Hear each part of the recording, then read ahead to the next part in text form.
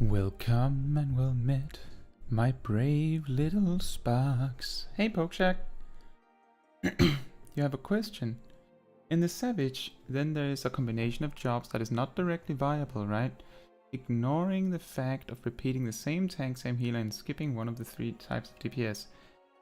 Yeah, you could say that if you're bringing, like, a team of, 2 Dark Knights, 2 Sages, and, like, I don't know, 4 Black Mages, then you're going to be at a severe disadvantage. I would say on the first boss in a raid tier, you could probably do it if you're really, really good. But if you don't have, a balanced team, there's a really, really good chance that you just can't do it on the later fights in the tier. That's not to say that it isn't possible, but I would need to see it before I would believe it. I remember there was a period where I was raiding Savage, and because of a replacement, we had 2 duplicate tanks. And because it was Dark Knights, and we needed an invuln ability for a specific mechanic, and at that time, Dark Knight's invuln was... it might as well not be there. We basically got forced to deal with the mechanic in a different way because we were missing a viable tank for that strategy. Additionally, the timing where we would normally use our limit break 3 didn't work right because specifically because we had 2 Dark Knights, our limit break charged slower, so our limit break 3 wasn't ready until like 30 seconds after the window where we would normally use it. And that's all because we had 1 duplicate, and that's not even to speak about the fact that the 2 tanks had pretty much no ability to assist each other very much, because the best one Dark Knight can do to assist their co-tank is to give them the Blackest Knight, but if your co-tank is a Dark Knight, they're already probably doing that if something is coming up that requires that. Yeah, exactly, the invulnerability that inevitably kills you. Pretty much, if you have back in the day, if you had a Dark Knight tank and not a White Mage in your healer roster, then your Dark Knight did not have an invuln, because White Mage was the only one that could feasibly heal the Dark Knight back up in time without it costing too much. So pretty much if you had a Dark Knight tank and you intended to use Living Dead, then I hope you brought a White Mage. That's not a big deal, because I think White Mage might very well be the most common healer in the game. So the probability that you have a White Mage is really high. These days it's mostly a matter of, well, you don't have an Astrologian, right?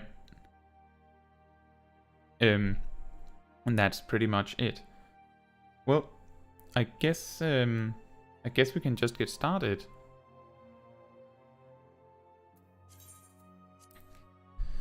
And you saw I made a special intro clip so that I made sure that I didn't start too early.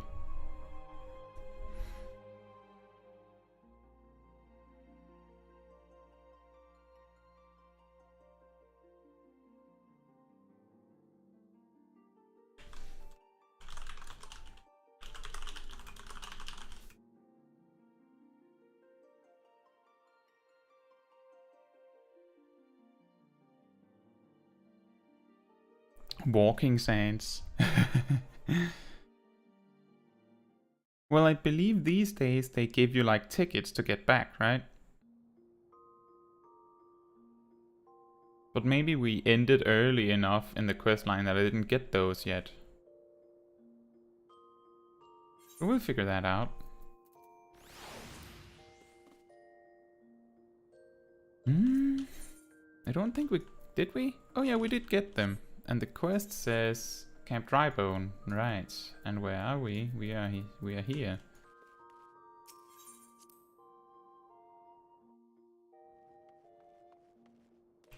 You know, YouTube is very interesting with its viewer count on streams.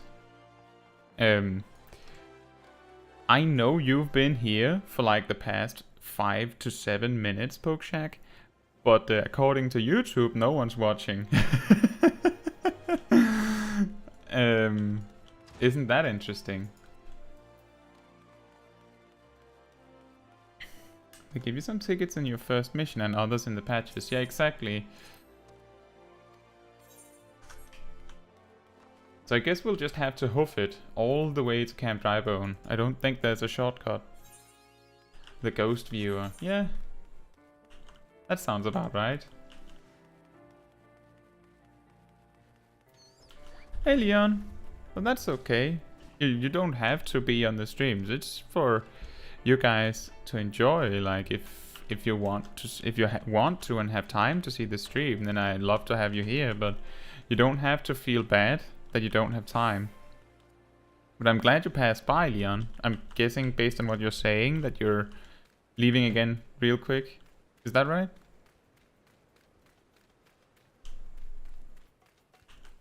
Oh, we can unlock some materia stuff, I see.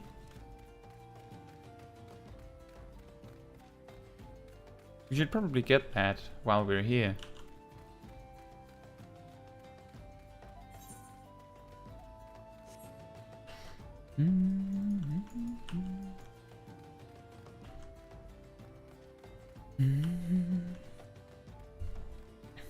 Either way, Leon, I hope you have a good day. With whatever it is that you have in mind.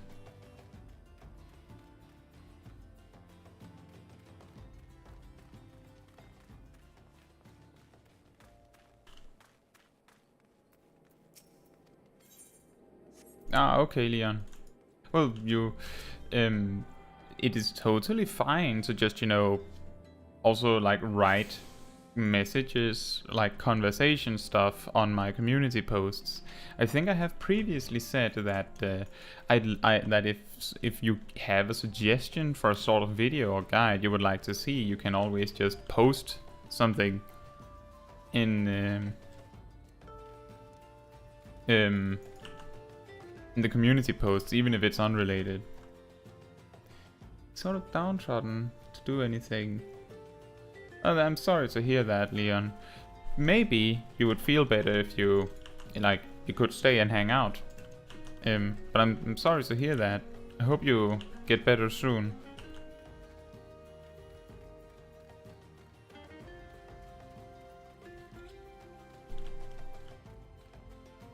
But my suggestion would see if you can try and talk with some friends. That would be my best advice. Else, do whatever you think is best for you, man. Right?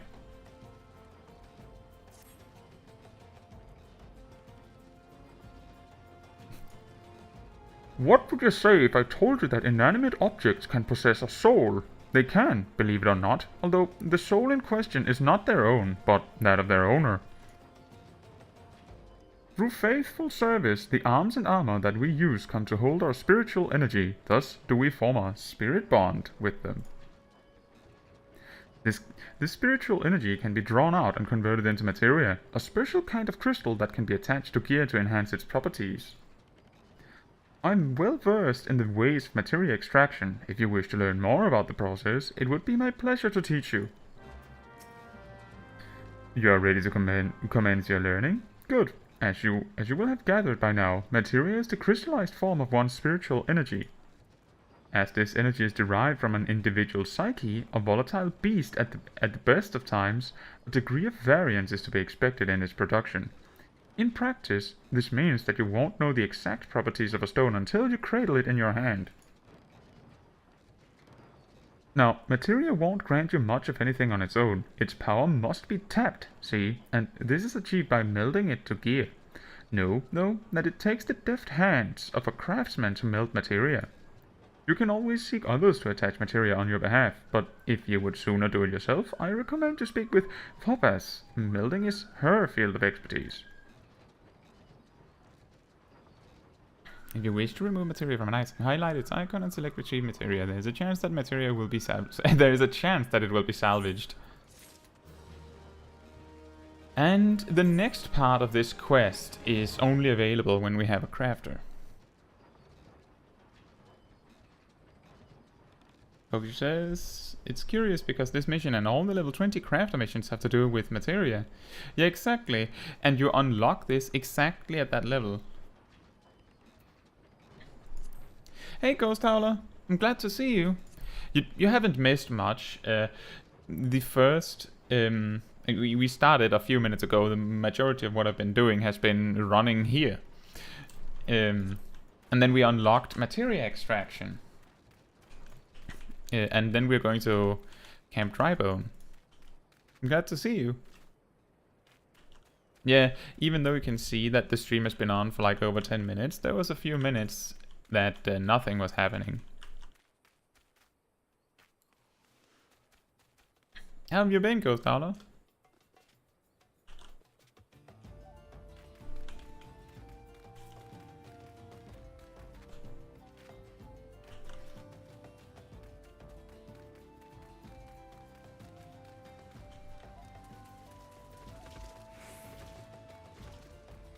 Ha! This text is extremely misleading. It feels like you're supposed to like that, like there's a gate here or something, and then you zoom in, and then it's over there.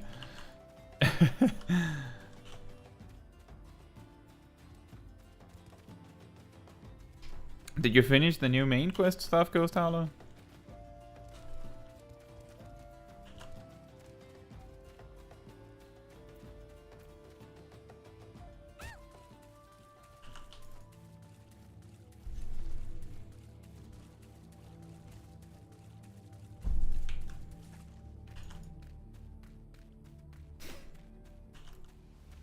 I really could do with a mount right about now.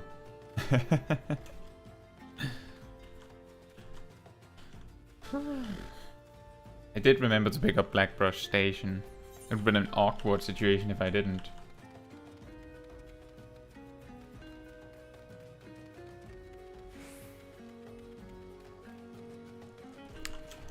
Tuko.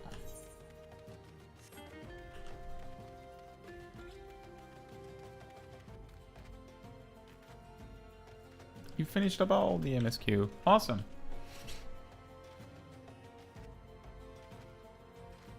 Did you also get to do the new raid?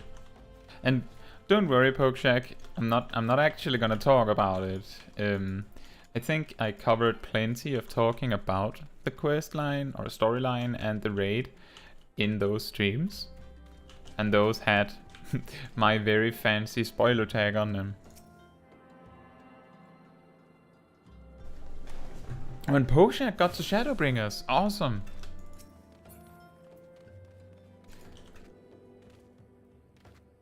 Like I don't know how far you've gotten so far, but I believe that most people agree that Shadowbringers is like, I would say, a huge step up from Stormblood, but some people also really like Stormblood. And I liked most of the story. It's just the Realm Reborn part can get a little slow. Oi, I'm Isambard, here to search for the missing folk, I take it. Minfilia sent word that an adventurer fitting your description would be along. Did she say a short person is coming? She has also warned us to be wary of the Amaljar. It seems we know who the culprits are, at the very least. Now, I bear no official title at this camp, but the people here have come to look to me for leadership. You have my word that I'll do all I can to help see the victim safely returned. A glamour dispeller? Oh, okay, thanks. Think? Ghost Howler says, yeah, I've been farming the tombstones as healer. Okay. Today, I bought crafted gear for Summoner. To be ready for next week's Savage raiding. So that will be done as DPS. And Pokeshack says, I've only done the first dungeon and unlocked the J-Star quest? The role quests? Or what do you mean?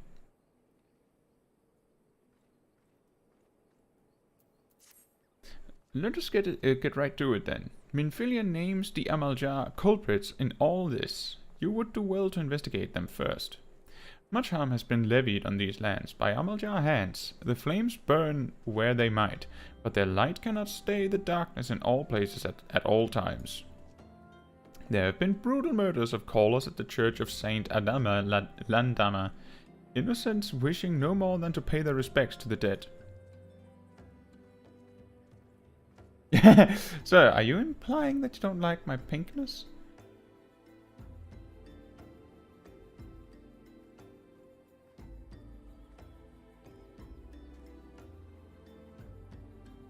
Okay, Ghost Hollow. The only reason why I bought the crafted gear is because I came to the conclusion that there was a really good chance that there was no point like gathering, collecting, or purchasing the crafting materials and then crafting it myself. Just based on how wild the market is going, combined with the fact that I'm on a server where things are quite expensive, so there's probably an advantage in just selling the materials to earn the money and then go and buy the actual gear on a different server. Okay, the role, do you think it's job quest? No, I mean the role quest lines in Shadowbringers are role quest lines because I believe there's only 4. One for mages and one for... I think there's separate ones for melee and ranged physical, or there might be 5. But either way, you only have to do one, fortunately. Especially if you only play one job.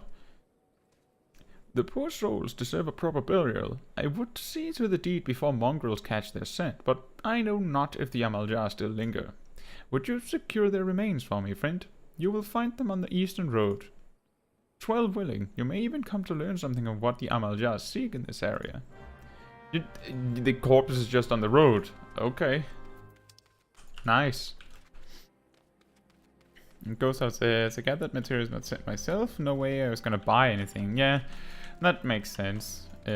I earned like over 1 million gil Tuesday by just selling the crafting materials for tomestones that I already had. So I can totally see that. And that's not even the entire price tag of crafting the gear.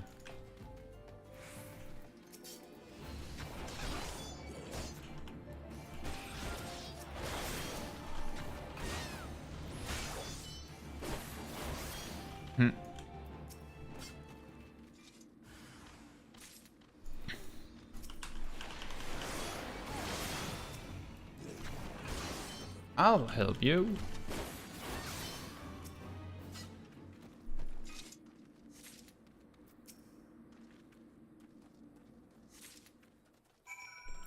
Machinist, Summon a Scholar, Dark Knight, Morph level 70. So you're going to do all of them. Well, the good news are that there is some interesting lore stuff and story that you unlock when you have done all of them.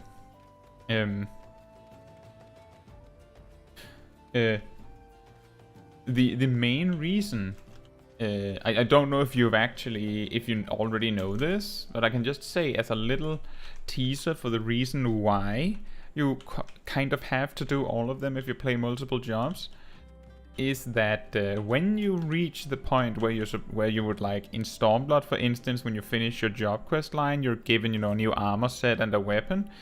You don't get this for roles that you haven't done the role quest line on.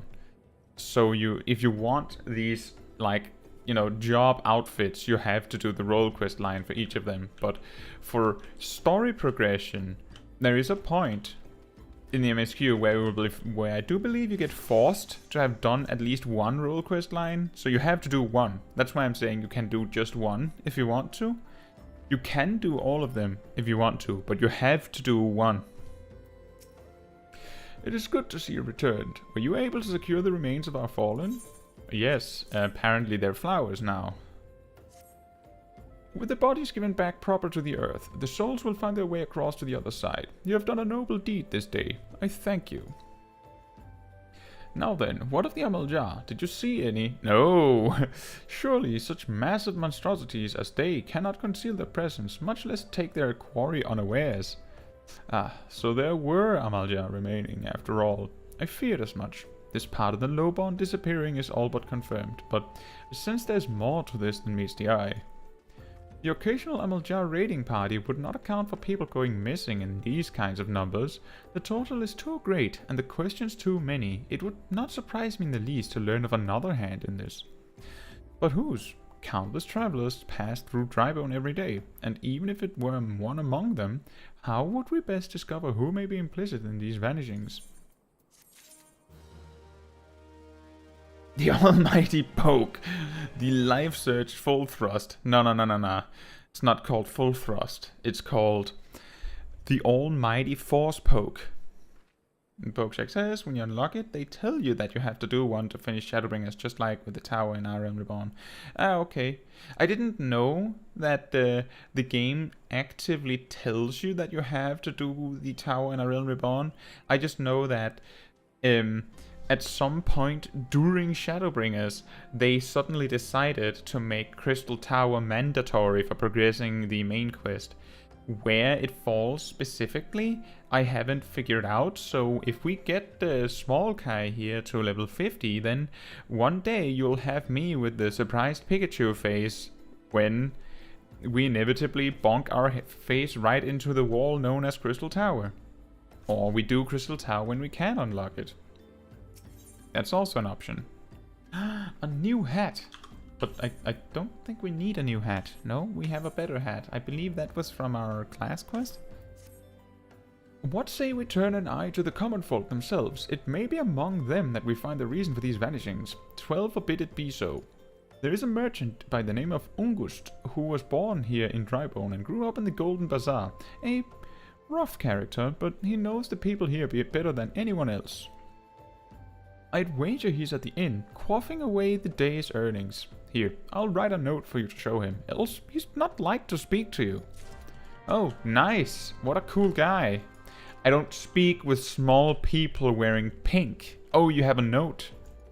That changes things.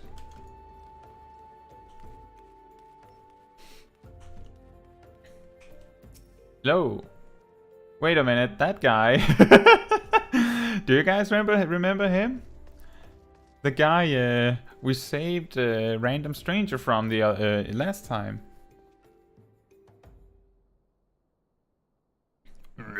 Well, gods be damned! You're that bloody adventurer who threatened me back in Uldar. What in the seven hells do you want with me now? I have a letter, you see. Dear friend, missing people, please help. Yours is embarred. Folks around here are as wary as they come. They'll turn tail and run if you so much as pass wind nearby. Played them all for fools and coaxed some hard labor out of them, I did. If anything, they're even more timid than before. But with all the disappearances, you can talk to them yourself if you don't believe me. Gee, how useful you were. And Pokecheck says, a friend told me that before it was not mandatory, but now it is to end A Realm Reborn. Yeah, okay, so it's sometime in the post game of A Realm Reborn we get forced to do it. That makes sense. But honestly, in Shadowbringers, if you haven't done Crystal Tower, there sure are a lot of parts in that story where you're like, oh yeah, this happens, and then this guy, and you're sitting there like, uh-huh. Because you don't know anything, because you weren't there. So it makes perfectly good sense that they require it now. Please, miss, just leave me be. Oh, okay. Cool. Hey, fellow Lalafell. I've nothing to say but this. I'll take who or whatever's been feeding off us low folk. Okay. Helpful. Hello? What do you want from me? I don't know anything, I swear. Please don't kill me. Oh, okay, I know I'm very, very, very threatening looking, but you don't have to exaggerate. It's like he saw me, except like I'm 10 times taller. Then it would have made more sense. Hello again.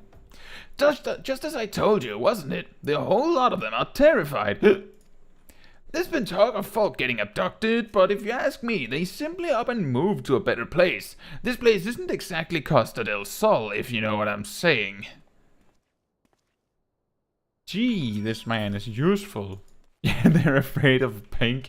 What actually happens is that I walk up to them and say, have you ever had the interest in joining the cult of the pink? And then their response is whatever happens. And it appears that they kind of forget to even address the whole pink thing in their response, typically. Welcome back, Caetsu. Have you learned aught of import? Not really. I see. I suppose I should have expected as much from Ungust. Well, another thought occurred to me in your absence. The common folk are nothing if not fervent in their religious beliefs. Perhaps if they speak freely to their gods, then the clergy may know something of use. That's a good point. If we would know what the common folk speak of to their gods, we've no better place to ask than at the church of Saint Adama Landama. It is a small and humble church, far to the northwest of here. And so long as you are headed there, might I ask you to deliver this embalmed corpse? A morbid request, I grant you, but it must be borne to burial, and I trust none more than you to see it done. Seek out a man named Marquis. He tends the grave to the Lich-Yard. He will tell you where the body is to be interred. So I'm carrying a corpse of a human, presumably. Just dragging it along here, if you can imagine. Have a second to hear from a word from our sponsor, the Lord of the Pink.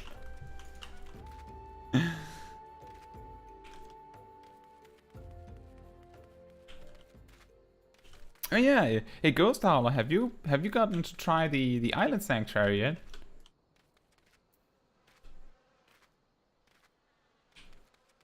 And I'm almost guessing that Pokeshack might be doing MSQ themselves right now. Hey Marquise. I'm Marquise, yes, a body, of course. There have been so many bodies of late. I apologize, miss. If you seek a place of burial, then there's an empty grave atop the ridge. Take the path and lay him to rest there. Oh, you forgot about the island thing. That is surprising. It's in any social media where people talk about Final Fantasy XIV stuff, I see nothing but people going, look guys, there's this MSQ stuff, but all I'm doing is the Island Sanctuary stuff. And it's so prevalent that I have a feeling that there might be more people that started with the Island Sanctuary than there were people that started with the main quest. I've done a little bit of it, but you know what, Ghost Howler? Take it from me.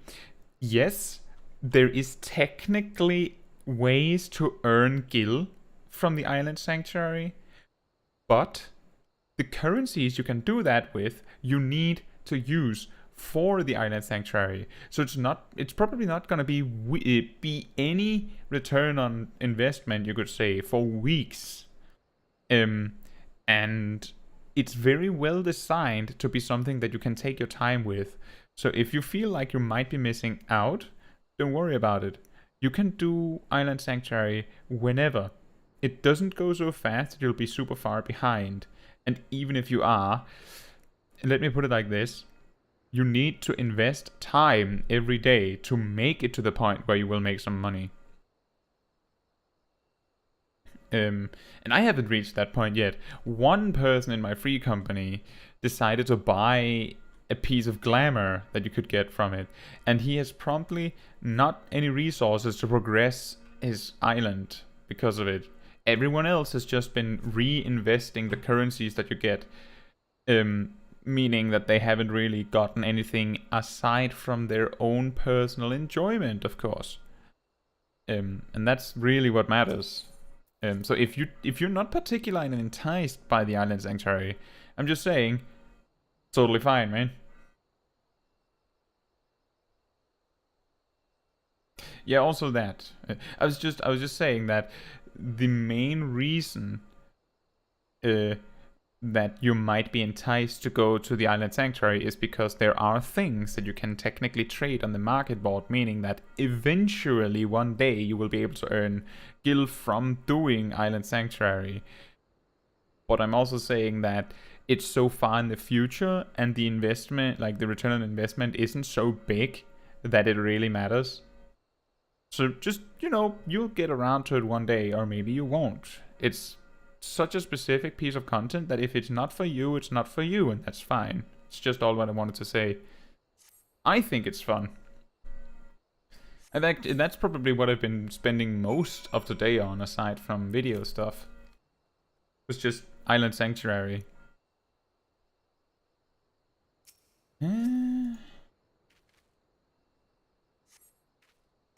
There we are. Back to our keys. Ow. Well, as long as you don't feel like you have to stress about it, because that misses the entire point of the Island Sanctuary. May they all walk in Thal's realm. What missing people? I'm afraid I cannot help you. But maybe Sister Orkin can. She has been kind to me. Everyone has been so kind. I don't know why though. Pardon me. You will find Sister Orkin within the church walls. This is a nice man, I guess.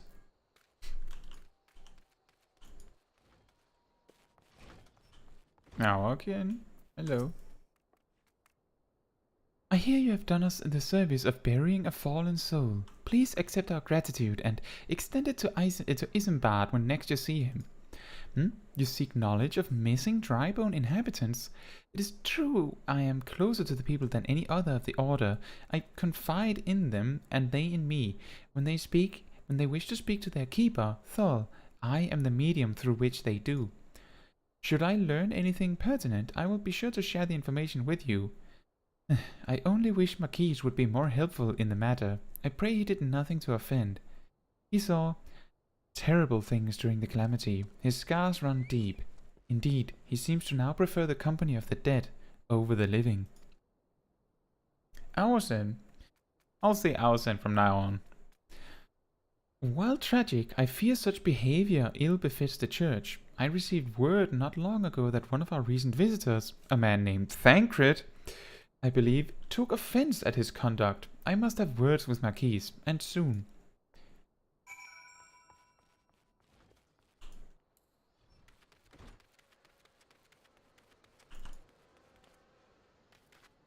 So, Ghost Howler, does that mean... I think... I don't know if I actually asked before, but does that also mean that you haven't gotten around to doing the raid yet? Like the normal raid? Because you're just gonna... Or just... Because you've gone full focus on crafting and making money.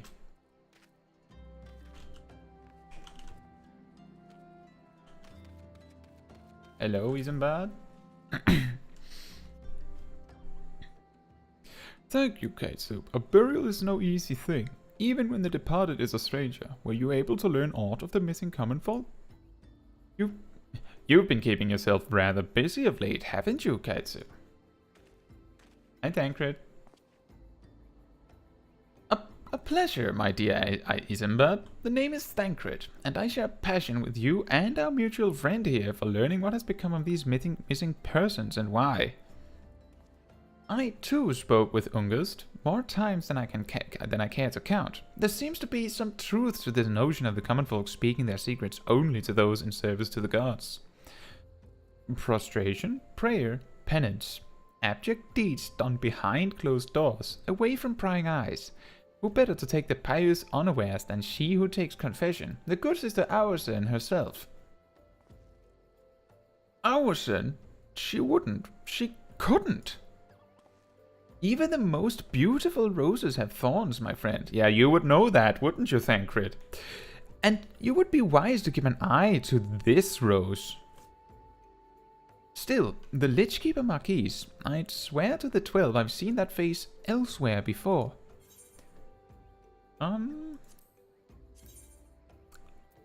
That's not worth using. It's actually not worth using. Huh. Well, I'll take your 2,500 gil then.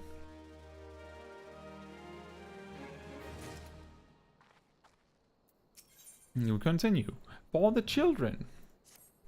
Sister Aurson, it cannot be, though she is wont to travel to the Golden Bazaar on her own, and it is not uncommon to see her speaking to the children, but no, it could not be she, could it? I grow weary of these suspicions. I know there is one child in particular she is fond of. Pray seek out the boy, Caetsu, and see if you cannot glean something from him about Aurson's activities. Give me the money. Give me the money.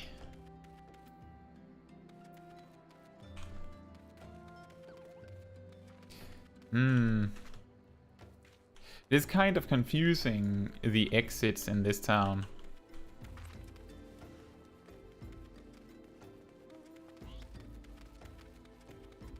I do believe it's this way I'm supposed to go.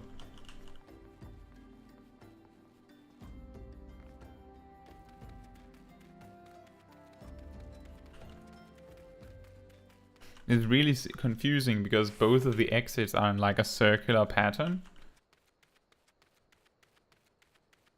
Wait, our questline is already level 19? Okay, that does mean that we're fighting Ifrit soon, I hope. And that means that we soon will be able to choose a Grand Company. And that means we'll soon be able to become a Dragoon. At level 35 or 36 maybe. Maybe even level 38. Just based on the number of quests I know are there. So, when you see a player that is beyond level 30 and they haven't unlocked their job yet, you might know why now. It's not even possible to reach the point in the main quest in time. At least not if you have the road to 80.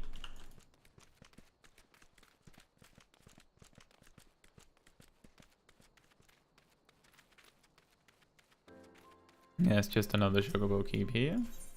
I don't think we'll ever use it, but it's nice to have unlocked. It also removes an exclamation point in our view. Hello? Please help. Sister Aurson went all on her own and hasn't come back. She always reads to me right here, about Thol and the Order and the other side. I told her I lost my shiny thing and she went looking for it, but what if the monsters outside hurt her? Please find her. Okay then. Hey, tiny angry child with a spear. Go, smaller child than me. Go and help my friend. Please.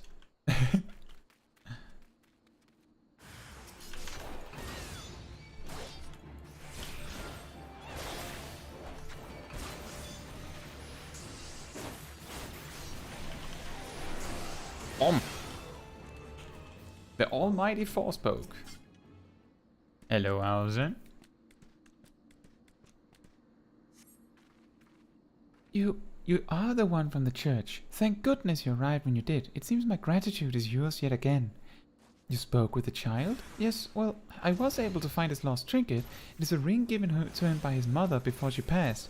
I'll see it safely back to him. Excellent.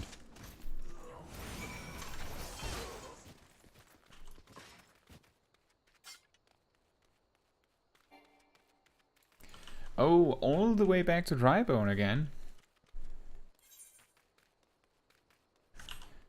I don't want to spend money when we only have 16,000. I'm not so lazy I can't make that run back. It'll be fine.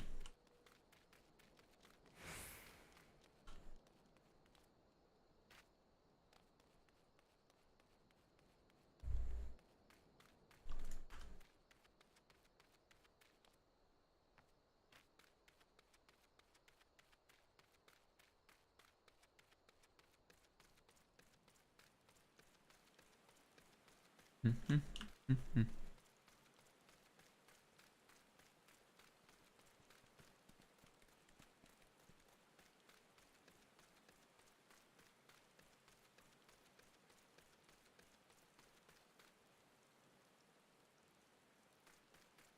talked about being a Reaper before Shadowbringers, but do you think you reached level 90 before Shadowbringers? That's a good question. I believe normally you will the time, the opportunity for the storyline to really catch up to you in level tends to be when you reach the expansions. Like when we start reaching up in the level 50s, then the A Realm Reborn XP will just be so small that it's not really going to make a big dent if we're level 55 or something. And that means that we're probably not going to get far into 60 before we reach Heavensward, and then when we reach Heavensward, we won't get far into the 60s before we reach Stormblood, and so on and so forth. And since our road to 80 buff will stop working when we're beyond level 80, I have a feeling that we won't reach level 90 first. But if we near level like 70, the question would be, should we switch to Reaper when we can switch to Reaper, which, you know, is just when we are level 70. That is a completely separate question. And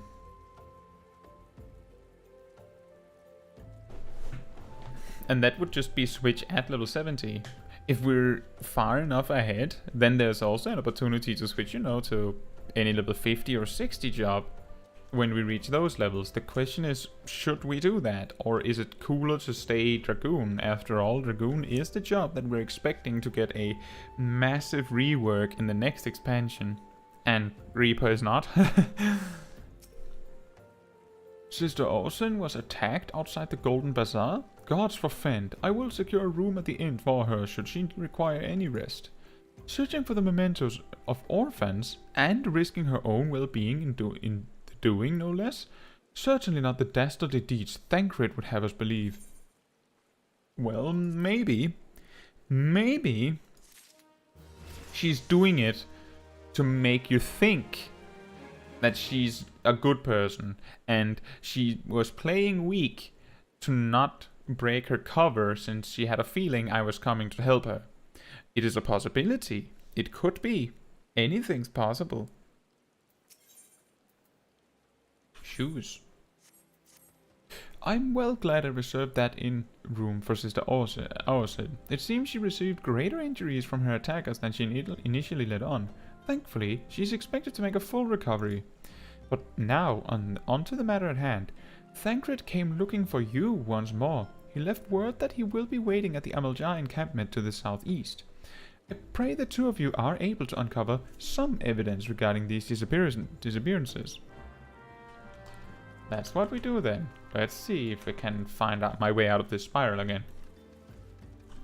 And yeah, Pokeshack, I think what's gonna happen is when we're closing in on points where we could play a completely different job and, you know, continue from level 50 or 60 or 70 as a different job, maybe there would be a reason to, you know, discuss whether we should do that.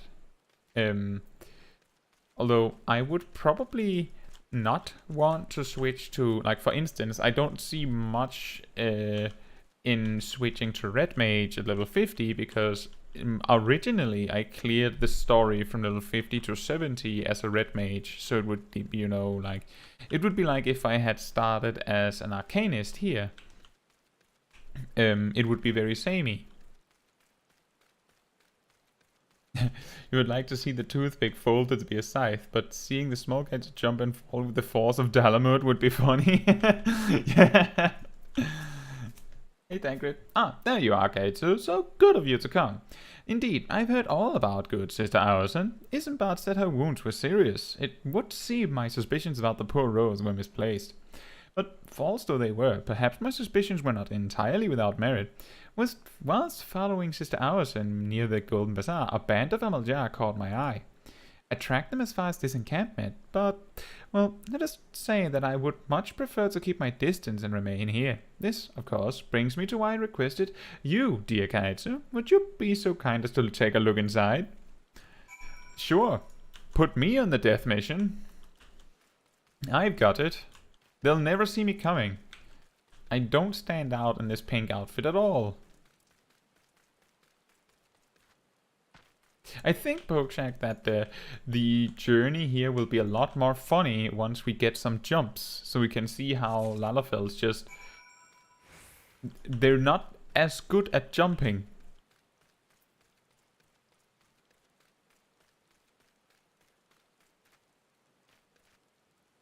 Yeah, exactly, Pokeshak. And it's more interesting for me if I'm playing a job that I don't normally play. And haven't cleared the story with previously, and I'm sure it's more fun for you guys when it's more fun for me. I hope so, at least. Well, did anything tickle your fancy? Yeah, I found the letter, I think. This leaflet. See the wealth of knowledge to the hands of your children. It looks to be some sort of assembly to provide the poor with work. The lettering, though, atrocious, is it not? And these bits about Nordthal seem somewhat less than studied. I find it hard to believe one among the order penned this. Pray take this to the inn at Camp Drybone. Let us see what Sister Auersen makes of it.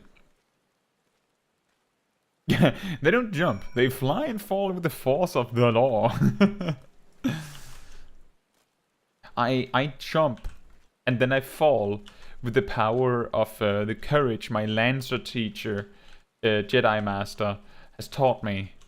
I just jump courageously into the air, and then I just hope and pray that courage alone is enough to land on my feet.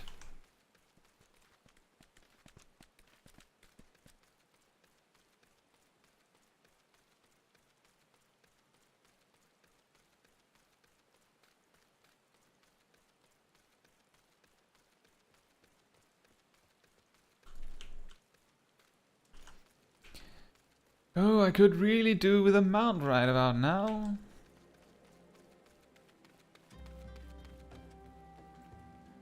Wait, huh?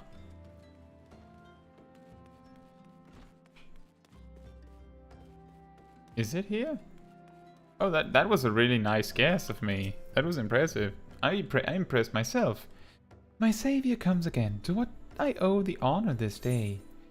Do you know this? What is this? Blasphemous. These are not our teachings at all. This was not made by any true brother or sister of the order. Of that I can assure you.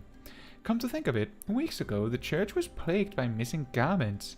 Could someone be posing as a priest of the order to deceive the people? The plot thickens, Caetsu. Our culprit pretends to be a priest to lend credence to his deception.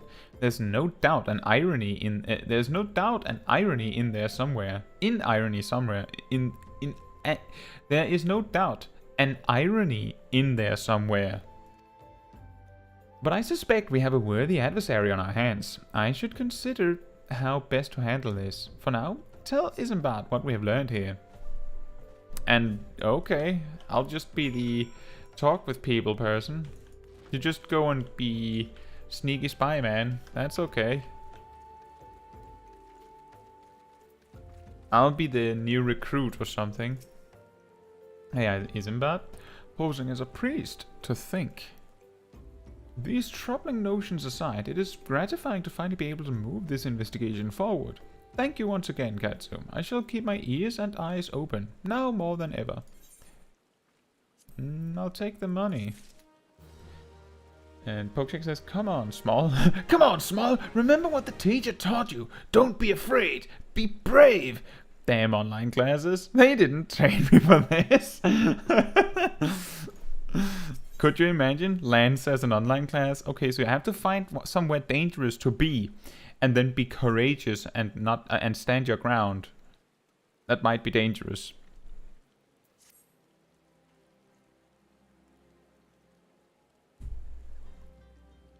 I'm afraid I've not seen any unusual activity, nor have any at this camp given me cause to doubt them.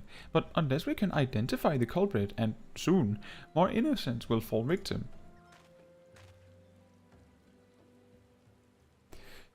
Do not despair just yet, my friend. An idea occurs to me.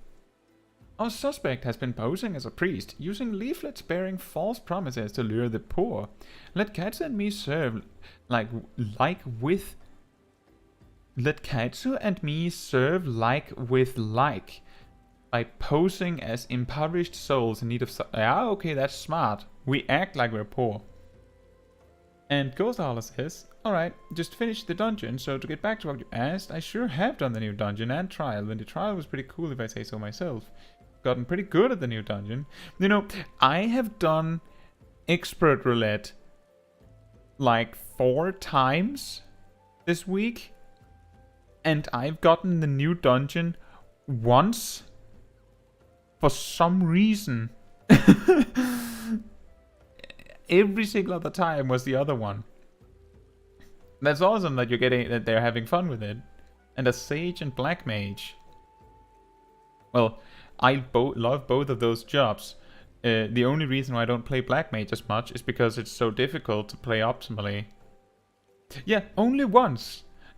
Like, my parties when I went in were nearly just as surprised. Day 1 of the patch, and my expert roulette is not the new dungeon. Day 2 of the patch, and my daily roulette, my expert roulette is not the new dungeon. That's how I believe. This is why I think that a lot of players have chosen to just do the Island Sanctuary stuff rather than the new main quest. Yeah, every second roulette. Well, I don't do expert roulette more than like once a day. How about the new raid, Ghost Howler? Like the normal raid stuff. P5 to 8. Our suspect has been posing as a priest, using leaflets bearing false promises to lure the poor. Okay, I already read this. I dare to hope that this will yield us the answer we seek. It will be a dangerous undertaking, but you two are more than capable of looking after yourselves. I'm next to useless in a battle, but I can supply the garments for the disguise. These old tunics and slops should serve your needs, so long as you don't mind the smell and the stains. These will serve very well. You have my thanks. Listen, Caetsu. So as to lay the foundation for our little ploy, we must make it widely known that more vagrants have arrived at camp and are desperate for coin. So Ghost Howler, you know how there is this, you know savage raiding, you know pandemonium, right? Do you know what I mean? So, yeah, so expert roulette is dungeons. So I'm asking, have you tried the new raid? And I'm saying normal raid specifically because I'm referring to the normal difficulty because Savage is coming next week. Do you like it?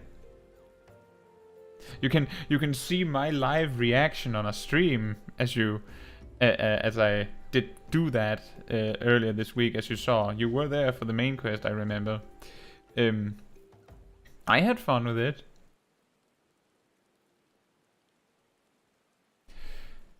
To this end, I want you to don the old garments Isambard has lent us and beg for work around the camp. Before long, the false priest should catch wind and approach us. Oh, you want me to wear the smelly garments? Thanks. I love it. Thank you so much, Thancred.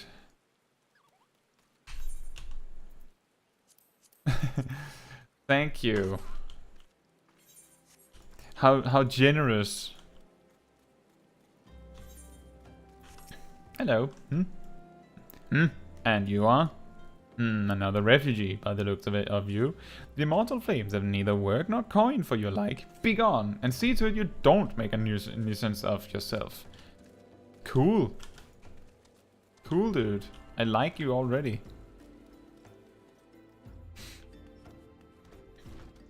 So, I would say, Ghost Howler, normal raids, so the normal ones, like Pandemonium on the normal difficulty, is not much harder than an actual, like a trial, like you see in the main quest. It's just that it's side content, so it's technically completely optional. but there's not like a huge expectation that you're super good at the game or anything. It's as they say, it's content designed to be beaten, just like normal trials and dungeons and alliance raids and things like that. It's designed to be beaten.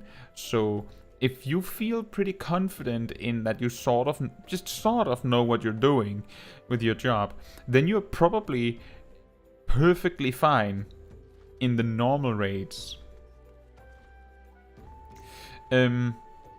So what I'm talking about is, so normal raids is these two, I believe. For example, just to rattle off some previous raid tiers, just so maybe Pokeshack has a chance. The Binding Coils of Bahamut is the A Realm Reborn raids. Alexander is the Heavensward raids. Omega is the Stormblood raids. I would absolutely recommend that you try it, Ghost Howler. And I'm sure, like, if you Google, like, Pandemonium Final Fantasy XIV, I'm very confident that you're going to be able to find, like, an article on Consoles Wiki or something like that will tell you where to start. Because it's a storyline, you will have to start from the previous tier and go through them. But once you reach this tier, then you can do them. They have like weekly lockout on loot drops and stuff, but it's perfectly fine. Actually, the gear drops from the raid is the same item level as crafted gear, like the new crafted gear. So it's not like a huge jump up if you already have the crafted gear. But the final boss drops an item that you need to be able to buy the weekly tombstone weapons, if you've seen those. So you would want to do that one every week at the very least, if you want, you know, the best of the best gear that you can get without savage raiding. You don't have to savage raid. Like, doing Pandemonium does not have to lead to doing savage raids. It's also a thing. If you're having trouble finding out where to get started, let me know, and maybe I can point you in the right direction, like where does the questline start or something like that. But I do think if you like the story in Endwalker, for that matter, then I'm very sure you will enjoy this extra story content that is otherwise entirely missable and optional. And I was about to get to the good part.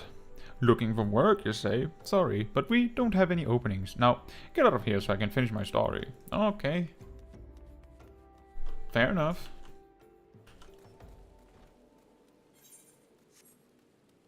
Hello. I preach the teachings of Azima, the Warden. Hast thou come to partake of the honey of her wisdom? Azima is keeper of the sun and goddess of inquiry. All is laid bare beneath the light of her divine countenance. Open thy heart to this light, needy child. Excuse me. And thou shalt want for naught till the end of days. Nice, thanks. I'm not a needy child. I'm just a child. Greetings, good man. Is there aught I might assist you with? Oh, I don't believe there is. I'm afraid our wares are very expensive. Mayhap you should rejoin your fellows out at the pond north of Sandgate. Okay.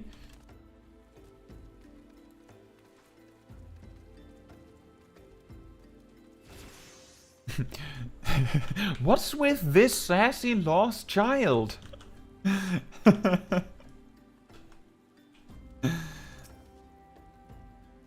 What is it?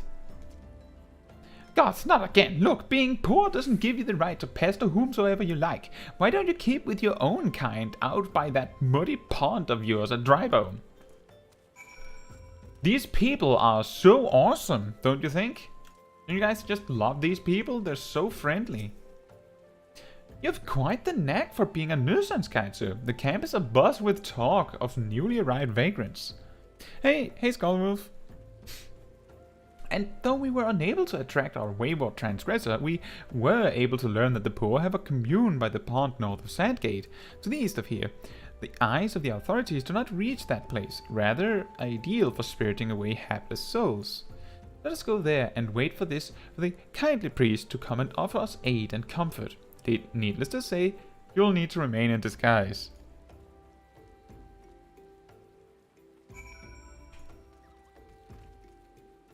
And I see how far we have to go, and I immediately, instinctively pressed the keybind I always have for mounting up, with no success, because we still can't use a mount. At level 35, by the way.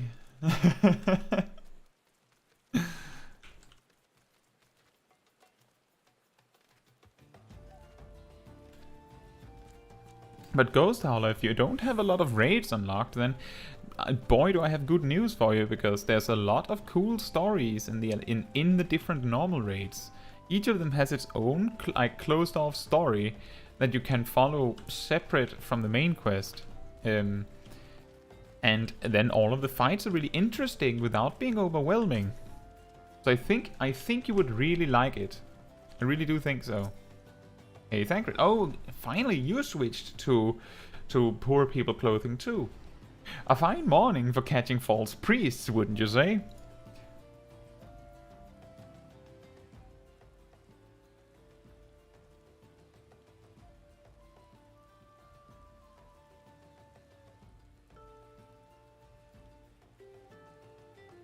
Yeah, exactly. I was thinking that, Ghost Hollow. I'm sure you would have fun with it.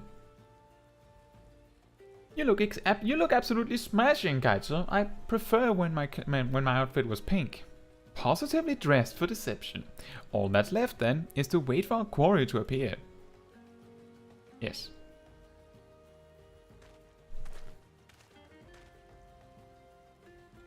Yes, exactly, Pokeshack. Bahamut's Coils of Bahamut, Alexander, Omega.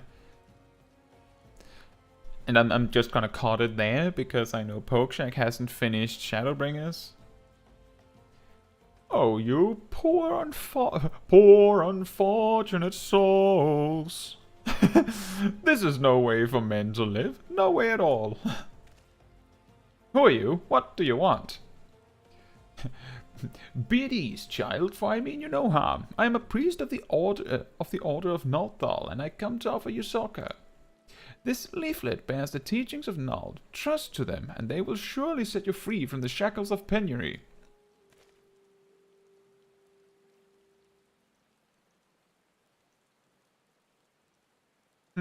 A tempting offer, but I'm afraid I must decline. On account of that atrocious performance, you would have made a god's-awful mummer, August.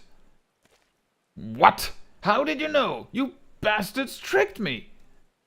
Please don't hurt me. I was only doing it to protect my people. Is that so? Do continue. Well, very well. I am a man of the Golden Bazaar, raised there, if not born. Some moons ago, the Amaljar raids began. They would appear sudden as a sandstorm and plunder and pillage at will. Our defenders couldn't stand against them, few as they were. Everyone lived in fear. I wanted to save my people, but being a merchant was all I knew, and so I did the only thing a merchant could. I approached the Amaljar in hopes of brokering a deal. In return for sparing the Golden Bazaar, they made demands. Outrageous ones. Demands? Of what kind, pray tell? We need sacrifices. First of all, they wanted the schedule for crystal shipments from the Nanawa mines. For this, I bribed one of the workers to leak me the information. Next, they wanted me to bring them people, so I posed as a priest to lure in the vulnerable and give them over to the Amaljar. I didn't have a choice. Pokeshack says, I never finished Bahamut's Coil because I don't have luck with parties for that. To do that raid, and there are no roulette. Yeah, exactly. I think most people eventually do it unsynced. There are a few fights that are nearly impossible to do alone. But like, if you can bring a friend or two and just hang out there when you're like max level one day, then just seeing it is really cool. Like, it's a really old raid. That is also why it's like completely off track compared to all the other ones. It's not in the roulette because the fights are actually like near savage level, which is that's unreasonable to require of random, like, just casual players to get in a roulette, right? So it makes sense. Protecting one's home is a noble thing, but at the cost of innocence? You could have sought the aid of the immortal flames, yet you did not. I suspect you're not telling me the full story. What made you sell out your own people? Speak. Was good. What did you say? The coin was good, I said. I could sell mole meat for a score of lifetimes and not see even a fraction of what the Amaljar pay me. You sacrificed innocence that you could line your own pockets? Words fail to express the contempt I feel for you. Spare me your contempt.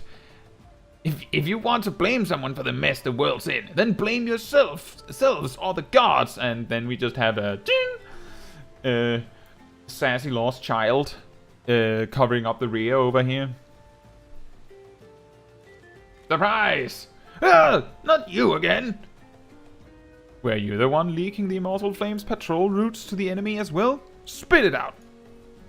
No! I know nothing about that, I swear it! At this stage, I'm rather disinclined to believe aught that leaves your mouth, but no matter, there'll be time enough to learn the truth. Huh. Caetsu, be a dear and take word of these developments to Minfilia, would you? Yes. I shall prize everything I can out of this filth. The abductees are still somewhere out there. Our foremost priority is to rescue them.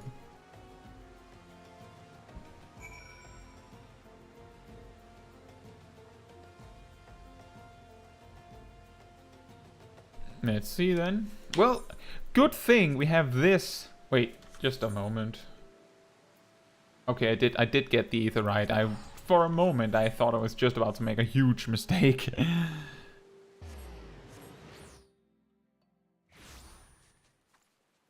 And here we are.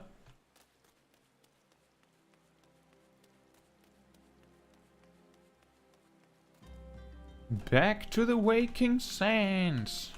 Pray return to the waking sands.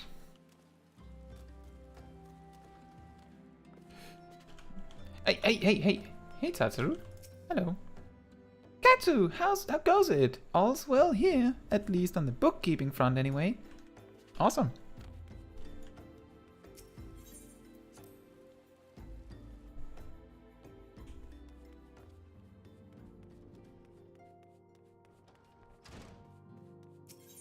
Walking to the sands. By the way, Pokeshag, if you've just gotten into Shadowbringers areas, you'll find that in the desert zone there is a fate that sometimes spawns that I do believe is called Prey. Well, actually, it's very close to the first city in the desert, or the first town in the desert area. I'm sure you will find it hilarious. And it is definitely, it's a joke on this exact thing. I believe the quest is called Pray Destroy the Waking Sands. Welcome back, Caetsu. I'm pleased that you and Thancred have been getting along. I see you have done well to uncover the truth. My thanks for the report. As Thancred said, we must ascertain where the abducted were taken, and none but the Amaljar know the answer. Suffice it to say, they will not willingly part with this information. I fear blood will be spilled before all is said and done. Well, I will put back my outfit. There we go. Way better. You were saying? Wow, a weapon coffer at this level. But we won't need that. Though we seek a peaceful solution to the primal problem, we must needs be ready to fight for our cause. That you might take to the field suitably prepared, I would have you meet with a goblin acquaintance of mine. His name is Mutamix Bubblypops, and he is a scholar of no small repute. Mutamix is renowned for having introduced a revolutionary method of enhancing equipment to Eorzea. The knowledge of this method was once a closely guarded secret, but thanks to Mutamix and his students, it has now been disseminated to the great benefit of all the realm. It would serve you well to acquire an understanding of the process. For this purpose, I shall lend you a blade. Take it to Mutamix and bid him use it to demonstrate his craft to you. Mutamix is ever to be found at his camp in central Thanalan, a place known as the Bonfire. Look for a pillar of smoke, and the way will become clear. I mean, I've literally been there, you know? I think we've reached the point where it's time to use money on teleportation, guys.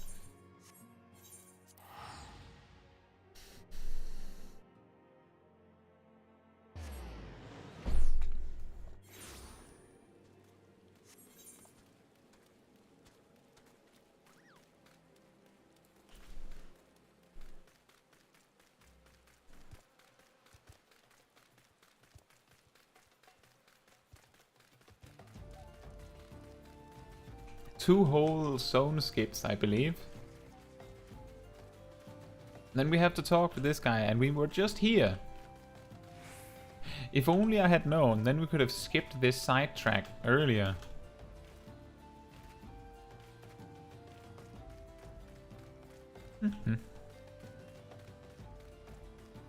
Mutamix bubbly pots. Hello. Who is Uplander come to tendering of Mutamix bubbly pots?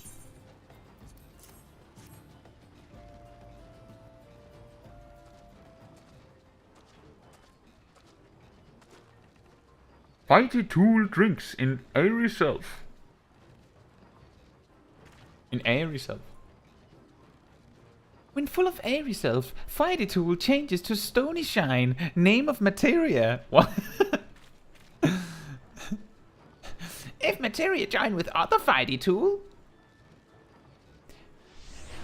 then Big Eyes, Fighty Tool gains power of airy self.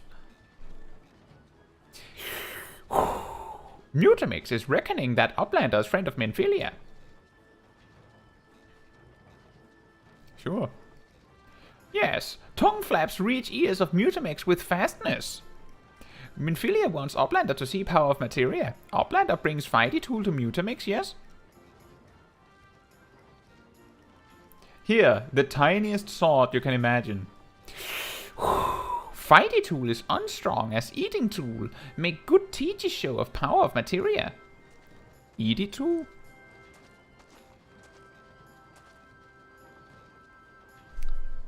The materia master. Now eyes of Uplander point at Fighty Tool, yes? Materia join with Fighty Tool.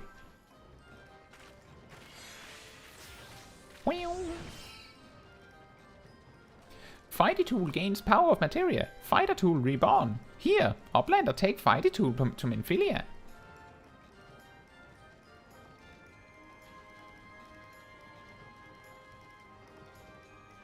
Materia, strictly speaking, is a kind of crystal. It is created by drawing out the etheric constituents from a piece of equipment and then crystallizing them.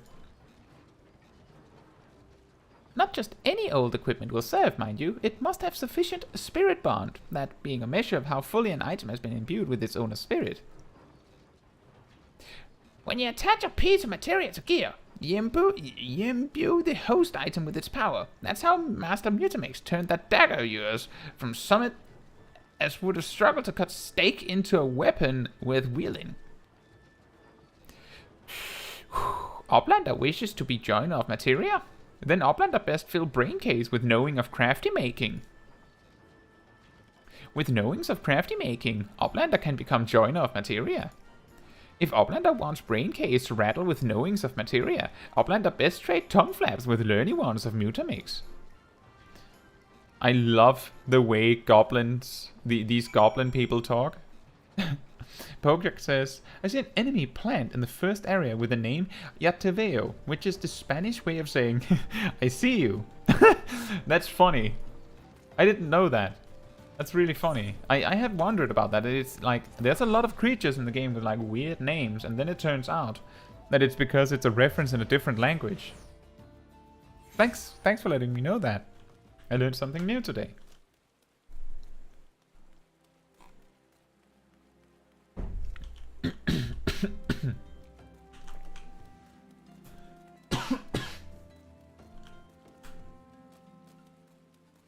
And that's 2 tickets, by the way. She's saying the same thing. That was 2 tickets in like 10 minutes. So I sure hope they're gonna give us more of those.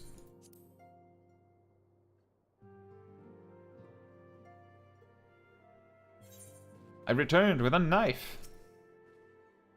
Welcome back, Caetsu. I trust your visit to the bonfire proved fruitful. Yes, it proved knifeful, in fact. Ah, what a remarkable difference a single piece of materia can make. I think you're greatly exaggerating here. Granted, the skills needed to manipulate the substance are not easily acquired, but one need only look upon the results to realize such efforts are worthwhile.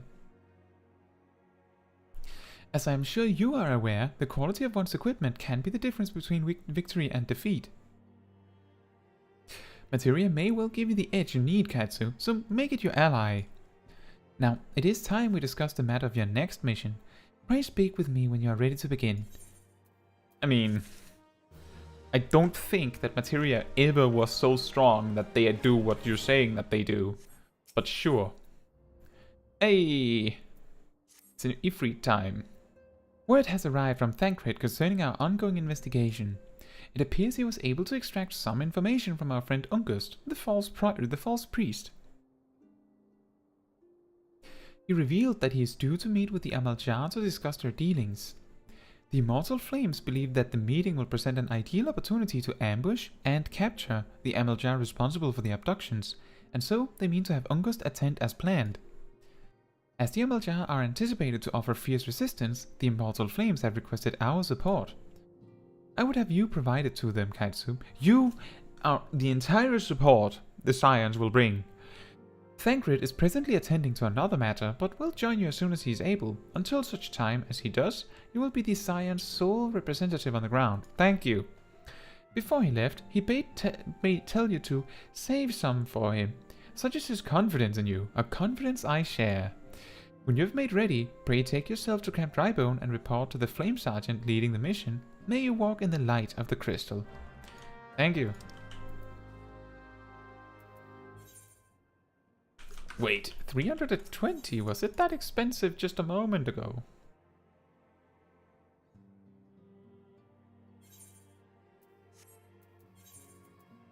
Ah, weird. And Pokeshak says, and I also started to make the Heavensward Machinist relic, and when I was making the Sea of Cloud Vapes, I saw one with a curious name. Was that also Yatevea, or was that a different curious name?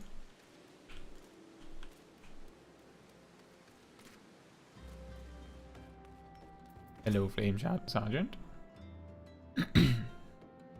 Ah, you're Caetsu Chaiji of the Scions? My thanks for coming, friend. We're stronger for your assistance. Allow me to brief you on our mission. Our objective is to capture Amaljar and prize them from the whereabouts of the abductees. The lizardmen aren't aware that their man, Ungust, has been exposed. When they come to the rendezvous point to meet the traitor, we'll spring the trap. Owing to the clandestine nature of the mission, we can deploy only a small contingent. Every member must count, and so we requested the aid of the Scions. The rendezvous will take place at the Invisible City. Please make your way there and lie in wait. We stand to learn much and more of the Amaljar plot if the mission succeeds, Caetsu. Let's make sure it does.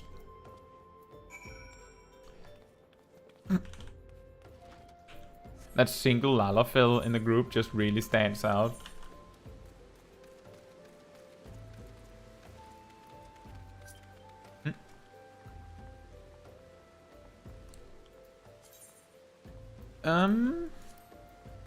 I think I'll say no to getting invited randomly to a free company named Dung Eater.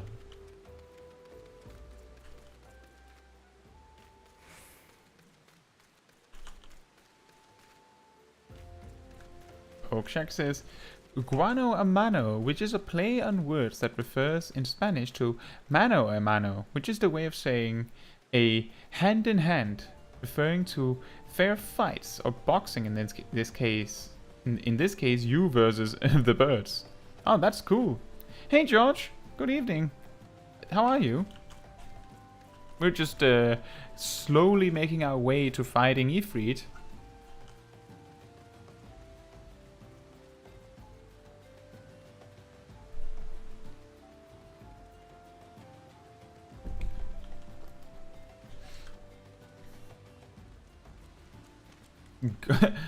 Gormless Tosser.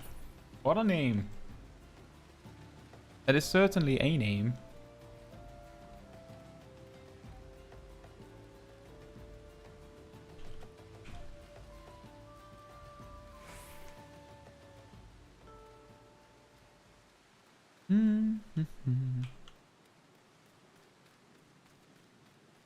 We are almost there.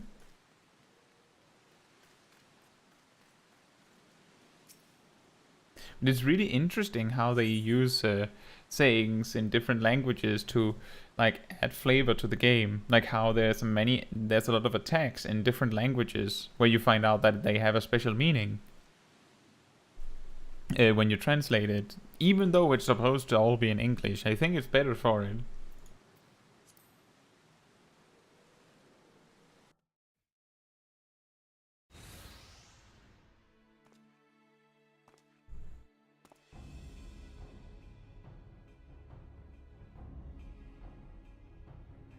Is the bait in place?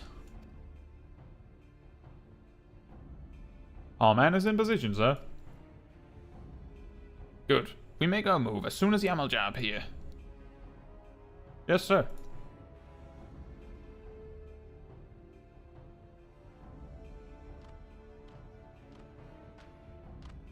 There it is.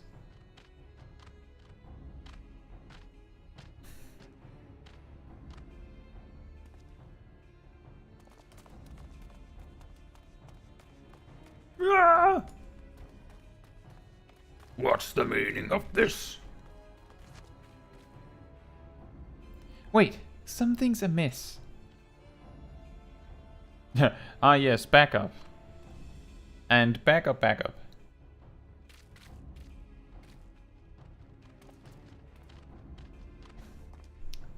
Let's see, just checking the comments here. Object said, I see George says something a little bit more time sensitive. Is the MSQ replay stream happening every Saturday? I'm working away from home for a month now. The internet quality is unbearable, unfortunately, so I hope I can catch up next week's. Well, I always leave the VODs up on YouTube, so you can always watch watch the stream after the fact if you want to catch up. But yeah, I try to have this MSQ replay stream every Saturday. If I'm not available myself on a Saturday, then it might get pushed or something, but that is the plan, yes, that it's going to be every Saturday. I hope that answers your question. I hope I go through clearly enough if your connection is terrible. I'll just write it in chat as well to make sure.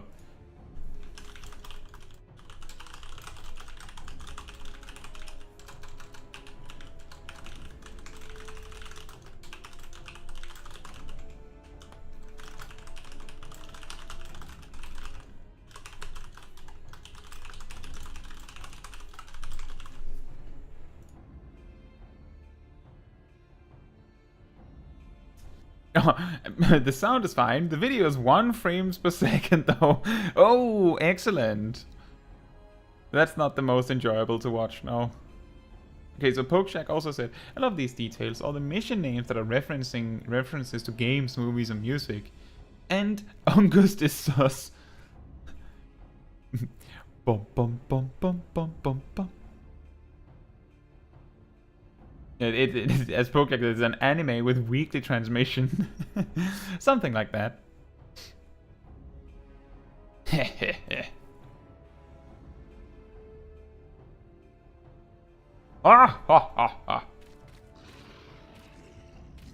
I'm afraid your little ambush ends here.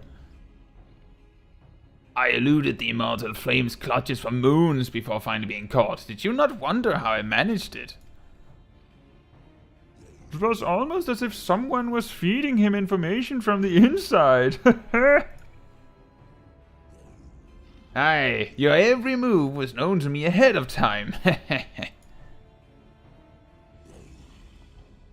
Now, as much as I'd love to chat a while, I have appointments to keep. They're all yours.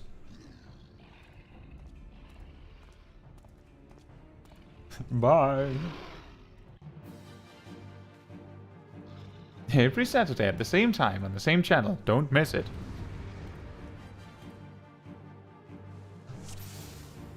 That's a lot of enemies. I've just now discovered that I need to move this a little bit. I made a mistake because I'm not actually looking at what I'm doing.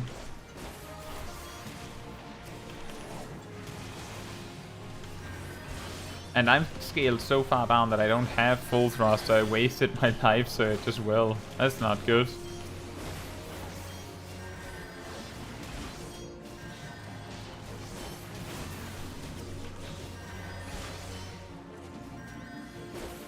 Ha! The boss has the old blizzard too.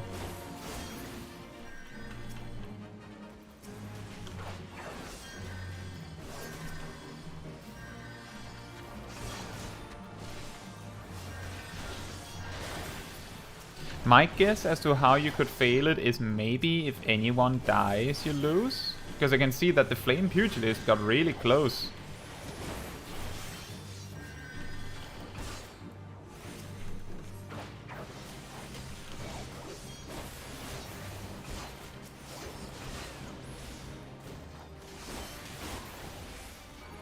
Or maybe if the sergeant dies, I'm not sure.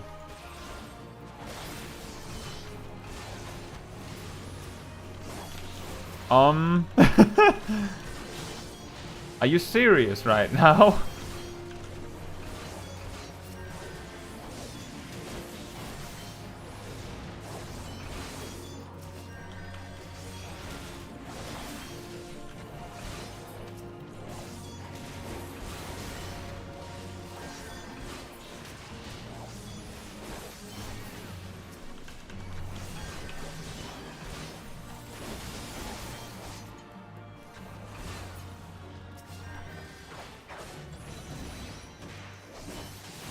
I'm gonna make a little test here. Maybe no more ads will spawn if I don't help them kill that one.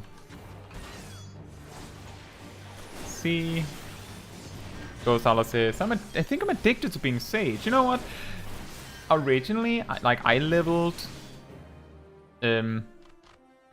Summoner to 90 in Endwalker, and then I assumed that I was gonna level Reaper next, but I had so much fun playing Sage that I power leveled it to 90 very quickly. So I totally understand you.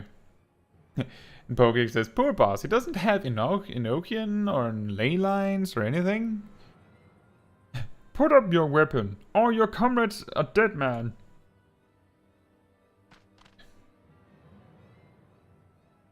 Behind you! Bonk. Oh. But he does have sleep. He might not have ley lines or Enochian, but he does have sleep. Bring her. The rest of you, march. The best use of sleep. Traitor scum.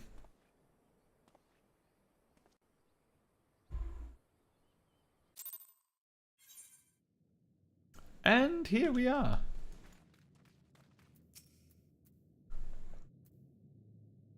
I fear the Amaljar mean to give us to their god as an offering. If I must die, then let me die a soldier's death, with steel in hand. Ba-ba! Oh, but if you're in Shadowbringers, you would be able to play Sage, right? Or do you not have Endwalker, Pokeshack?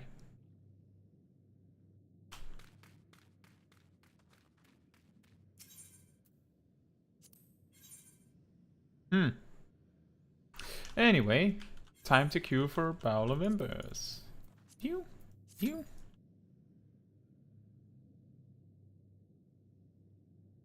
Ah, you don't have Endwalker. Fair enough. Well, I can't remember. Have you played other healers up to like level 70 or so?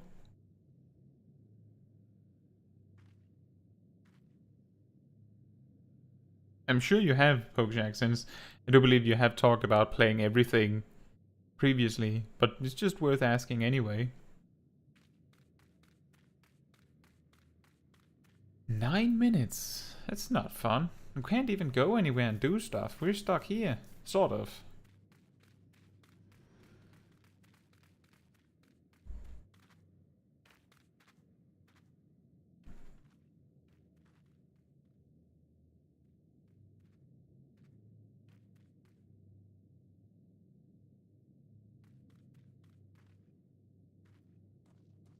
Ah, okay, you've tried all of the healers. And if you've played Sage, Scholar a lot, then I'm sure that Sage will be, like, let me put it like this, that in Shadowbringers, my favorite healer to play, like, in dungeons and such, was Scholar, by far. I also like to do it in, like, normal raids and such. And in Endwalker, they introduced Sage, and in my eyes, it feels like Sage, all of the things that I liked about Scholar, Sage does better. That's not to say that Sage is better. Scholar has something, like it has its own thing, and it appears that Scholar tends to be more popular in Savage raiding, from what I can tell. I think. So I believe it has the ability to choose to spend its healing resources on doing more damage. Sage does not have that option, so if you don't need the healing, then Sage just performs worse, while the Scholar has the choice to, move the extra healing over to some extra damage. And then Scholar also has a raid cooldown in the form of Chain Stratagem, while Sage does not. So often people will lean towards playing Scholar over Sage in like a Savage raid context. Not to say that that Sage is suddenly not viable, as I've said, and also always try to say, all jobs are viable. And even in the hardest content in the game, what matters is that you have a balanced team, right? Yeah, Scholar has a little bit of that. The main reason is that, you know how, I don't know if you've ever played Scholar at all, Ghost Howler, but Sage's system is that every 20 seconds you get one resource. It's not super important what it's called, but you get one every 20 seconds, and you can have up to 3. Whenever you use one, you gain 7% mana back. Scholar instead has a button on a 1-minute cooldown, and when you press it, you get 3 resources and 20% mana. Which means that in comparison to Sage, Sage would get 21% mana in the same time, right? But that means that Scholar can get 3 resources every minute, but they get it like, you choose when you get it, but once every minute. While Sage gets 1 every 20 seconds, and you just get it automatically. In fact, you have the whole timer thing, so it feels like Sage is just the easier version. But the reason why Scholar has this advantage, you could say, is because, so you take nearly anyone off your spenders as a Sage. You have the single target healer Dragoon. Okay, Scholar has Lustrate. Okay, så har du, you also have the AoE heal, Ixocoal. Yeah, but Scholar has Indomitability, which is literally the same thing. Okay, so I have my big dome thing, Caracol. Yeah. Do you mean... Did you mean to say Sacred Soil? Because it's literally the same. The only real exception is that Scholar has Excogitation, which is like you put a buff on someone, and if they fall really low in health or the timer runs out, you get a huge heal dropped on you then. Meanwhile, Sage instead has Tarot to, do a big heal and give a shield, like a damage reduction effect, which incidentally works really well with the Sage kit because they have so many ways of doing that. And then the difference is that Scholar also has energy drain, which is an attack that spends these resources instead. It only does like 100 potency, but it's an off global cooldown.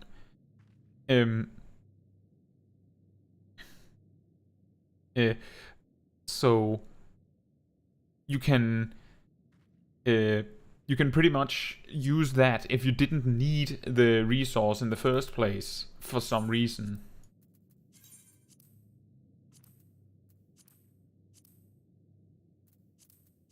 And yeah, Sage has their ability to just like generate one extra resource. Scholar has an ability they can cast that makes it so that select abilities, the best of your spells and options that can spend the resource, is free and guaranteed to crit. Meaning that the next time you need to use one of the resources, it's way stronger. It's a bit limited what you can do with it, but the point is that Scholar played optimally, quote unquote, optimally in a Savage Raid setting, probably spends the majority of their resource on attacking, and then gets by with the bare minimum of actual healing abilities because they're locking themselves out when they don't have their ether flow. Hey Saption, how are you? I hope that makes sense, Ghost Howler. But it's not like Sage or Scholar, either one is better. It's just that Scholar has the ability to, push a little bit more damage through if they really want to, while Sage can't. Instead, Sage has Flimmer to do their burst every 45 seconds, and they can optimize that around raid buffs. Meanwhile, Scholar has a raid buff, which I think often, if you're on a raid team and you're thinking about what's best for the raid, I could imagine the rest of the raid would tell you to play Scholar because they want you the raid buff. And then you just say, but I like playing Sage. And then if they are your friends, they'll say, okay, then play Sage. Good to hear that, Saption. We're just waiting for the queue on Ifrit. I'll give it, a little bit more than 9 minutes. And if it takes forever, then we'll just use the duty support.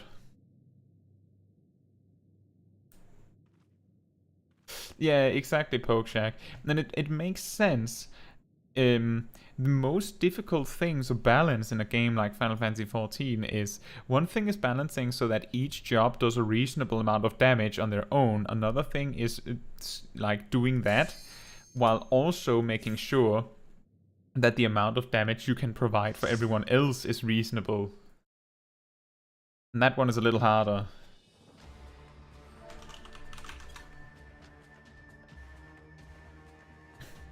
Lord of the Inferno, hearken to our plea. Lord of the Inferno, deliver us from our misery.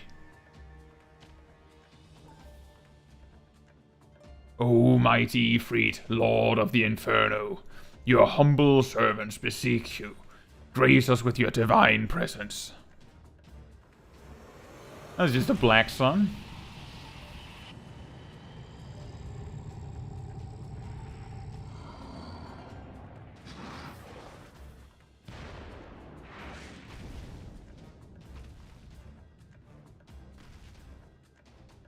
O mighty Ifrit, we bring before you ignorant savages who know not your godhead. If it pleases you, Lord, scorch their heathen souls with your cleansing flame and mark them as your own. Bloody hells. Lord of the curry bowl of my pink videos. What? Videos? What's that? Bring those to us, well.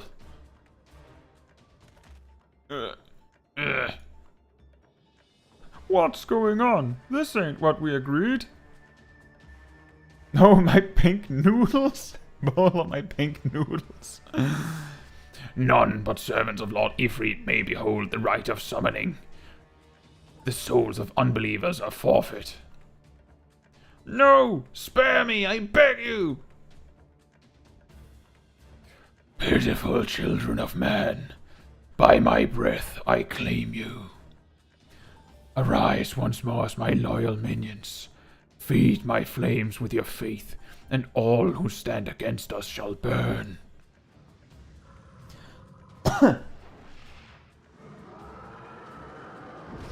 Blue flame, nice.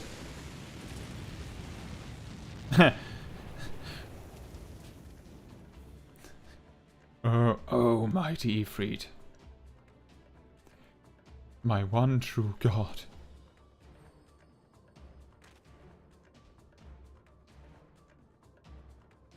Your words are my bread. Impossible. By what sorcery do you resist my master's will? Hey, Rollo. How's the voice acting career going? I don't know. What do you think? How does it sound? I hope it's still good. Could it be? Your soul already belongs to another? Yes, that is the only explanation. How are you, Rollo?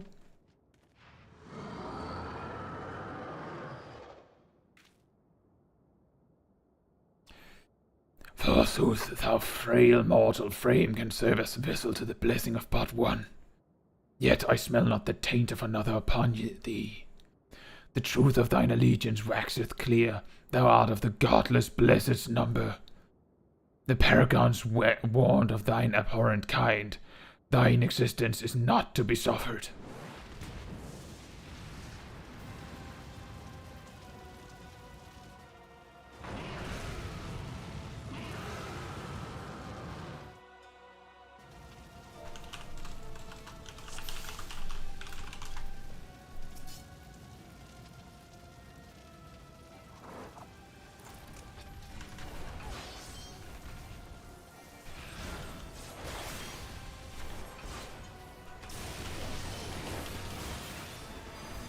Let's see if we can block at least one of the knockbacks. Probably not. Just shot in the dark. I'm glad to hear that, Ralu. Yeah, I've been having a lot of fun going through the new content as well. Oh, the nail, of course.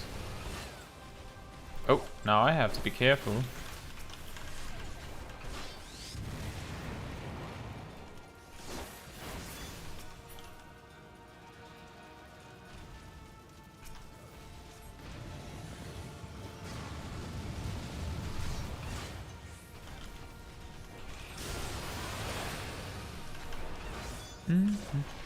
Bowl of pink cereal.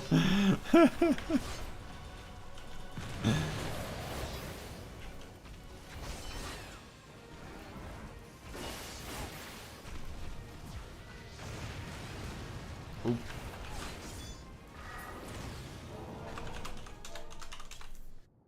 There we are.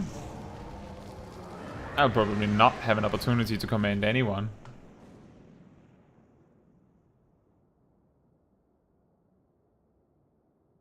A bonus of 90 experience points has been awarded for swift first-time completion of duty objectives, and also 1,500 gil.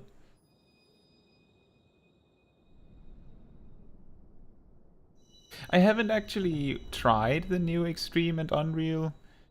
I'm going to be trying, Savage Raid next week. But no, I haven't had the time to go into the new Extreme and Unreal stuff. But maybe I should try.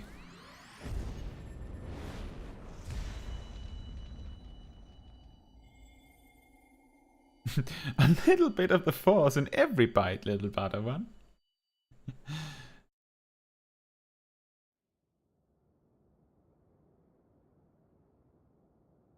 Yeah, more candy. And Rod also says, it started since all the crafting stuff came out. Had to redo my jewelry items to start crafting good stuff. Rallo, the way that I went about it is that when I did the normal raid, I only needed on the ring. So I had 4 of them, so I could, just grab the entire right side, I was only missing a crafted ring. I think that saved me the most possible money, and next lockout, there's not a lot of reason to go for the normal rate for that gear, because crafted gear is just as good and easier to get. Although, there are some people that would go for the visual aspect. Pray forgive my lateness. Yeah, a little bit, mate. I was delayed by a congregation of Amalja zealots. I swear, each seemed more evangelical than the last. Persistent lot. Doink. Cool. Yeah.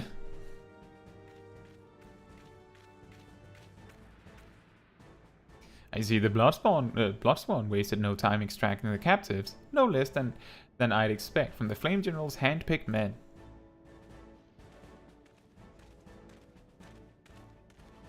You know, this is really interesting because isn't it a fact in more recent lore that if you get, you know, taken over by a primal, then it doesn't matter that the primal is gone? As for those two, it is fair to say their hardships have only just begun. They have much to answer for. I feel I owe you an apology, Caetsu. Had I known this mission would prove so dangerous, I would never have left you to face it alone. You have been given a veritable baptism of fire. Nah. A literal baptism of fire. But let us continue this conversation in more agreeable surrounds. Camp Drybone, shall we say? This way, sir.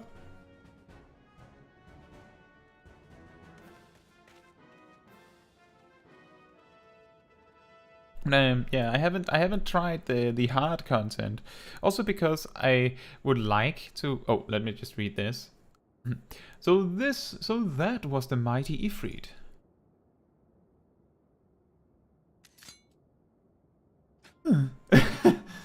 And what a disappointment he was. The readings are nowhere near what I had anticipated, even taking Ul'dan interference into account. You should know better than to rely upon 5-year-old data left by the 7th Legion. Nor can we expect any form of support from the motherland, given the troubles at court. We have only ourselves to rely upon. Ever the pessimist, my dear Livia. Promise you'll never change. We've wasted enough time here. That meter of yours is too old to give any readings worth a damn. Not that there was aught worth a damn for it to read. But I take your point. I suppose we must content ourselves with the knowledge that we've achieved our primary objective.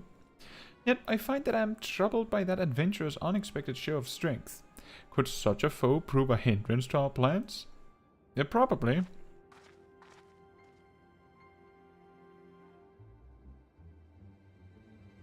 Perhaps, but that is a consideration for another time.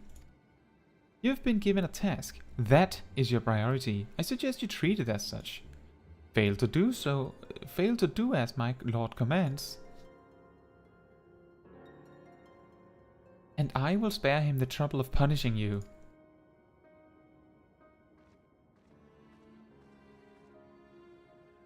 With allies like that. Beware, woman in love. I shall need to be on my best behavior. Rala says, I took random stuff from the raids, although 100% I can get the pants, gloves, and either hat or boots. Yeah, okay. I just specifically went for that because I knew that I would be able to save some money by doing so.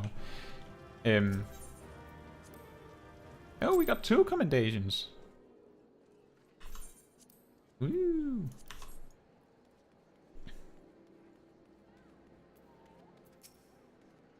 Ah, there you are, Caetsu. Come, rest a while. You will have no better opportunity after witnessing their gods in ignominious defeat. The Amalja will be less inclined to risk our wrath, for a time at least. Now, where were we? Ah, yes. I was in the process of apologizing. I do hope you can forgive me. I arrived too late to be of any use to you or the abductees.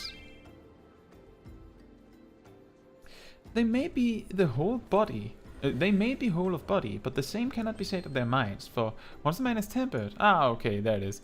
But it ill suits me to dwell on the negatives. Amidst all our misfortunes, there is still reason to rejoice. Ifrit is slain, and by your hand, no less.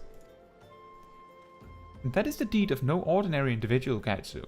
Not that I ever thought you were ordinary. On the contrary, I have long suspected that you have the potential to shape the fate of this realm. What can I say? My fine eye for talent remains undimmed. And that's a bit of a stretch. Minfilia will be proud beyond all reckoning when she hears of your deeds. I trust you shan't object to my bearing the tidings to her. That way I can claim to have contributed something to this mission. You, meanwhile, have earned yourself a rest.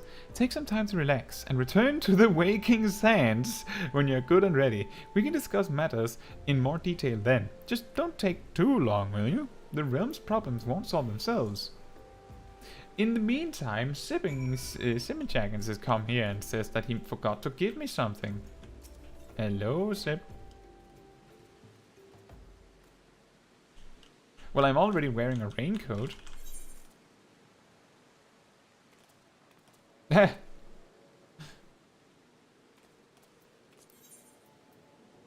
Thank you, Sip. I think that you did give me some other pants, though.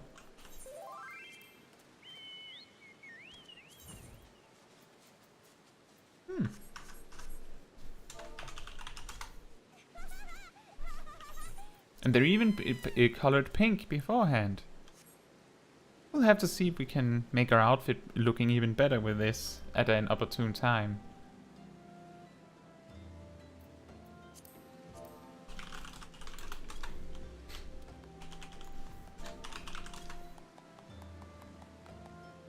So anyone up to something awesome while watching the stream? Meanwhile, we return to the waking sands.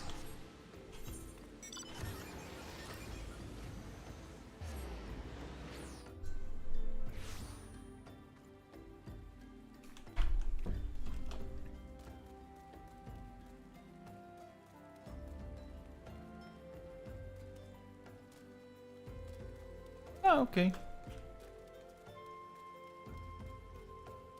Yes, I was talking about just before is that it's not that you need to be super efficient with the gear drops from the normal raid. Absolutely not.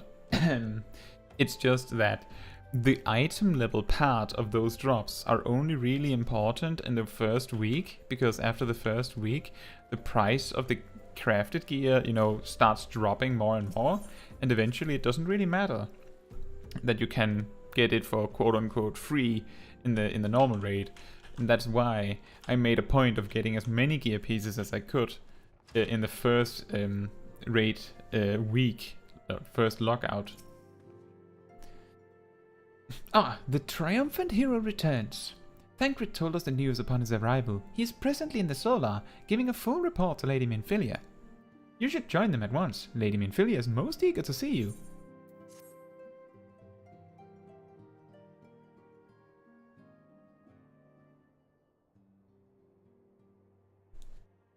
My late arrival nearly cost Caetsu her life. I wasn't there when the Maljar took her prisoner. And I wasn't there when they served her to Ifrit. Yes, by some miracle she survived, but that does not excuse the fact that she should never have had to face such dangers alone. I failed her utterly. Just as I'm failing you all. Wow, she's not impressed. What's done is done, Thancred. You can ill blame yourself for every... Rana says, couldn't you get free 610 gear from friends? I'm sure they can hook you up with the crafted gear. And Sips then suggests asking Mars. Well, I think Mars might be able to craft it, but that's not super significant considering that he would still need the materials, and the materials are sort of expensive. And as a matter of fact, if he could craft them, then I could craft them.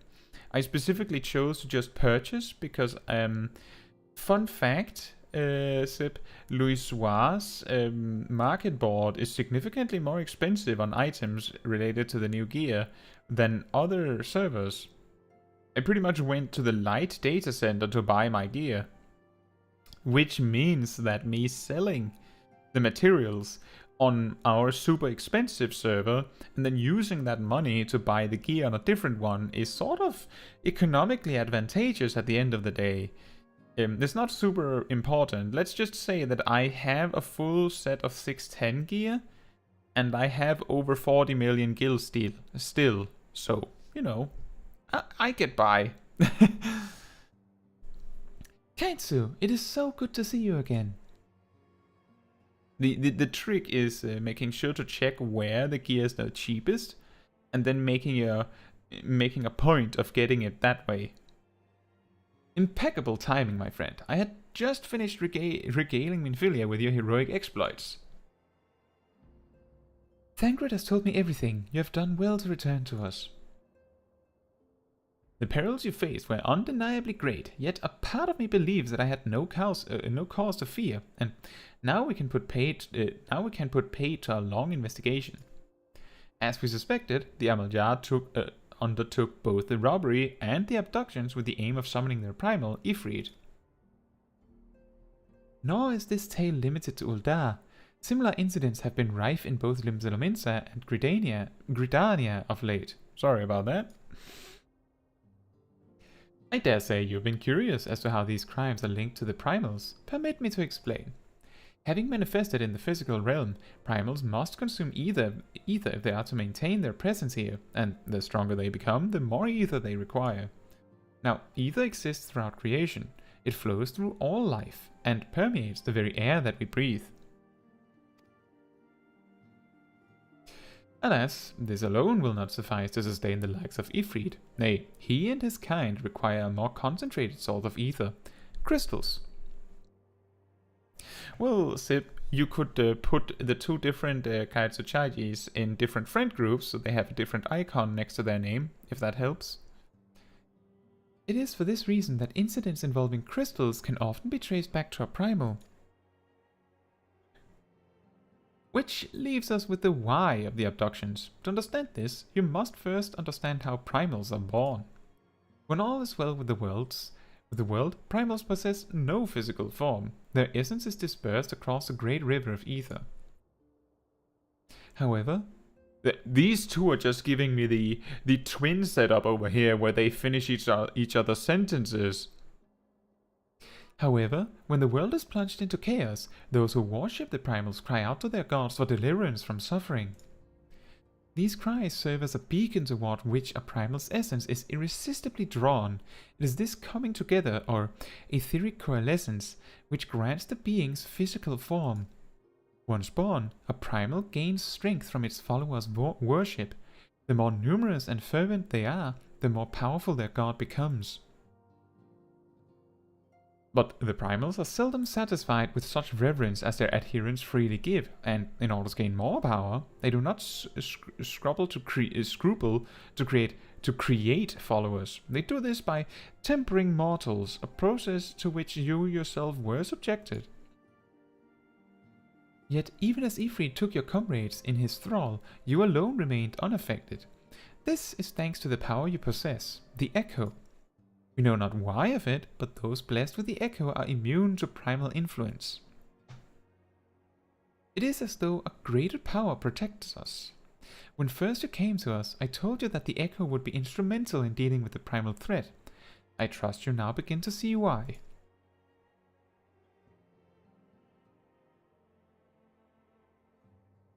Okay, have fun with that, Sip. Ghost House says, I for one do hook my brother up with 610 crafted gear. Yeah, the main thing here is that I didn't even bother to ask anyone to make it for me. I just figured that it was the best way to get it was to purchase it. You did make him buy some materials with his tombstones. That would be fair. It is a very significant amount of money that you can save that way. Or make that way if you sell the materials. The recent incidents all share a common trait: meticulous planning. Such elaborate designs are a new development, and one which fills me with an unshakable sense of foreboding. While I share your concern, my presiding feeling is one of relief at your safe return. The immortal flames assured me that they will deal with the aftermath, so you need not concern yourself with that. We may rest easy for a time. I suggest you take full advantage of the respite, Caetsu. You may be sure it won't last long. Once the people learn the identity of the hero who felled Ifrit, I fear you will have nary a moment to yourself.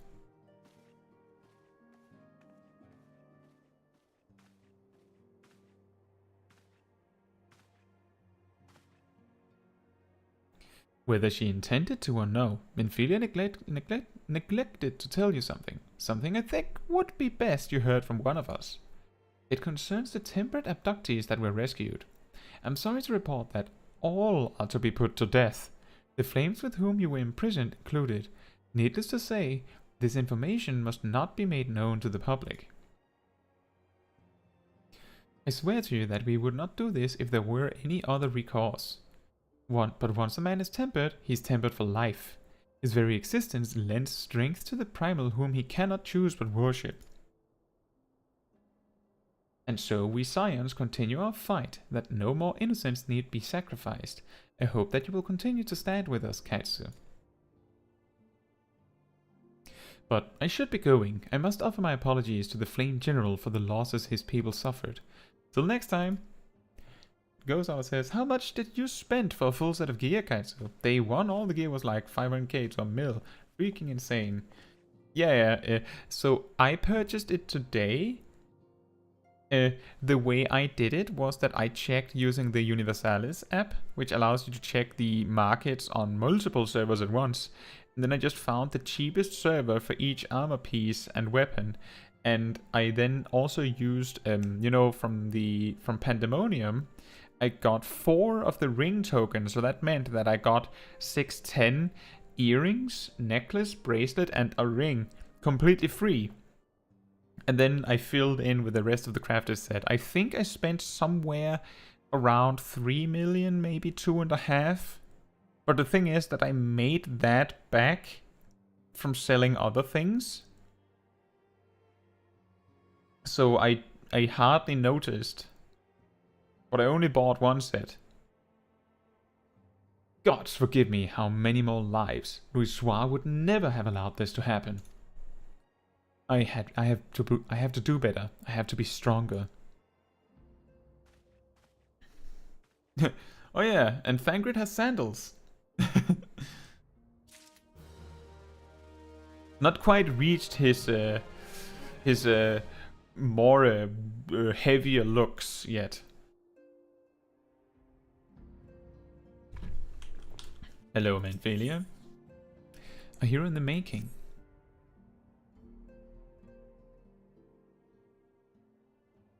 Until not so very long ago, you were but one of the many adventurers seeking to make their way in Eorzea.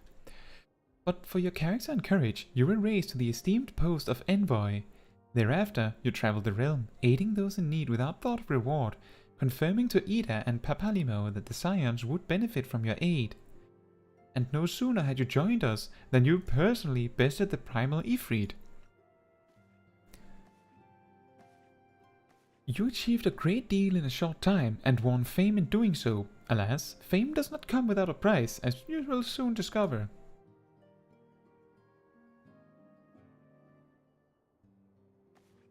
We have guests, Caetsu, or rather, you have guests. Oh no. Big pardons!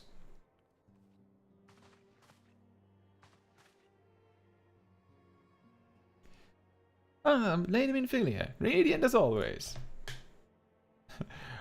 I am given to understand that the Scions of the 7th Dawn have but recently welcomed a new hero into their midst. I am here on behalf of the Maelstrom, Grand Company of Limbs Elemensa, to offer said hero a place of honor within our ranks. I think we're just choosing Gridania because that's where we started. Unless you guys have a suggestion otherwise.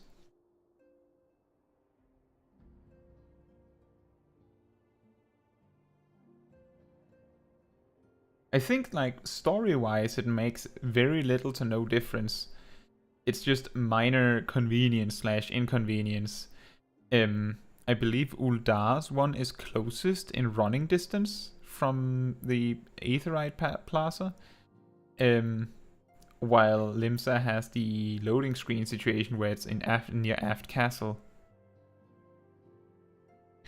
But I think I was gonna choose Gridania just because we're a lancer, right? We're a toothpick, a force toothpicker, as they say. As you can see, Caetsu, your recent exploits have garnered you the attentions of the grand companies of Eorzea. Each organization would have Ifrit's Bane for its own. To this end, all three have sent officers to court you. To court me? But I'm a sassy lost child, you see. They would not ordinarily go to such lengths to enlist a new recruit. That they have is evidence of their high regard for you. I find myself wondering how word of Caetsu's deeds spread so quickly. That the immortal flames should know of her triumph is to be expected, but what of the other grand companies? Oops! Did Tataru talk? Your reputation precedes you, Mistress Chaiji. This is no ordinary woman who can face a prime line and emerge the victor. And imagine our pride when we learned that you began your journey as an adventurer in our own Gridania. Know that the people hold you in high esteem, and that you will always be welcome among us. The Order of the Twin Adder has need of valiant women such as you. Young lady, please. Join your strength to ours, friend, and together let us ensure that peace ever reigns over the Twelveswood. What a pleasure it is to finally meet you, Mistress Chaiji. My comrades speak of you in the most glowing terms. A woman, young lady, of your talent belongs with the immortal flames. Join your strength to ours, friend, and together let us secure a prosperous future for Uldar. The Admiral was not exaggerating when she said you have the look of a hero. Like 2 stones tall? Is that what you imagined? Full often does she speak of you, friend. It is only natural that we should want you for the Maelstrom. Join your strength to ours, and together let us see the grand vessel of Limsa to the shores of glory. Oh dear.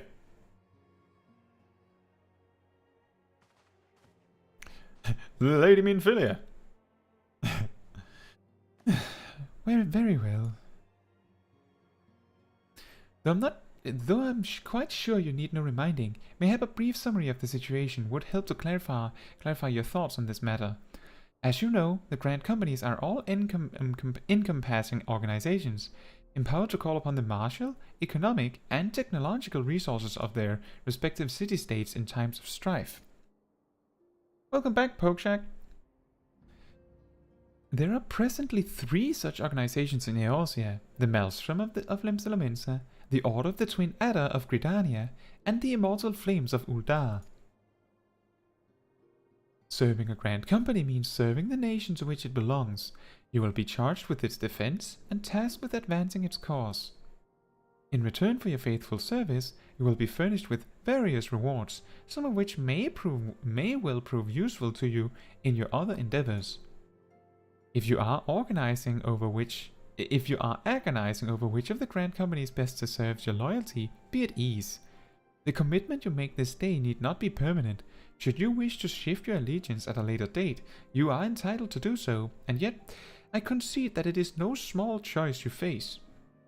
I like how she's straight up telling it to their faces. Yeah, by the way, she could choose any of you guys, and tomorrow she might just quit and go elsewhere, you know? Just so you know. A thought occurs to me. You will, of course, recall that the 3 city-states are planning to hold remembrance services. Well, as part of the proceedings, I am given to understand that the leader of each Grand Company will deliver an address. Hearing these addresses ought to help you make an informed decision. What say you, my dear officers? A fine suggestion. A fine suggestion. You are as wise as you are beautiful, my lady.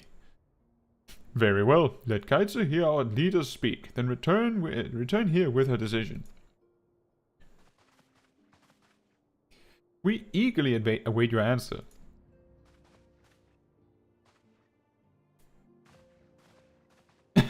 Are they just gonna hang out here until then?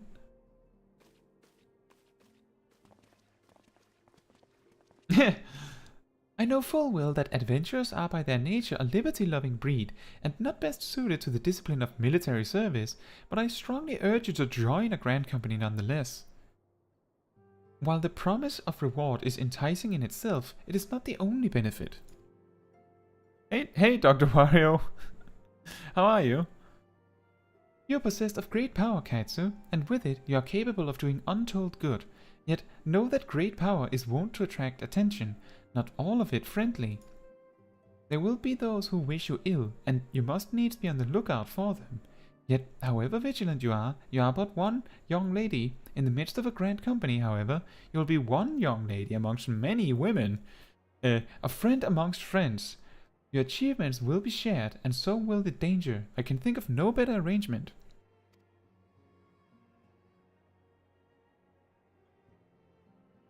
Of course, joining one organization need not mean leaving another. I hope that we can continue to rely upon your aid. The 12 know that we will have need of it in the days ahead. The Grand Companies seek to protect their own nations. We Scions, on the other hand, seek to preserve the future of Eorzea as a whole. Similar, yet not quite the same. Now then, I expect that you will be afield more often in the future. As such, I will have you carry this link pearl with you at all times, that I will never ever contact you on, so you have to return here every time I have anything at all that I want to tell you, because obviously link pearls have no security measures at all, so that it's too completely unsafe to talk about any secrets. It will allow us to stay in touch regardless of location. We're not going to, but hypothetically we could. But we won't. I'll just tell you to come here.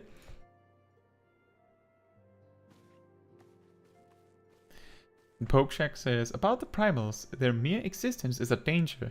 Even if they die, the ether of the infected is beyond salvation. Postscript, I had this translated before I left, but I couldn't send it. Oh, okay, that's fair. I'm probably going to be choosing the Twin Adders, just because that's where we started. And my main is with the Maelstrom. The red one. The chosen ones. The small Lala. Of the pink, the chosen ones. Eorzea is changing, Caetsu, and you have the power to help shape it anew. None can say what the morrow will bring, so long as we believe in ourselves, there's naught we cannot achieve. Now, it is time you made ready for your journey. Before you depart, be sure to speak to Tataru. She will apprise you as to where and when the remembrance service are due to take place.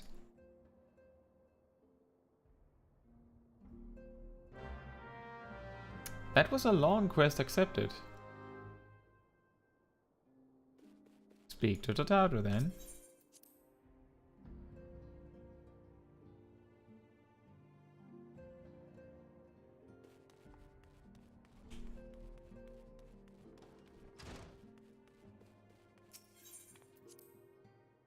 Let's see. I have a feeling that there's going to be a lot of traveling in our near future. Hey Tataru. I'm sorry about all the attention you're getting, Caetsu. I might have sung your praises a little too loudly and often to a few too many people. Next time, I'll be sure to hold my tongue, literally if necessary. Anyway, I expect you want to know where and when the remembrance services are taking place. If all goes to plan, Gridania's Grand Company, the Order of the Twin Adder, will hold the first of the 3 services, and Elder Cizia Kaneisena will deliver her address at Miketo's Amphitheater. I should probably mention at this point that due to the organizational challenges involved in assembling all of the involved parties, it's possible that the order of the services might change. Still, there's not much we can do about that, so make Gridania your first port of call. Next, you'll need to go to Ul'dah, where Flame General Rauban al-Dun, and here we get his last name, will be addressing the masses at the Royal Promenade. Oh, and it's rumored there's to be a special guest. How exciting! Last but not least, you must make your way to the stateroom in Limsa Lominsa, where Maelstrom Chief Admiral Melwib Iblifiswin will be giving her address. The room is accessible via the Admiral's lift. And identify yourself to the sentry, Xanthale, and he will admit you. Got all that? Well, off you go then. I hope you find the Remembrance services suitably educational. I suggest visiting the city-states in my prescribed order, though with your record of impeccable timing and luck, the schedule may well change in favor of your preferred travel plans. Farewell. As in, we can go in whichever order we like. Which means that since Limsalominsa is... Let me just check. Since Limsalominsa is our home teleport, actually, it would make sense to just start with that one.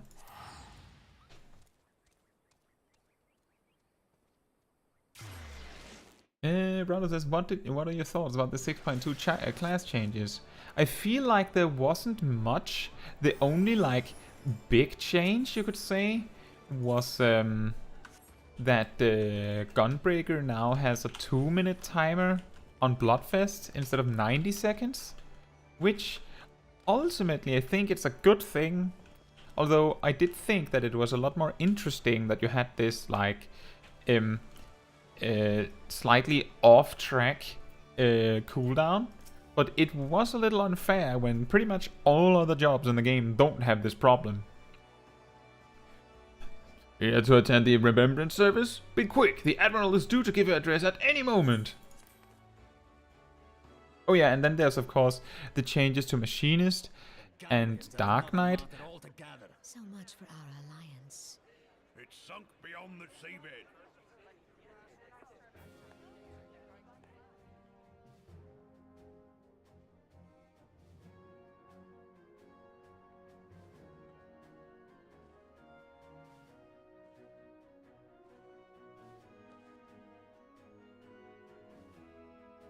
Brothers and sisters of the sea, hearken unto me.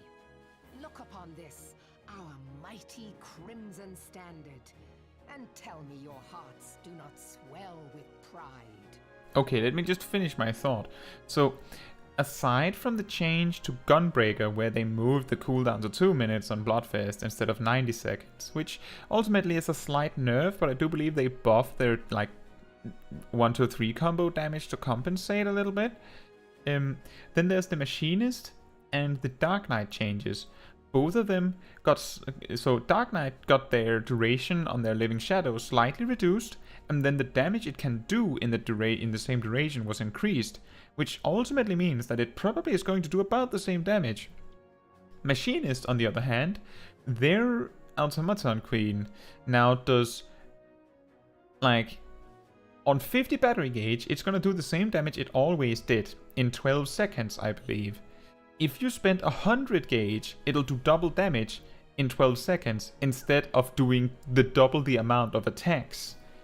Which means that ultimately, the Automaton Queen does exactly the same DPS it always did. It just does it in a shorter time span, which means that it's easier to fit the Automaton Queen inside raid cooldowns, which it will benefit from. If you have seen my video where I showcase how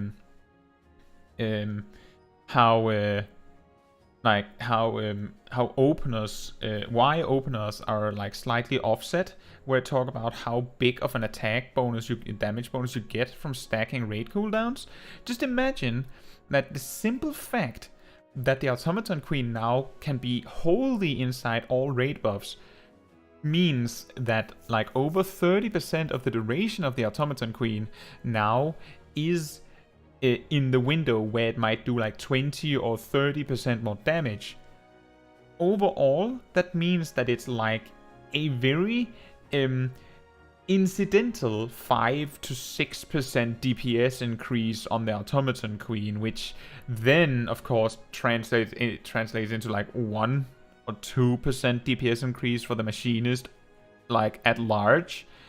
It's so little that it barely matters. So long story short, the change to Automaton Queen means you have less time with your robot, but the robot is going to do slightly better damage. Slightly. And then Rallo says, yeah, and the Dark Knight and Machinist change did hurt me, but the Abyssal Drain buff was alright, but still. Well, Abyssal Drain got a pretty huge buff. It's better on 3 targets now instead of 4, and the healing being present means that you might want to use it on 2 targets sometimes.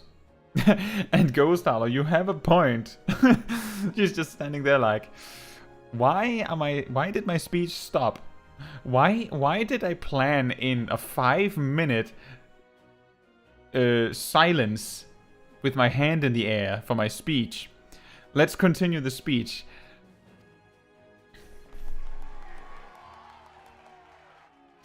700 summers have come and gone since our forefathers first ran aground in this fertile bay. In that time, guided by the Mother of Oceans, Limsa Lominsa has grown from humble fishing village to uncontested ruler of the 5 seas and beyond.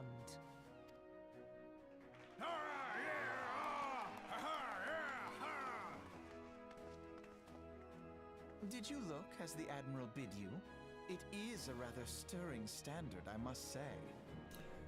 Yikes. That's a different voice, let's just say. The crimson field is meant to signify the blood of fallen crewmates, while the black longship represents a pirate vessel. When the Gallian Empire marched upon Eorzea, we assembled beneath the Maelstrom Standard, and our grand company was reborn. All answered the call, from the Knights of the Barracuda to Hilthier's bloody executioners, and together we met our would-be conquerors upon the field of Cartano. That day, the world bore witness to the united strength of Limsa Lominsa. I swear to you, no army ever fought harder or with more courage, yet many of ours did not survive. Join me now in remembering those who fought in the name of freedom and fell. May their souls be returned to the sea.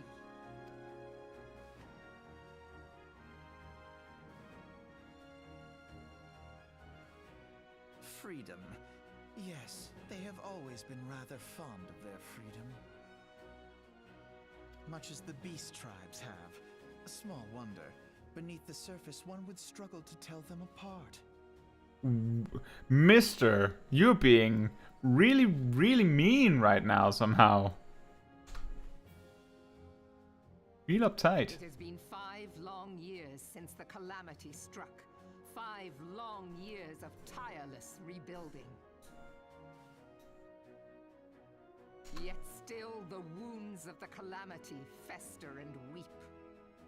But when I stand atop the mizzenmast and gaze out upon our battered and broken vessel, I see an undying spirit.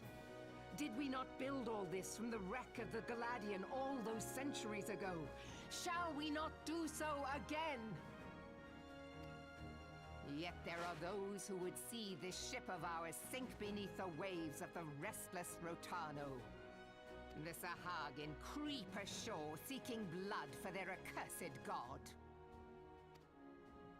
Those fishbuck The Sahagin have risen? While the mines of Ogomoro spew forth kobolds who push ever south, despoiling our lands as they go. These savage beast tribes will be the first waves to crash against our creaking hull. And behind them swells the grim tide of the Gallian Empire. Even now the curs fly their flags within our borders. Doubt not, but that they will be upon us ere long. We are well nigh surrounded. Yet there are those among us who would rather turn their swords against their crewmates than our cannons against our foes. How can we hope to repel our many enemies when mutiny breeds below deck? There is but one course left to us. One bearing that will bring us victory over the beast hordes and the Empire both, and see this ship safe to port. We must mend the rift the calamity has reopened twixt pirate and maelstrom, and stand fast with our adventurer brothers against the coming tempest. Mark ye well, a crew without unity is no crew at all. 'Tis but a mass of drowned men. To me, then, brothers and sisters of the sea, gather beneath the undying crimson standard, and pledge me your strength, your skill, your wisdom. And with the guidance of the navigator, this great vessel of ours shall ride the waves, till sea swallows all. Long live the Admiral! Move then! Gather the lads! Oh, where's me cutlass? Where's my cutlass? I'll follow ye to the seven hells, Admiral!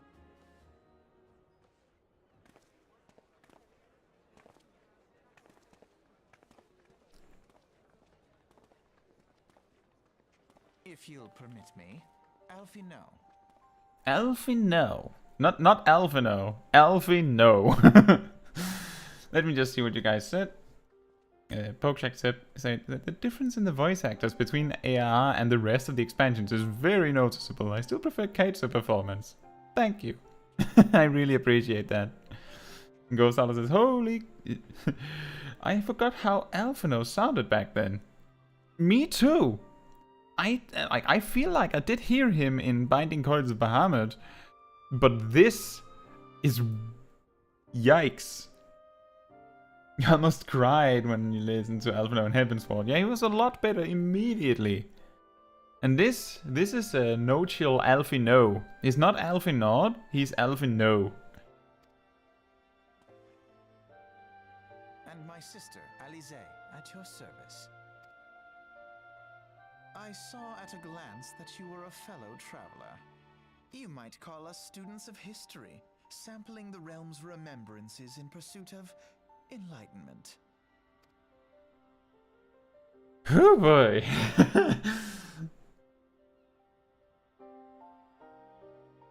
Let's see if I can do that one.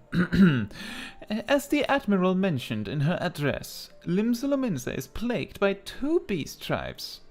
The first are the fish-like Sahagin, worshippers of the primal Leviathan.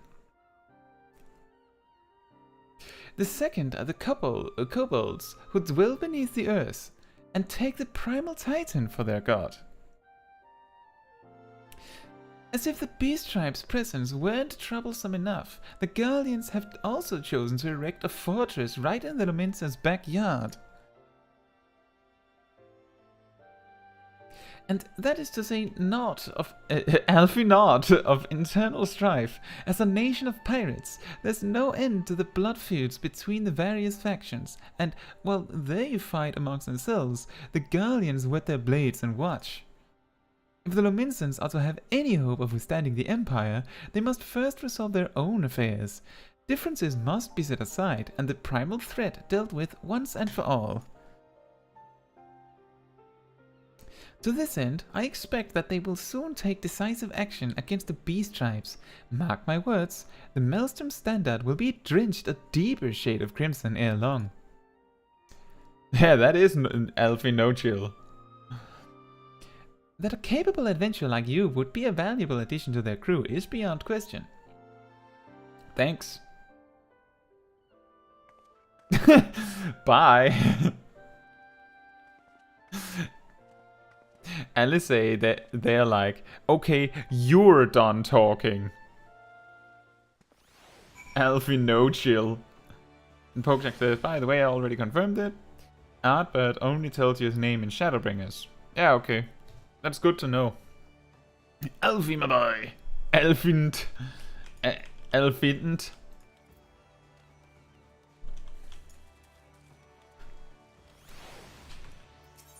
So here's a suggestion. Maybe we should do the rising event. Can we do that? Are we high enough level to do that?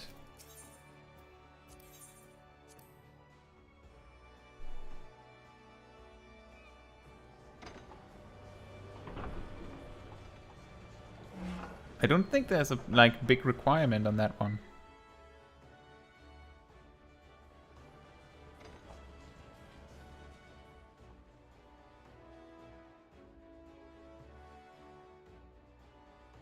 The Rising event is on the anniversary of the game, I believe. There is a short, like a very small bonus quest you can do called the Rising event, where you're given a little thing. You can experience it with me now, assuming that I'm allowed to do it.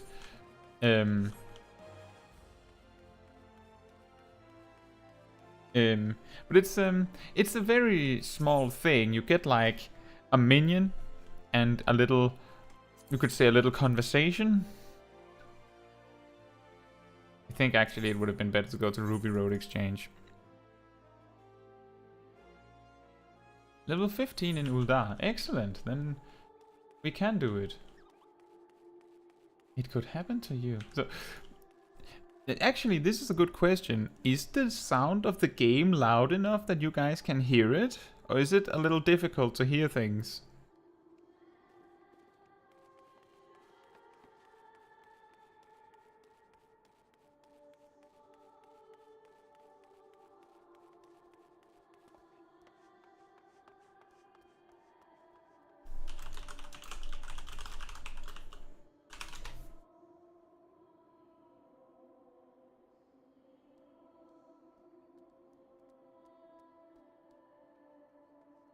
I'm going to assume that no one saying they have any problems means that the sound is probably fine.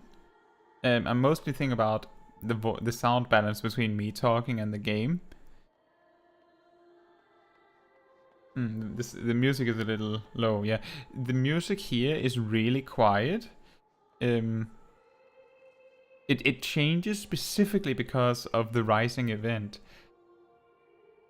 Wow, she's also very pink.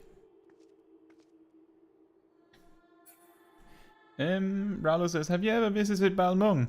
No. I have never played on a non-European server. Hello, wandering minstrel.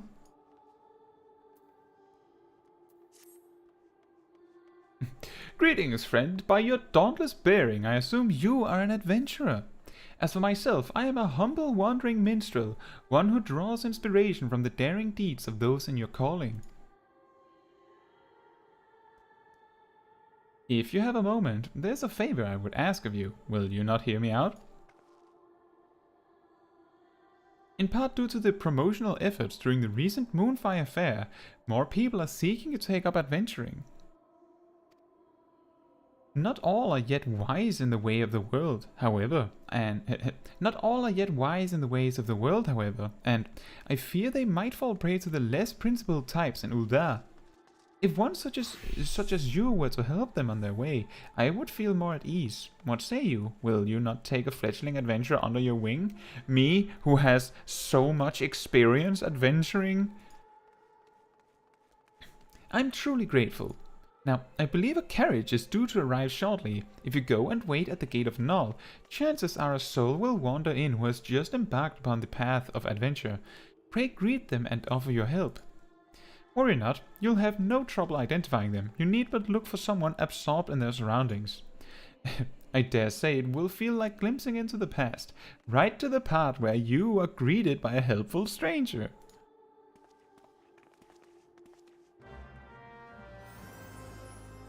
Oh yeah, that's true, Pokeshack. I do believe you asked about that on the last MSQ stream, right? Like, why is it there's so few level 80 shiny weapons? And lo and behold, now there's more, right?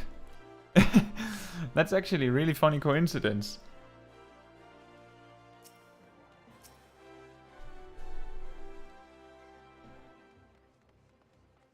So if anyone is wondering, this story, like this little quest, sort of assumes that you're either really far in the main quest or you actually completed it. That's kind of how it's presented. It's not going to say anything you don't already know. Or if it does, then it'll say it in such a vague way that it doesn't matter. But it does make it really funny when you're just barely high enough level to take the quest.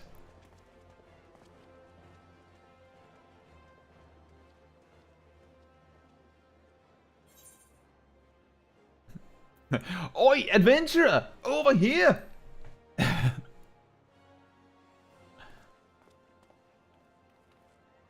Here I come. The smallest ray of pink sunlight to grace your day. Who are you?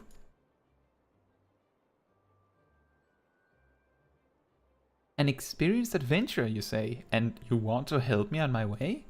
Well, I could certainly use some guidance. I've never been anywhere near as big and busy as Uldar. My name is Nagia Jakya, but just Nagi will do. And as you rightly guessed, I'm an aspiring adventurer. That's why I left my village and came here. So, I understand that you first need to register at the Adventurous Guild. Do you know where it is?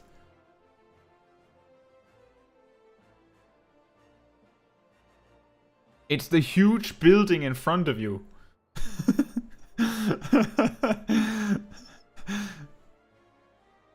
Just through that door, is it? Thank you. I'll head there at once.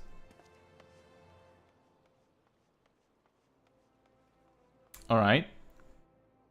That means I get saved from teaching him how to move, like his keybinds and stuff. Convenient. I should say that this little side quest is like 10 minutes with all of the... or maybe 15 minutes with all of the text and everything. It's not a huge side track. In and out, in and out. Come on, come on, Nagi, you can do it. The only thing missing is a giant sign and pink arrows that point that way. just giant, like Hollywood street lights. Just arrows with huge bright lights on them, just pointing and saying Adventurous Guild. Oh, it's you again. To be honest, I'm quite nervous. It's heartening to have you here too.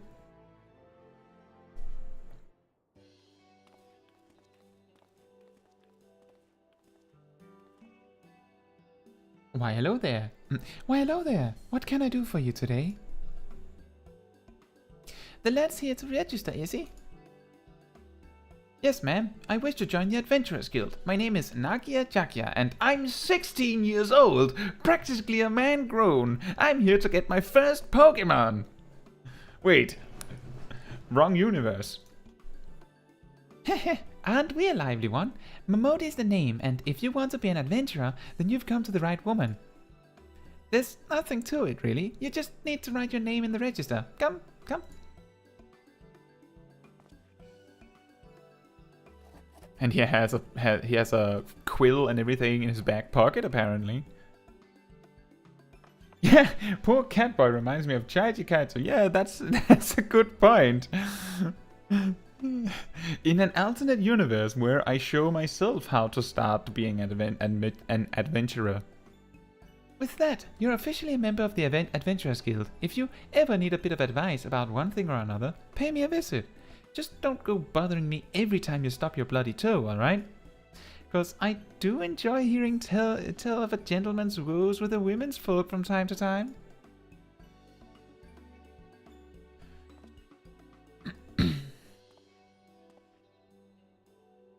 Now then, normally I'd offer you the grand tour.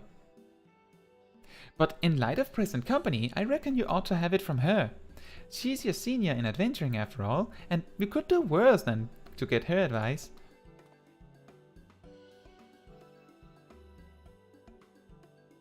To begin with, mayhap you could recommend a guild here in Uldar for Naki to join. If it's too noisy in here, there are benches just outside where you can have a nice little chat. I've just now realized that she says something significantly different if you've completed the story. Because I haven't completed the story and I haven't actually gotten very far, my story isn't that exciting. So I'm just a senior adventurer. But my main was, you know, the big champion of Eorzea and all that. And a sack of potatoes. You pick Charizard and I kick you out of Uldar. Well, I think I've always been more of a Bulbasaur person myself. I must confess, choosing a guild is quite daunting. I'd appreciate any advice you can offer. Alright, let's talk guilds. I'm all ears, Kaetsu. Why did you want to become an adventurer? I'm just gonna choose this because I chose the other one on my main. A merchant who was in the carriage with me, something, asked me much the same thing. He had literally the same experience that the player has. Isn't that funny? At the time, I couldn't give a proper answer. I had a reason for leaving home, of course, but I couldn't express it in words. But having now set foot in Ul'dah, it's become clear in my mind.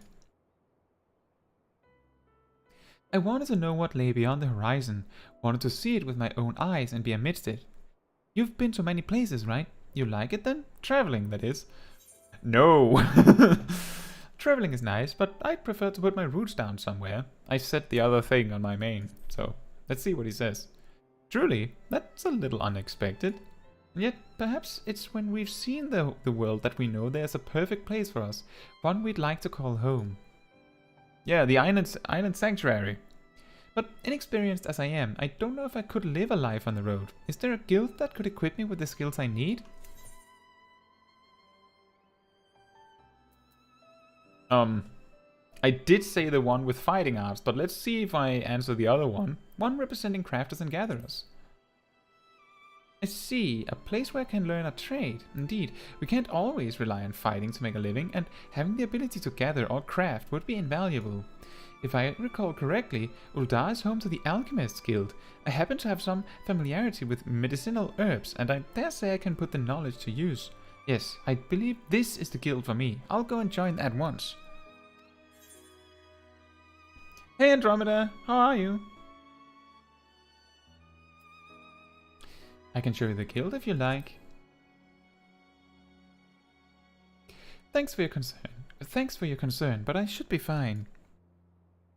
If you still have time though, could we meet again afterwards? There are a few more things I'd like to ask you about.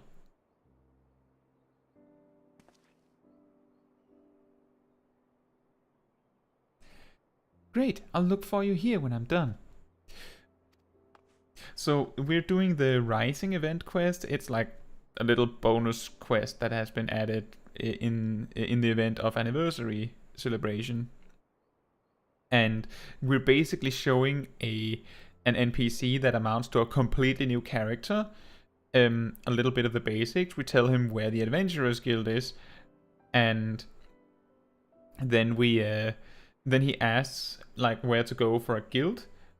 And you can tell him to go for a fighting guild or a crafter gatherers guild. If you tell him to go for a fighting one, he will automatically be like, oh yeah, I know there's the Thaumaturgist Guild and the Pugilists Guild, and then he will just go to the Pugilist Guild all on his own. Now instead we answered there are crafters and gatherers guilds you could use. And he will automatically go for the Alchemists Guild. Apparently, we just discovered it now. And that's where we're going next. And I think that's what Pokeshak was referencing. If you're gonna start a job, then Thaumaturge is really hard at the very start. Also, congratulations on finishing Endwalker and getting your first raid run, Andromeda. That's really awesome.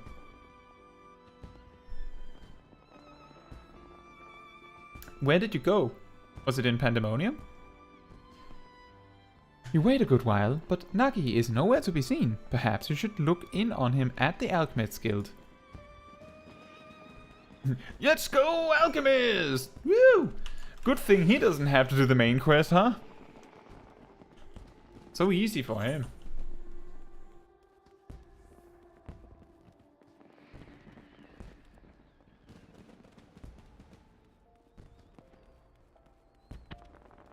Oh, you went in the Savage raid. Did you beat it? Did you beat P1S?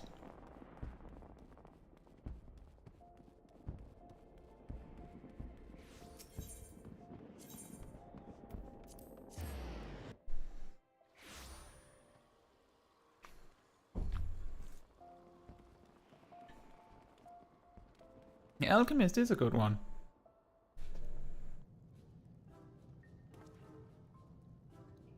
Idiot! Had my mental faculties been diminished as a result, what then? The world would have been forever been deprived of my genius, that's what! Oh no.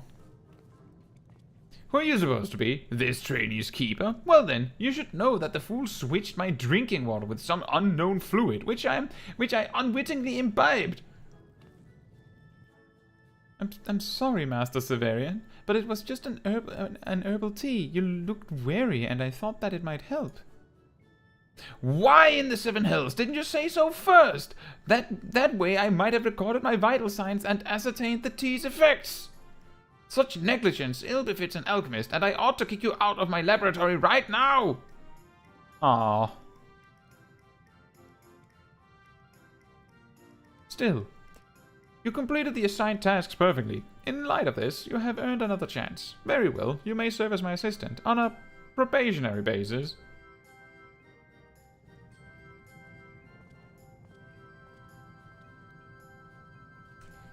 I'm sorry you had to see that, Caetsu, but it seems all is well, at least for now.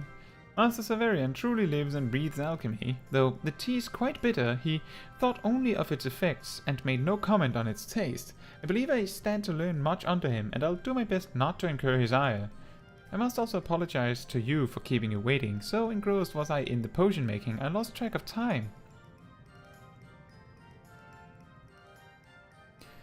Oh, and one other thing. As I was at my work, a peculiar minstrel approached me. He said that if I'm resolved to walk an adventurous path, I should seek him out for a task. Moreover, he asked that you accompany me, if you're willing. He's apparently waiting at the Ruby Road exchange.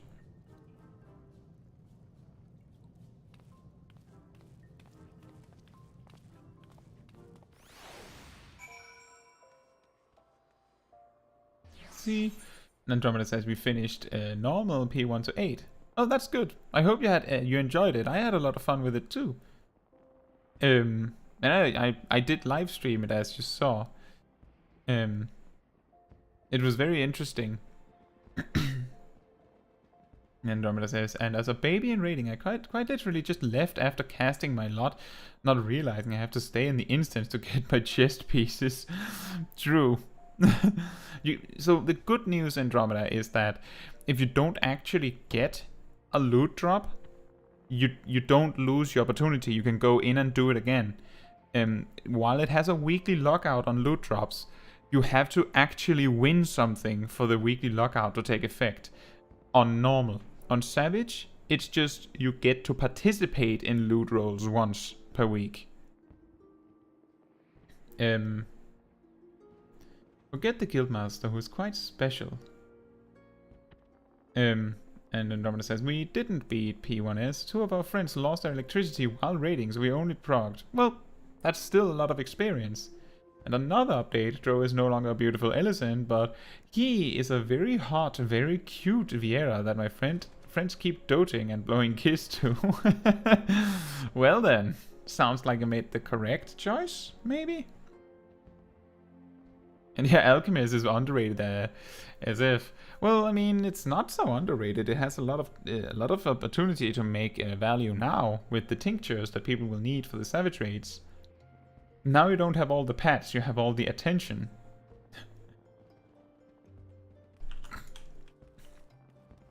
I have to say, I'm a little sad that I sent our friend here, Nagi, to the Alchemists Guild, because when you send him to the Pugilists Guild, he has a lot more fun and just smiles and happy days with the Pugilists Guild people. So this feels like the bad ending almost. Not that it makes a huge difference, but you know, I care. I'm sorry that he got this unfortunate set of events. My friend, you've done a splendid job as a guide. I was right to entrust the task to you. What? Do you mean to say Caetsu approached me at your behest? She did, I must confess. You see, for my next composition, I seek to capture the essence of the times. While any number of subjects would be worthwhile, of greatest interest to me is the recent rise in the ranks of adventurers. In thus bringing different generations of adventurers together, I had hoped for inspiration to strike, and I'm pleased to say that it has. Drawing upon your experience walking your path, You have helped Nagi to begin walking his, a reminder that the present owes its existence to the past. That is to say, the present and the past are deeply entwined. If you would capture the former, we cannot well disregard the latter, and this brings me to my next request. I ask that you each find an object with a connection to the calamity, the event which gave rise to the realm's rebirth, and present it to me with its tale. Well now, that sounds not unlike a treasure hunt, and it would be my very first task as an adventurer. What do you say, Caetsu? Shall we do it? Excellent. When you have your items, pray seek me out at the Ruby Road Exchange. I eagerly look forward to seeing what you bring.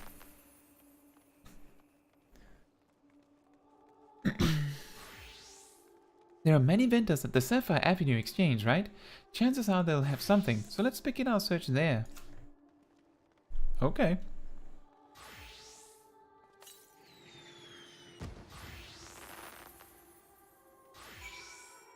I can't actually remember which crafter I leveled first. I think for the most part I leveled most of them in very close proximity to each other. Out of a need for efficiency.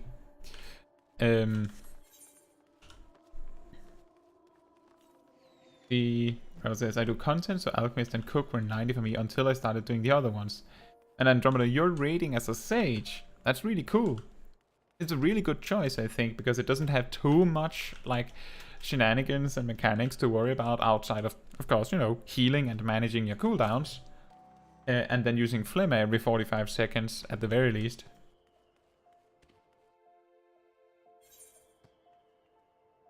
Yeah, moral of the story, battle jobs over crafters. Well, when the crafting teacher is a meanie, then yeah.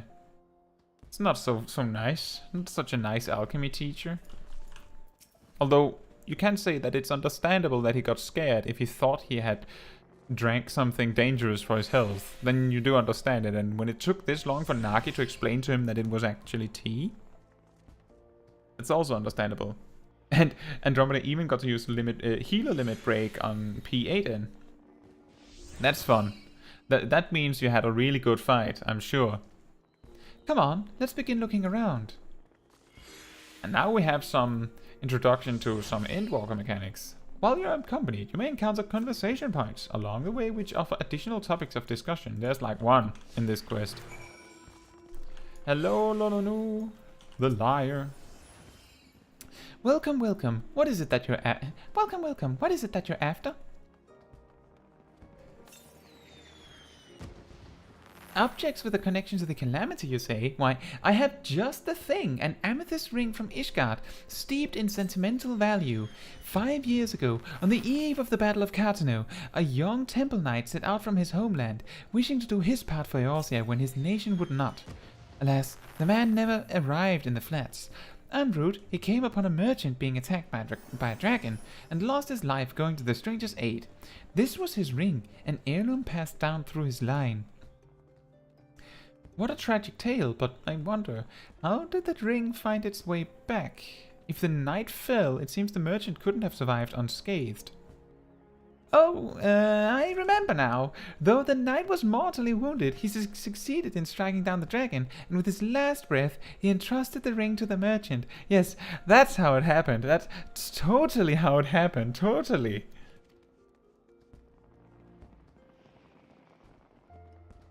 So, what do you say? If you're interested, I would be willing to part with the relic for a special price, but for today only.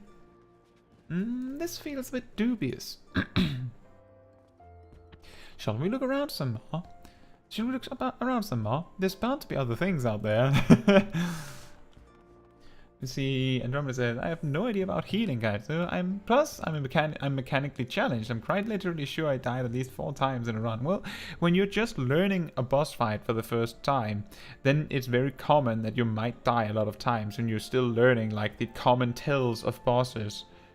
Like, if you watch my stream of doing the P5 to P8, and don't worry, I have actually split the VODs so that it's a completely separate stream where I only do the normal raid. But if you watch that, I try to make a point of like saying what I'm thinking and seeing as I see it. Like, my first-hand experience of seeing the bosses, I'm basically just saying like what I'm understanding as I see the encounter unfold, like looking at my party, what are they doing, looking at the things that are happening in front of me, what does that mean, and things like that.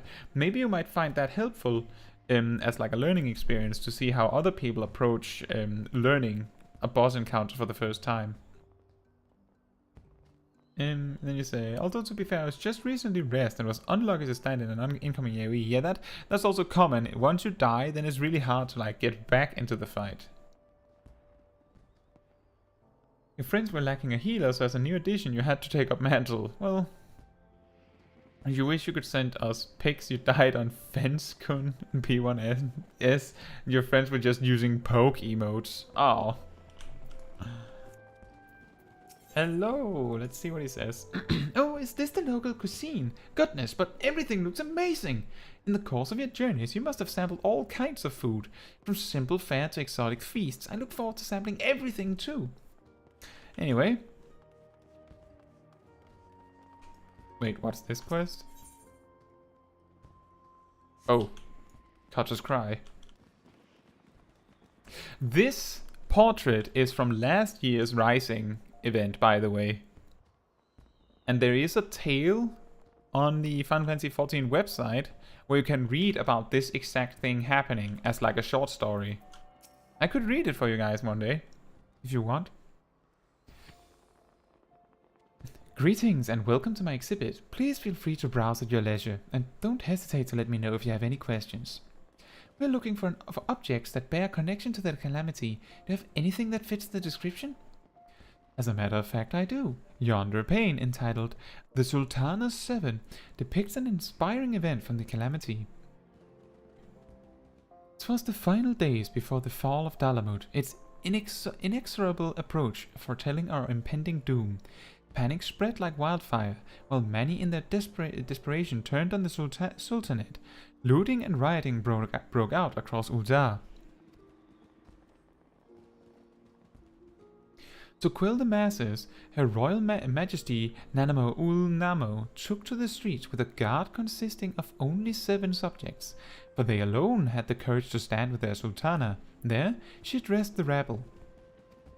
Heed me, my beloved citizens. The realm lies upon the brink of the 7th umbral era, yet so long as we live, we must not forget our compassion. Now is not the time to take from your neighbor, but to proffer him the hand of succor.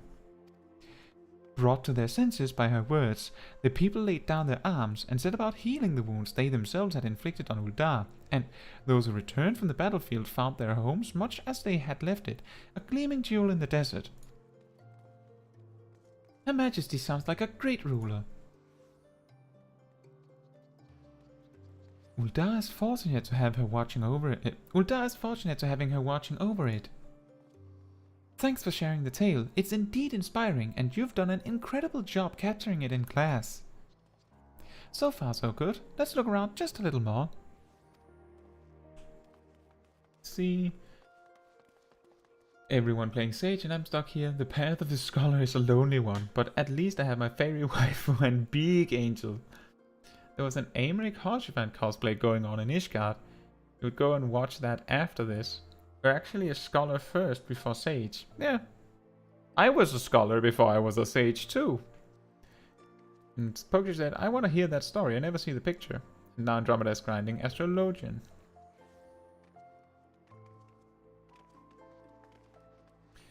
Oh, okay, Ghost Howler. Good night. And sleep well. And see you. Hope you have a good week. Or however long it'll take before I see you again. See you, man.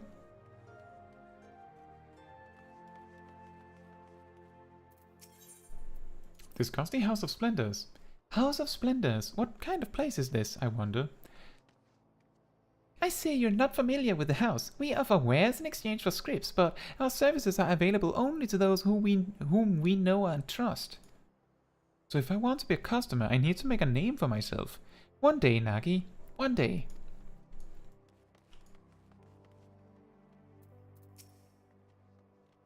Greetings! From daily necessities to unusual curios, I deal in all manner of wares. If there's something in particular you seek, you need but ask.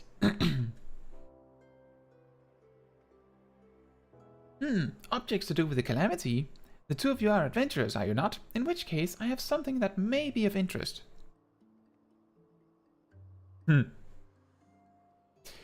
It's a journal I acquired from an adventurer who retired injured. The man recorded his experiences during the calamity in detail, and I dare say it has value for students of history. Oh, an adventurer's first-hand account. I'd love to pore over it. Do you keep a journal of your adventures as well, Kaetsu? You could say that I do somehow. In this case, I keep a vlog. You could say. If so, I'd love to read it too one day, with your permission, of course.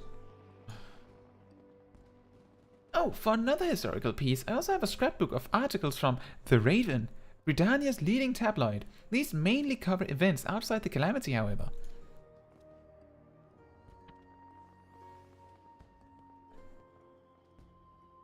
Articles from The Raven, you say?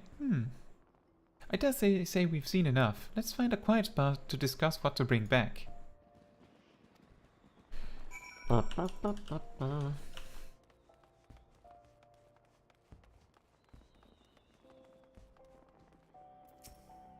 Right, this looks like as good a spot as any. That reminds me of last week when Andromeda was taking like 30 minutes or so to finally go to bed. Now we wonder if Ghost Howler was faster before he got himself stuck here again. I don't know about you, but that was all very new and exciting for me. Talking to myriad people, learning the tale behind each object, it's been a great experience and I won't soon forget it. Now then, we need to decide what we want to take to the minstrel. Have you made up your mind? I will take the Sultana 7 pane. Yes. I see. I did consider that too, but in the end settled on something else. What is it? Well, if you don't mind, I'd like to keep it as a surprise.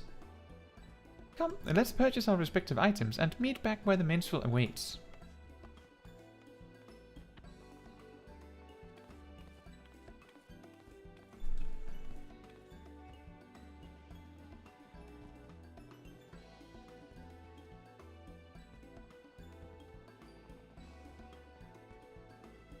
You obtain the Sultana 7 pane.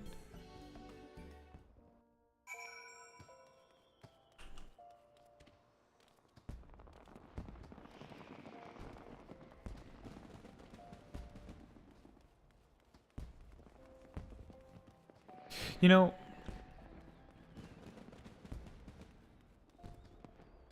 I think we talked a little bit about this last week. Andromeda, did you perhaps... I feel like I remember that you said that you go by female pronouns, right? Or did I remember that completely wrong? I don't think we asked Ghost Howler that. I should actually do that. In the meantime, I think it's him. Either way, in the aim of being inviting and open, I will not make any assumptions. You try to buy pure white dye on the market board?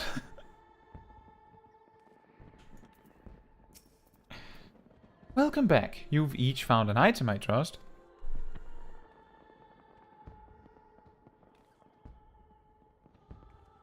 Well now, what have we here?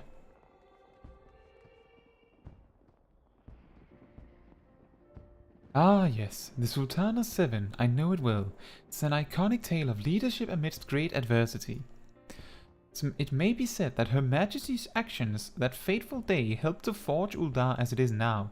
In that sense, it well suits the theme for my composition. Now then, what of you, young Naki?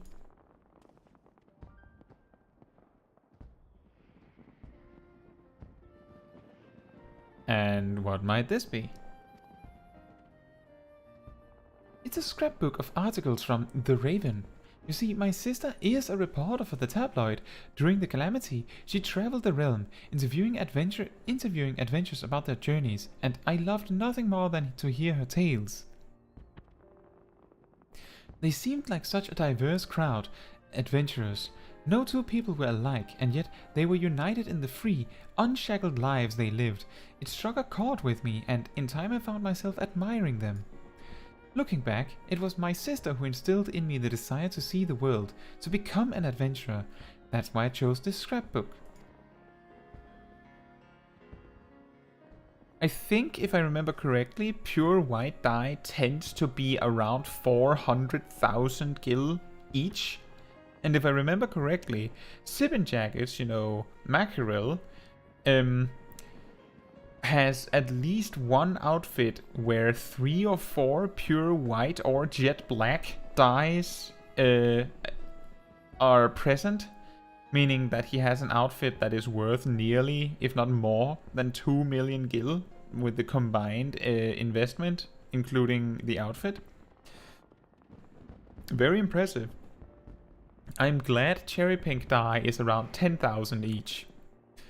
I see. The footprints someone leaves on their journey become the starting point for another.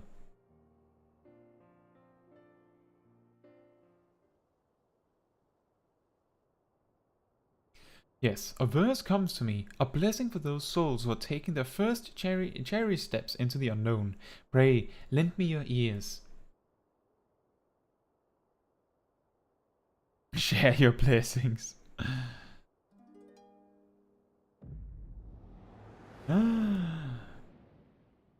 We're getting a flashback. Mackerel, share your blessing. I believe Mackerel's primary strategy for making a lot of guild tends to circle around using the firmament. And I do have a guide on the firmament.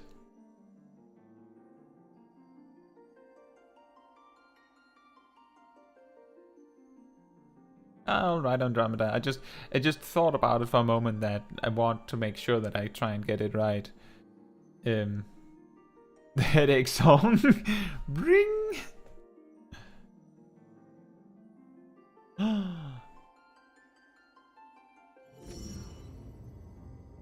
Very nice Reaper portal. And who might this be? Who do you think this is, guys?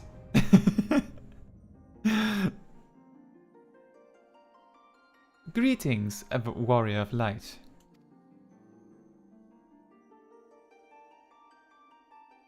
This is a world that exists outside your reality. Could it be a dream? A flight of fancy conjured by your weary mind, perhaps? Perhaps not. It is a pleasure to make your acquaintance. My name is Naoki Yoshida. And I have beckoned you here that I might express my gratitude. First of all, I wish to thank you for continuing to grace us with your presence. You and your fellow adventurers are our inspiration, and this shall never change. The world, however, is an ever-changing place, mysterious in its elusiveness. Unexpected hardships may turn our lives upside down, and though we all desire peace deep in our hearts, the sparks of conflict never cease to be struck. Like an adventurous journey, the world is constantly moving towards the unknown, and it takes considerable courage to alter course.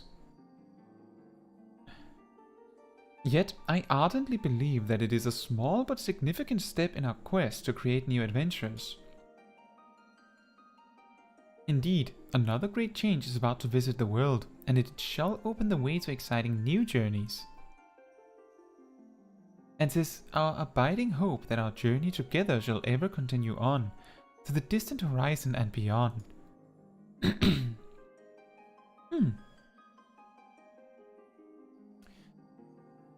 I didn't know Hell's Ingress could cross borders. Borders between realities, huh? That's pretty impressive. You know, the concept of a person playing the opposite gender to what they really are, makes perfect sense. I have a friend who, in World of Warcraft, he exclusively played female night elves. And, like, back then, I usually played male characters, mostly because I didn't want to confuse anyone. And one day, I realized that I didn't care.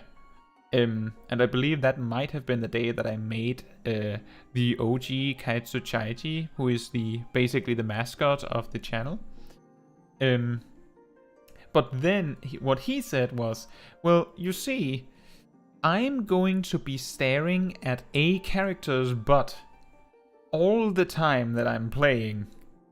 It might as well be one that I like looking at. Which I think it is an excellent point. So I can totally understand why, like, when people, instead of making a character to represent themselves, they make a character that represents what they like. Basically, they make a character that represents what they're into, right? What they think is cute or nice. That makes sense. It makes sense. Now, the time has come for this vision to end. Time for your eyes to open from this waking dream.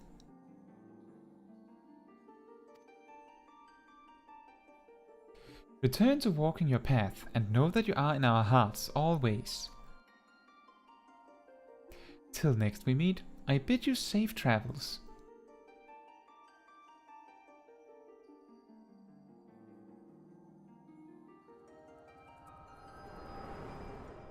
But it's true, isn't it, Andromeda? Like, why would you make a character that you don't like looking at? Thank you for the generous reward and the uplifting verse. It gives me courage for the road ahead.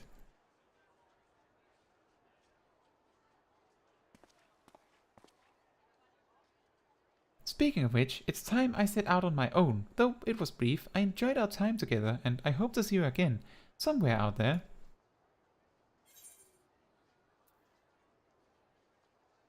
Come what may, never forget to smile.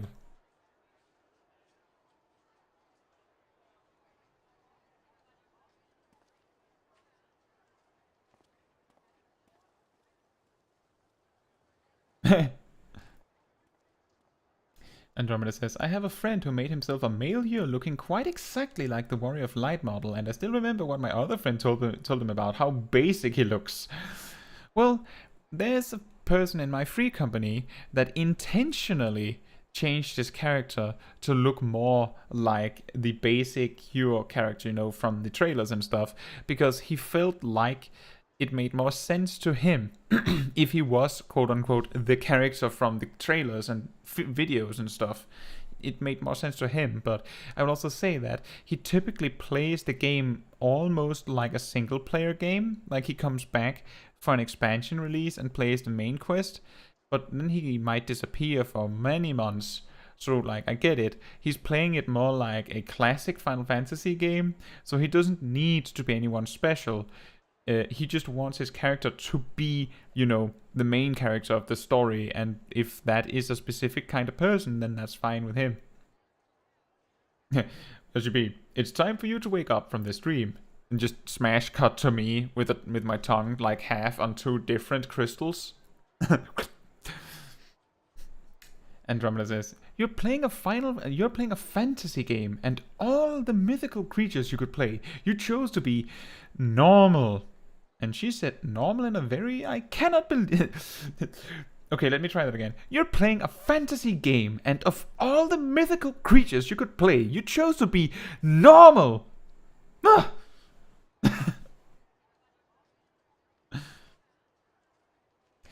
Though much and more was lost in the calamity, intrepid souls continue to set forth, paving the way onto the future. In such a moment in history do we stand, and for you I would perform another song.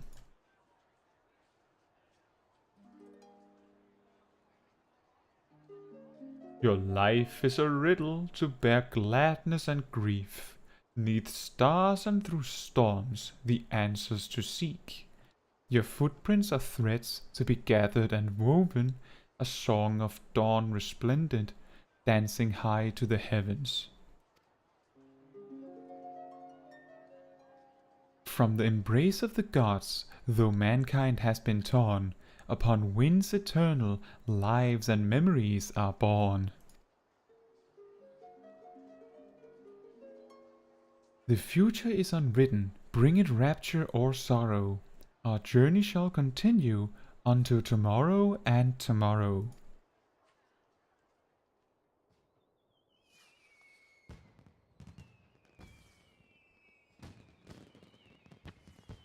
Good to make your character someone you like looking at. Personally, when I was an Ellison, it was because I chose the prettiest, less inconspicuous character. Well, the big thing is that you like what you look like. If it makes you like your character more, that you stand out in a crowd, then do that. If you like how your character looks and it just so happens that that look is something that thousands of other people also have and you don't really stand out, doesn't matter. It's what you like looking like that matters. I wonder, how did you feel as you watched Naki set off? Did the sight fill you with worry for a fledgling adventurer, or did it awaken fond memories of your own humble beginnings? Whichever it may be, I know that yours is a journey more trying than most. There will be times when you are overcome by loneliness, and each step feels heavier than the last. In such a moment, I bid you remember this. So long as you harbor love for this world, ever shall there be a place for you in it. Your adventures will never end.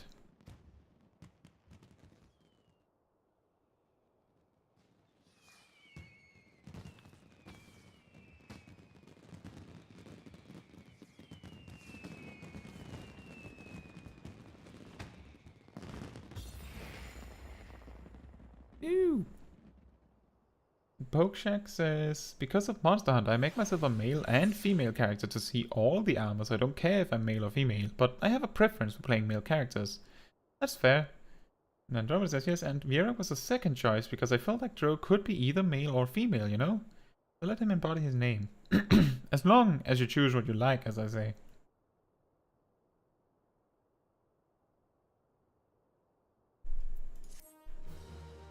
In Monster Hunter for myself, the character I have on Switch is a male character, and I made him trying to replicate what my character in Monster Hunter World looks like.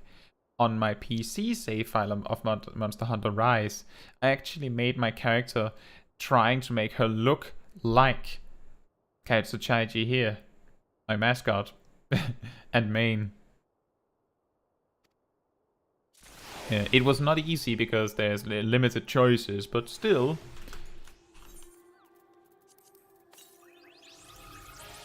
Let's see here, item comparison. Is this? Yes, it is an upgrade. Let's equip that. And now, back to why we actually went to Uldar. To attend the remembrance. You only need pink. Well, I actually have my character in Monster Hunter Rise uses a pink-colored Valstrax outfit. And you might think that's a little weird. That's not very pink. It is more metallic. Yes, but you see, I play Gunlance, so having the Rocket Dragon's outfit only makes sense, right?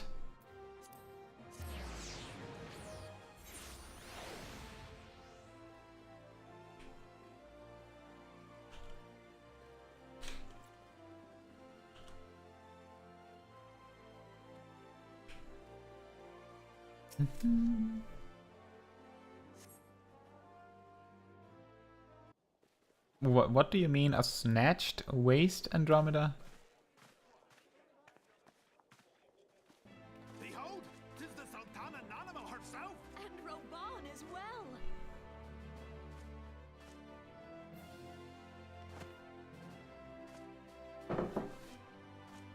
Hark you, souls of flame, drawn to the bosom of the desert, where the fire burns brightest and shall rage forevermore. Now I'm lucky I get a little bit of time to just drink some water. Hurrah! Rauban! Where since antiquity Under the sage and judicious rule of the Ul dynasty, we have wrought sand into gold. Where by the grace and glory of Nalthal have our brave sons and daughters flourished and prospered. I speak of Ul'dah!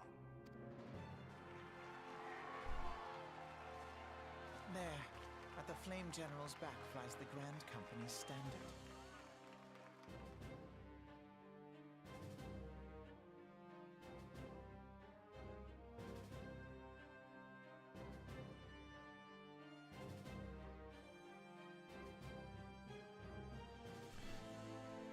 And Pokeshak says, I'm pretty boring when it comes to creating characters. Dark blue hair, long hair tied back, and everything else is optional. Well, as I say, if you like it like that, then it's not boring, it's what you like.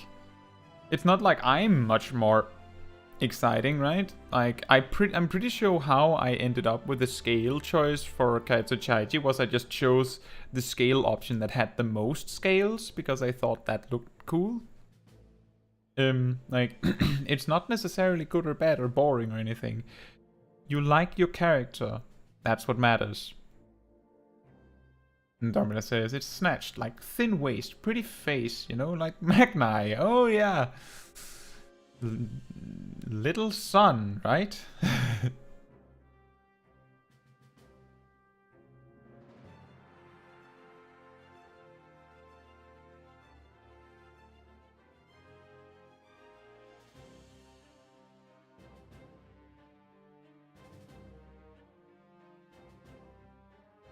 Note the sigil. The golden scales of order balance the jewel of prosperity with the flame of might. Great and many are the gifts our nation has given the realm. In Eorzea's darkest hour, on the killing fields of Cartano, none spent more in blood and gold than we. The poor little son was a moment I remember I literally waited in excitement. I waited months for my best friend Arya to reach that point. It was such a great day when she finally reached it. It was so good. It was all worth the wait. And I'm gonna say I waited months and I managed to not spoil it. Not a thing. Despite my excitement. Thus was the 7th Imperial Legion laid low. So that's how it happened. How soon history forgets. Yet many left our gates, never to return. Let us pray for our absent brothers and sisters, that they might know happiness in the great beyond, as Thal's honored guests. If the fates were fair, the price we paid that day would have bought us victory. Alas, they are not. Who do you ship, Andromeda?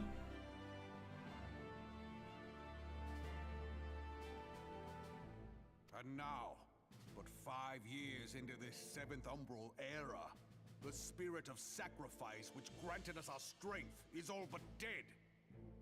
Yeah, Andromeda, let's just say that Alphinaud's voice actor managed to introduce himself as Alfie Node. So he's now Alfie No Chill. The A Realm Reborn Alfie is Alfie No Chill. Look around you. What do you see? A people divided, downtrodden and enthralled. Where are the merciful alms of the rich? Where is the just steel of the righteous? I ask you, is this the great nation our brothers and sisters gave their lives to save? You who call this living, dishonor the name of the immortal flames. It is but a slow death. Our enemies surround us.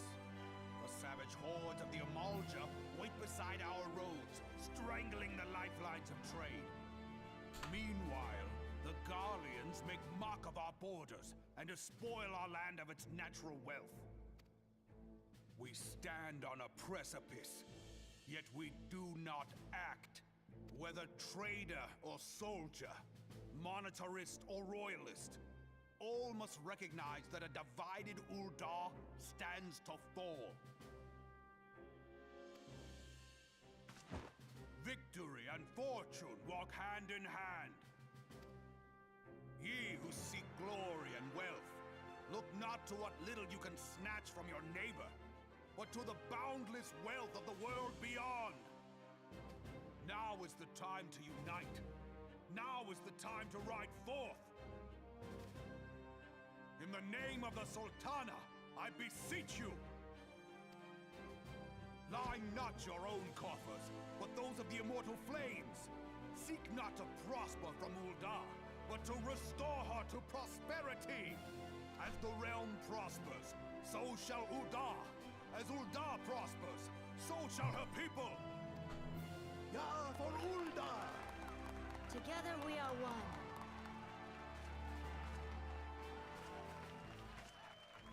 Your grace. She looks real mad. Magna and Sadu. Yeah, I can see it.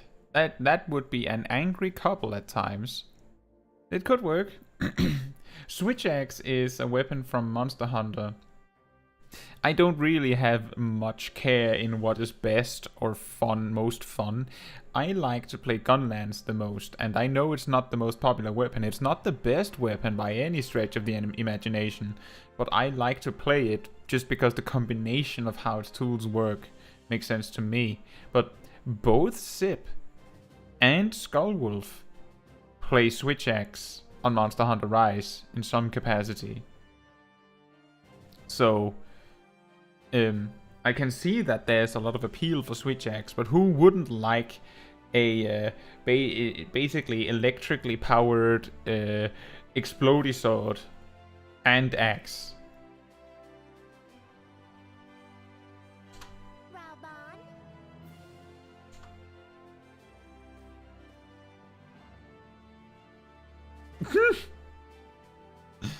People of Ul'dah, I, Nanimo, 17th in the line of Ul, address you. This is my falcon. Don't question it. Much has been made of the wealth of Ul'dah. Yet those who measure that wealth in coins and carats are gravely deceived. For the true wealth of Ul'dah lies in the health, happiness, and hopes of her people. Beloved subjects, I bid you raise aloft the torch of Ul'dah, that her flames might serve as a beacon for all Eorzea to see. Long live Nanamo! Glory to the Sultana! For victory and fortune, stride fearless into the inferno, for we are by fire reborn! By fire be purged! Wait, no, wrong quote. A Raoban mount, what an idea. No, I want a Raoban mount for a Roegadyn.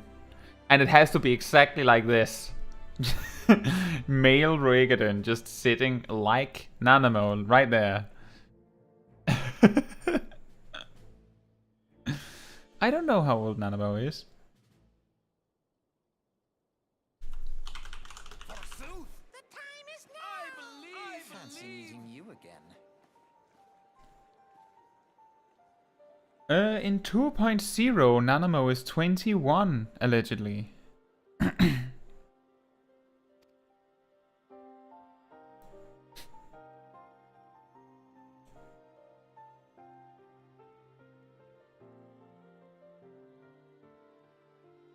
The Uldans have a long history of conflict with the Amal'Diyar, the beast tribe that worships the primal Ifrit. Judging by your look of distaste, I take it you have encountered them. The Uldans do not shy from confrontation. If aught threatens their precious prosperity, they will seek to crush it. So have they dealt with Ifrit thus far, smothering his flames each time he is stoked to life. Yet he is but one of several problems. Though they have been quite quiet these past 5 years, the Guardians have not gone away.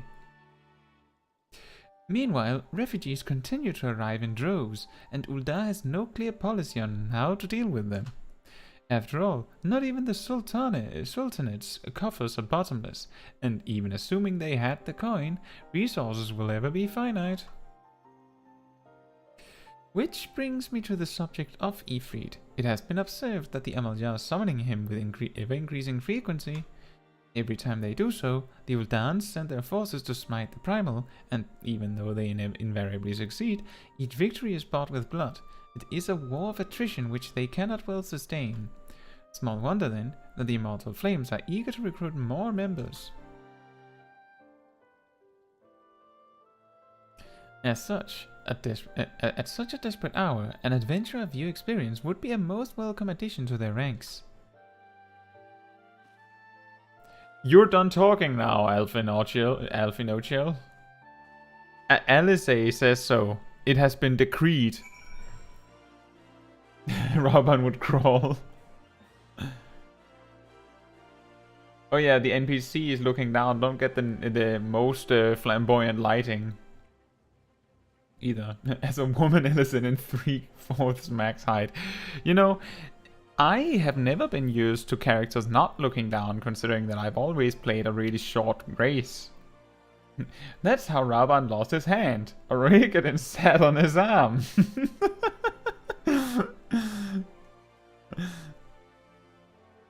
Andromeda says, I have a friend like that too, and he says he made his character to make up for everything he lacks as a person. Oh. Well, part of the reason that I made my character, my main character, the small dragon herself, the way that she is, was partly because I wanted her to look approachable and friendly. That does not mean that I don't necessarily look approachable and friendly. I don't think I do. Look mean and aggressive or anything. I'm pretty sure I'm very approachable.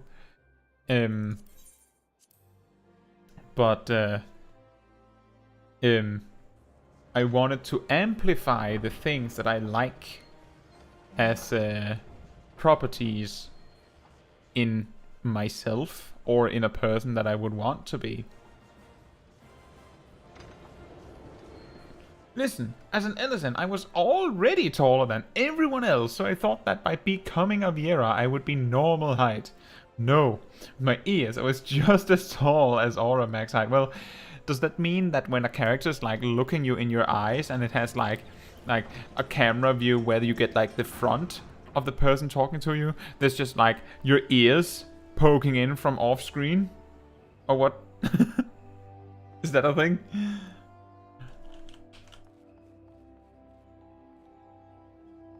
The house that Death built. Oh, look, guys, we can unlock Palace of the Dead now. If you've seen my guide on Palace of the Dead, there it is. That's the guy starting the quest. We can unlock it already. That's funny.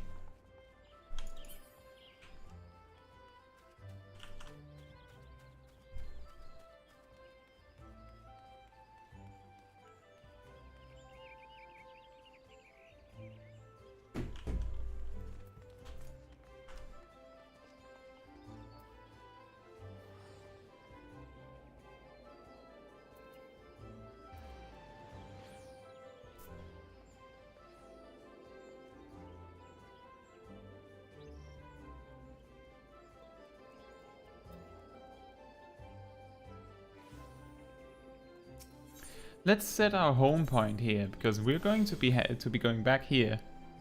I think, Pokeshack, what I'm gonna do is I'm going to try to get the mount. And when we have the mount, we should be able to get the job advancement. I'm pretty sure it's close enough. So that we can just do all of the class quests and lead right into Dragoon right afterwards. That's the target. The NPC angle changed. Not gonna lie. I lost Like- my son to the calamity. The three seed seers are all together.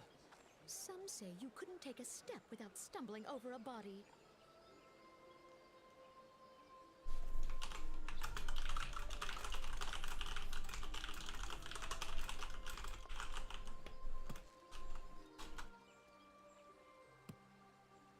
Our forebears were once strangers in the Twelves Wood.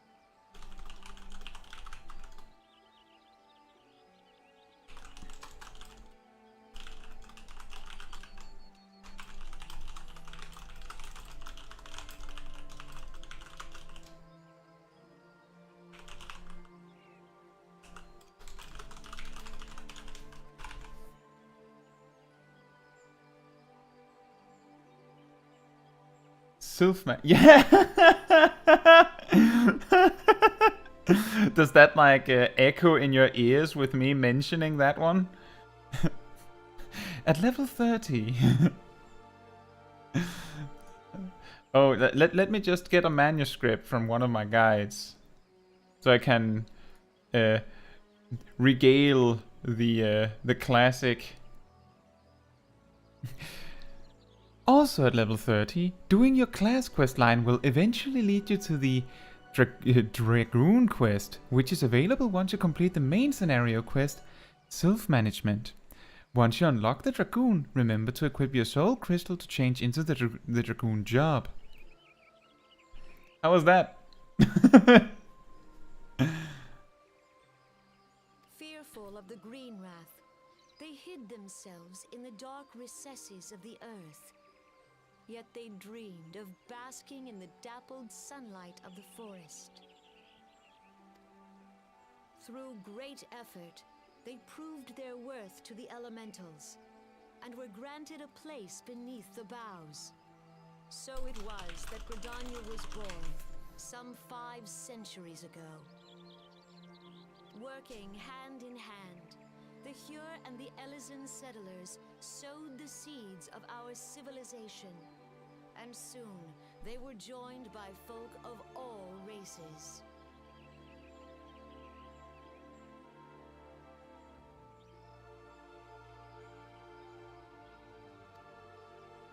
So nourished by the waters of unity, and blessed by the light of the matron, Gridania flourished into the great nation it is today. Thank you, Pokeshack. Do you see the Gridanian standard? There, hanging behind the Elder Seedseer. The entwined serpents represent the unity between Hure and Elysian. An elegant symbol, do you not agree? In accordance with the will of the elementals, we have embraced a life of peace. Alas, our neighbors have not always sought the same for themselves, nor for us. Though we Gridanians have no love for war, we have still less for those who would threaten our way of life. Ever have we fought to protect the sanctity of the Twelves Wood. When the Garlean Empire brought its war of conquest to Eorzea, we rallied under the noble standard of the Twin Adder that we might push back the encroaching darkness. And it was we who prepared the ground for the reformation of the Eorzean Alliance, that all the peoples of this realm might stand united against the common threat.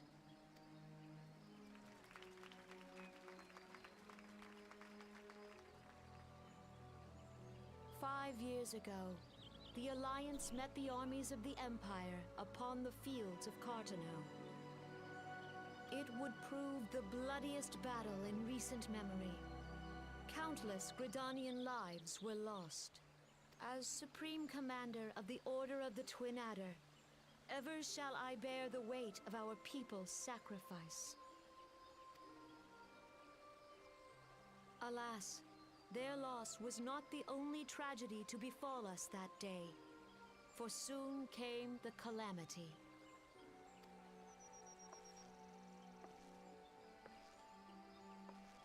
The scars borne by our forest are a constant reminder of its violence. Our lives have been irrevocably changed. Each waking hour, a struggle to survive. Driven to desperation, some among us have strayed from the path of righteousness, resorting to banditry, poaching, and other unconscionable deeds. To compound our woes, the Ixal have returned in force, emboldened by our suffering. They test our defenses nigh without cease, and prey upon the vulnerable. So beleaguered from within and without, it is of little wonder that our unity now falters. Dark times are upon us. Time was a man could walk the highroads without fear. On this day, 5 years ago, countless Eorzeans laid down their lives that we might behold another dawn. Please join with me in honoring their memory.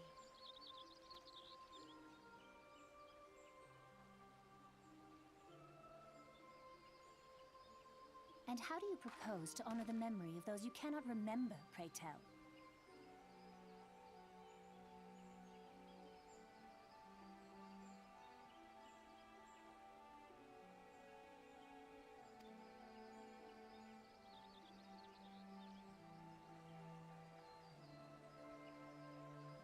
The destruction wrought by the calamity was indiscriminate. It dealt death to Eorzean and Garlean alike. Now we also have No Chill Alizé. Yet while we have labored to rebuild our homes, to rebuild our lives, the Empire has set about raising steel fortresses here in the Twelveswood. See, Andromeda says, you have a question to have a guide on where to spend tomes and astronomies. I'm so clueless. I just grind them and buy whatever my friends make me buy, but I don't know what they're for. If you watch my recent money-making guide, Free Guild Left on the Table, I do mention that you can spend your poetics on buying unidentifiable ore and trade that for grade 3 Thanalan topsoil and sell that on the market board. That is a way to turn poetics into money. Alternatively, you can buy gear for jobs you want to level. For astronomy, I add that the farmable currency, which at this point is astronomy, you can buy crafting materials from the same vendor that sells you, you know, the item level 600 armor now.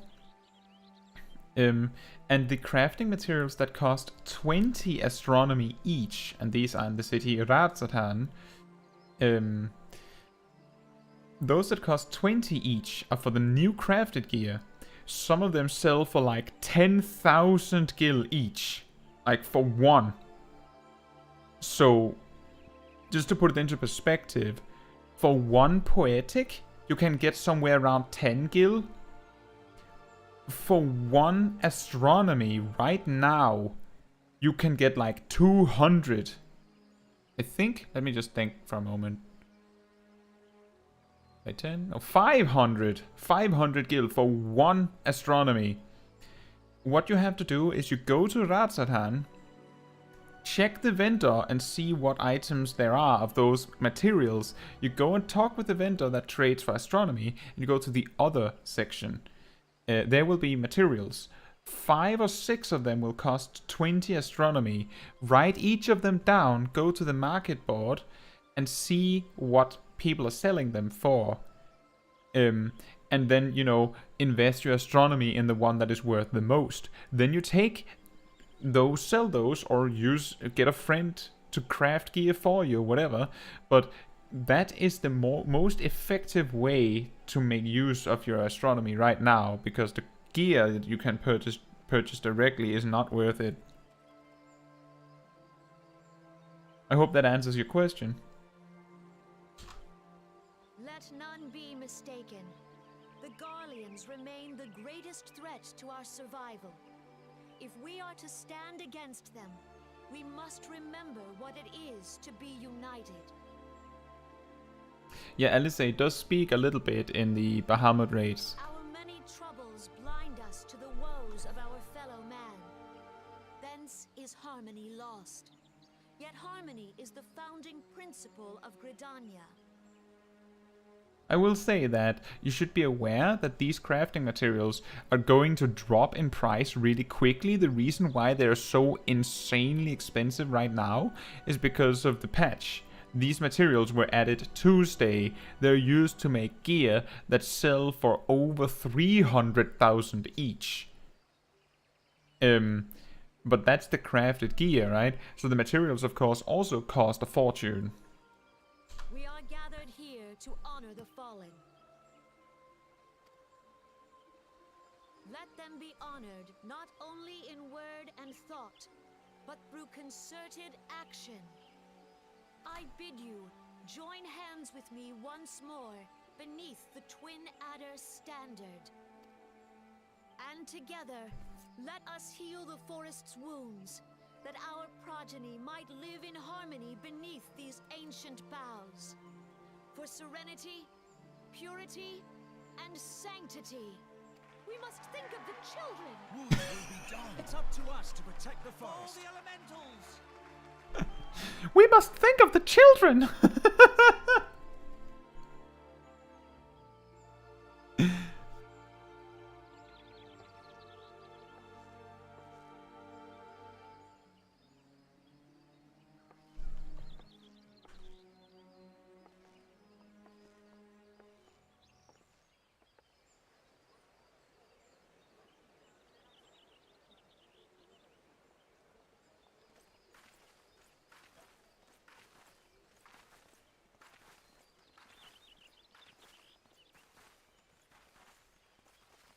Fancy meeting you again.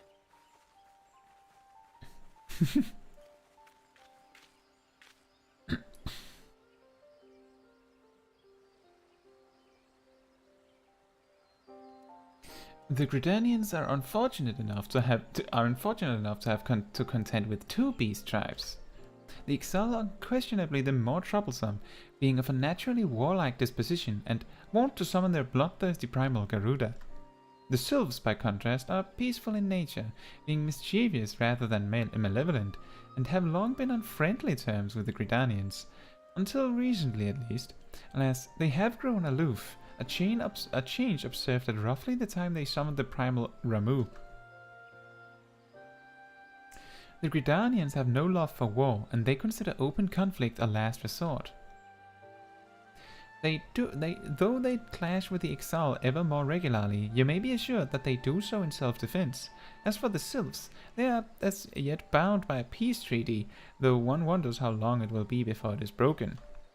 The Twelfthwood was grievously wounded during the calamity, leaving Gridania vulnerable to attack. The people are hopeful that restoring the wood, and thereby the power of the elementals, will put an end to their woes.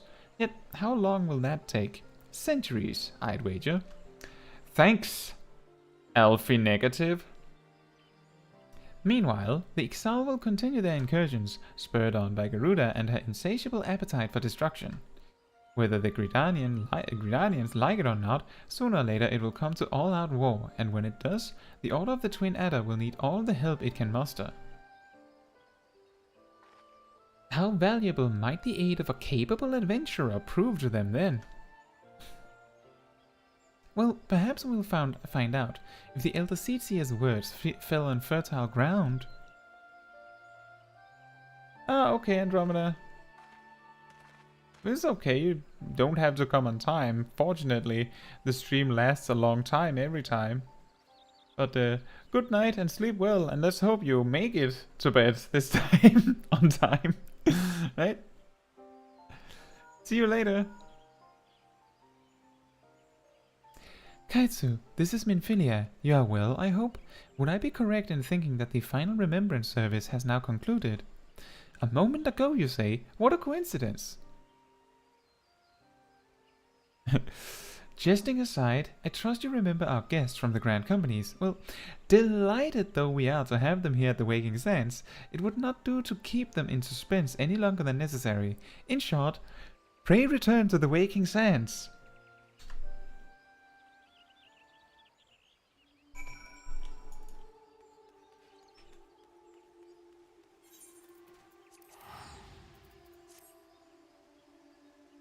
And back we go then.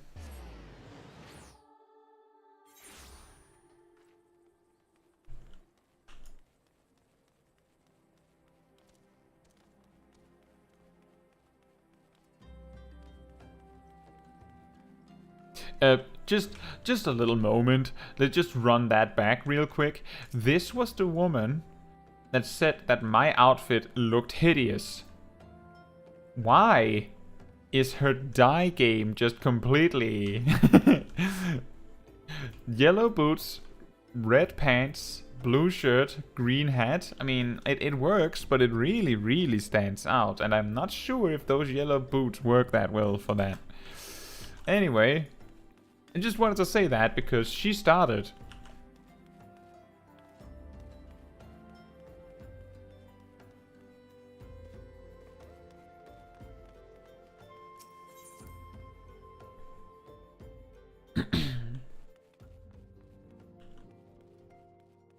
And now we go back to make a choice. And we're gonna choose Gridania. Because that's where we're from. Hello. Welcome back, Caetsu. Were the Grand Company leader's words as illuminating as you had hoped? Yeah, it's as if a rainbow has vomited on her. Yeah, exactly.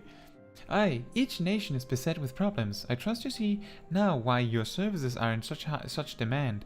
Would that there were more of you, Caetsu.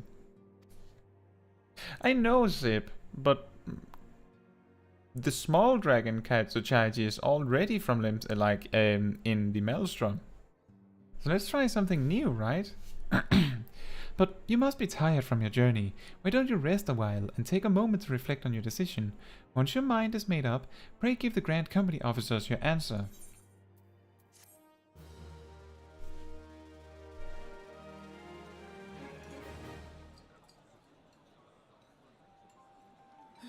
The gods only know what grand company our adventurer friend will keep. The wheels of change are in motion regardless.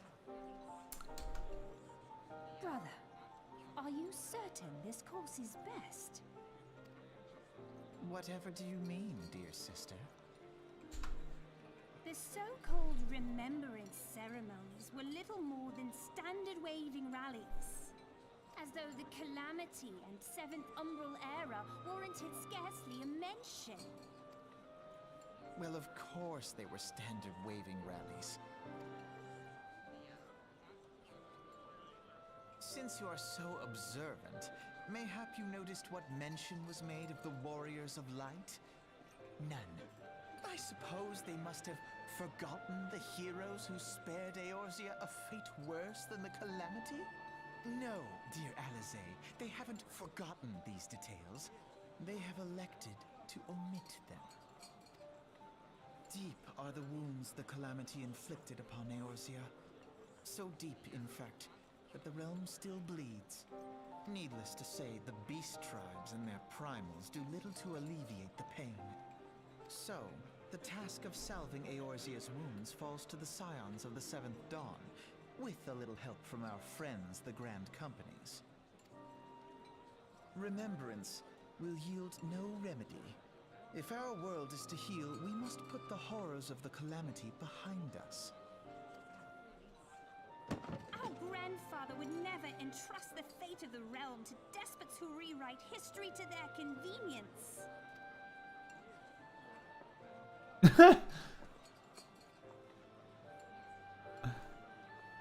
There must be another way to cure what ails this world, and I need to find it. You are most welcome to try.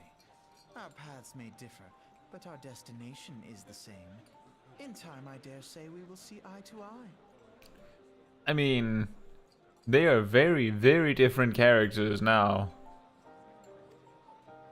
I should hope so. We are to escort you.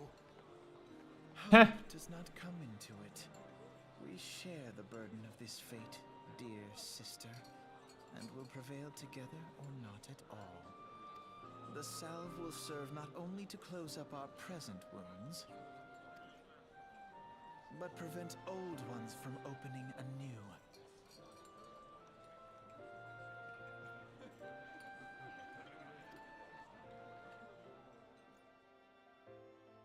You're absolutely correct, Pokeshack.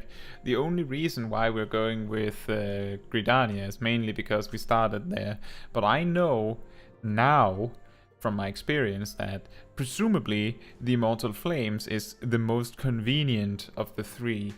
But that's not super important. It's not like we're going to be running back and forth forever doing this. What I do want to do is try and take this conversation, because I remember hearing something very interesting about their reaction when you don't take their quest initially. I take it the Elder Seedseer's words have touched your heart. Have you resolved to entwine your destiny with that of the Twin Adder? No. Forgive me. In my eagerness to embrace you as a sister, I mistook your intention. Okay. How about you? Welcome back, adventurer. I take it General Roban's words kindled a fire within you. No. What? You cannot seriously be considering joining another grand company. Why, they're not nearly as grand as ours. That's a bit rude. How was the Admiral's speech? But you need not explain. That you stand before me now is answer enough. You have resolved to join the Maelstrom, have you not? No. Well, I dare say you have your reasons, but mark me. In stormy seas, the strong of arm and stout of heart must pull together, or the vessel will founder. And when a ship goes down, the passengers always share the fate of the crew. Remember that. So, just to summarize, he said sorry for misunderstanding. He said that the other two grand companies clearly wasn't worth thinking about, and he basically said, well, if you're choosing something other than mine, then I guess we all die. So I feel like actually the Twin Adders were the ones that had the most graceful response to being declined. And Pokeshack says, when I started playing, I thought Eorzea was a world or star until I realized or remember when they referred to the continent. Right. Well, as you go further in the story, you learn more and more and more.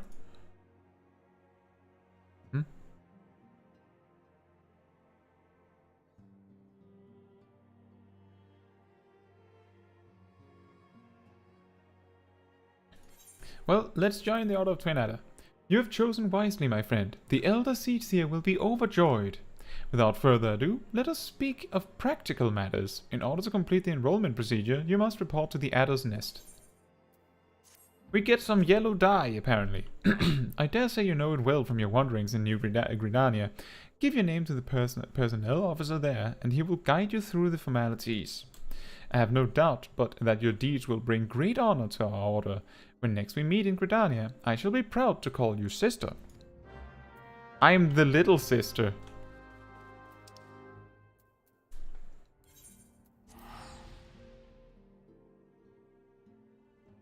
Yeah, the flame one is really rude. Literally like, well, the other two are basically pointless. Why would you choose them?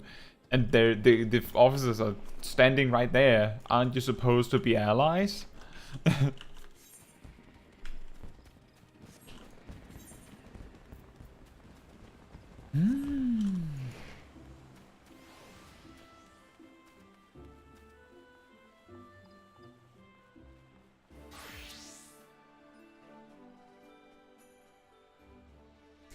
You are come to the Adder's Nest, headquarters of the Order of the Twin Adder. Ever do we welcome they who would toil in the Elemental's name for the good of our forest nation. My name is Caetsu Chaiji. I believe you're expecting me. Because of the monetarists. The great adventurer herself. Yes, our recruitment officer sent word that you were on your way. It is a pleasure and an honor both to welcome you to our ranks, friend. Now, let me gather together the relevant documentation. Sir!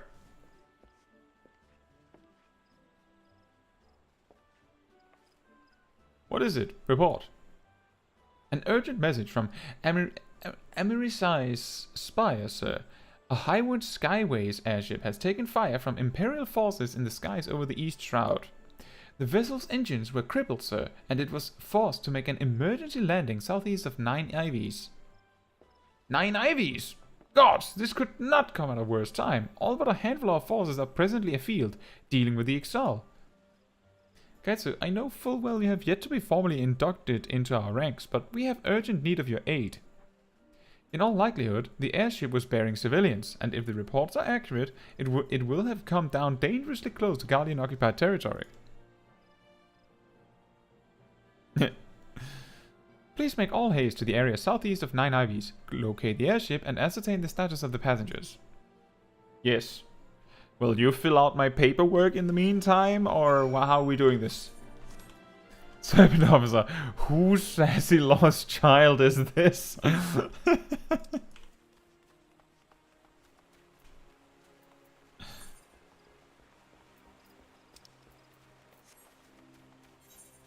Well, let's make use of our accumulated wealth and teleport directly to our destination.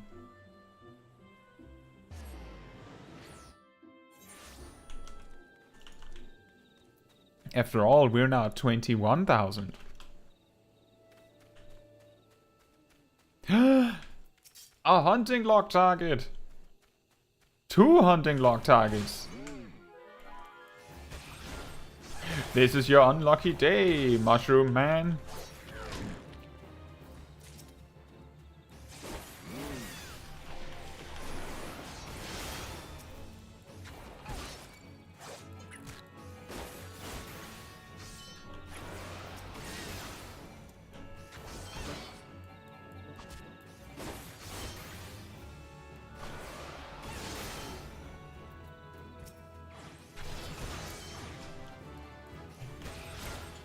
Yeah, right next to Belzer's wall.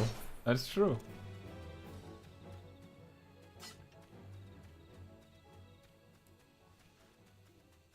Wait, we need one more of those. Oh, they're here.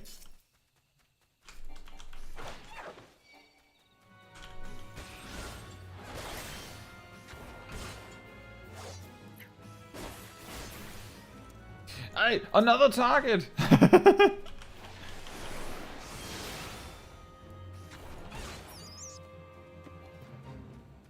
This is an excellent way to go off track.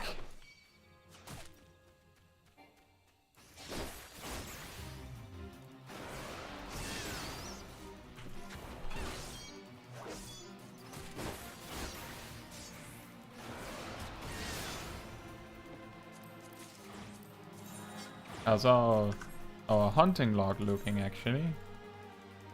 Just got 3 things.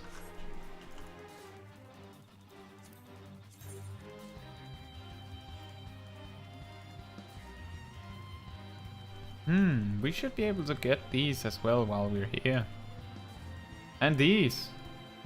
Wait, how? What? There's so many.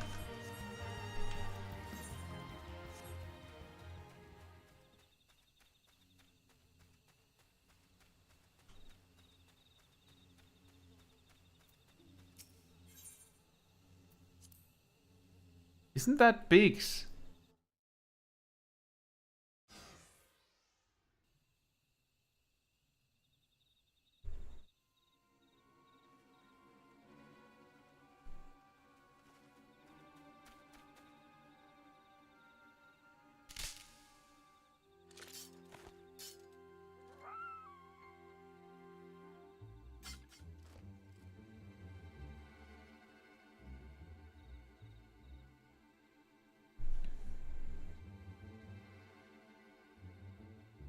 An adventurer? What are you doing out here? No, wait.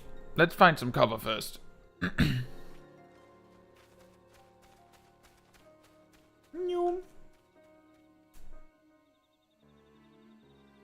Gee, I wonder how the airship got shot down next to Balzer's wall.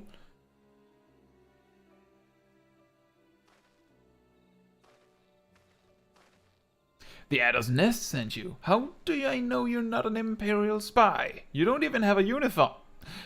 Look, man. Are you serious?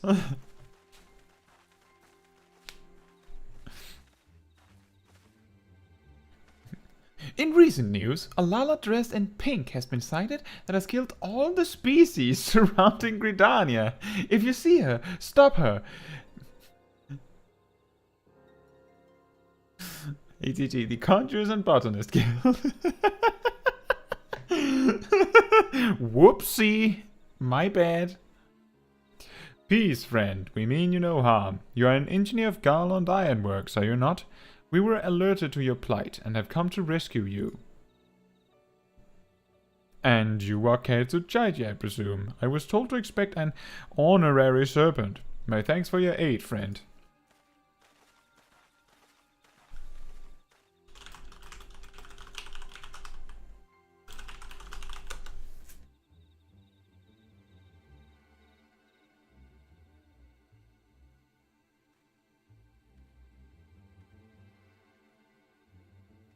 I've never seen a craft of this design. It must be Garland's work. Is there no end to the man's treachery? The secrets of Magitech belong in Imperial hands. They are not to be squandered on Eorzean savages. Wedge? We're taking this craft back to the fortress. Dismantle it if you must, and bring the engineer. Someone must pay for Garland's crimes.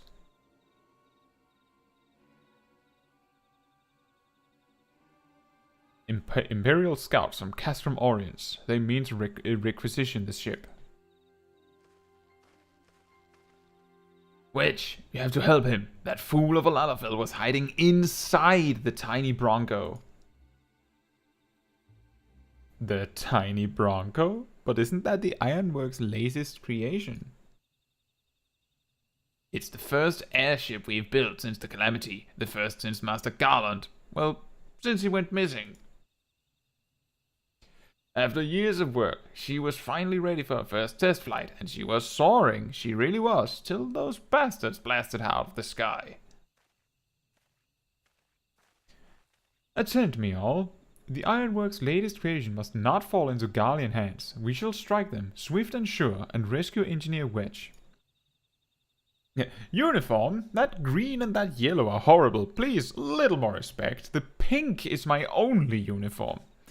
Caetsu, I trust we can rely on your support. Yes, I'll draw their attention with my bright pink. May the matron watch over us. With me! Go! We should have given Biggs some pom-poms. An ambush! To arms!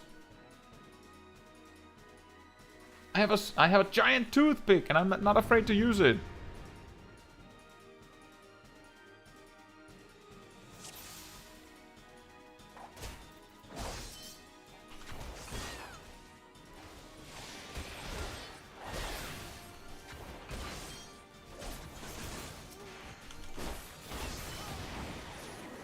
I don't have my full thrust here, of course. This again.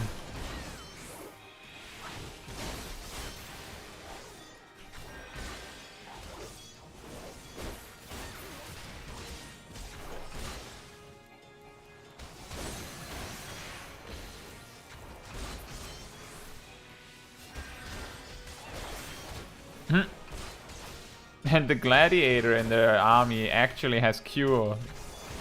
That's a really big callback. He also uses flash, it seems. And uses the summon ads move. Cool.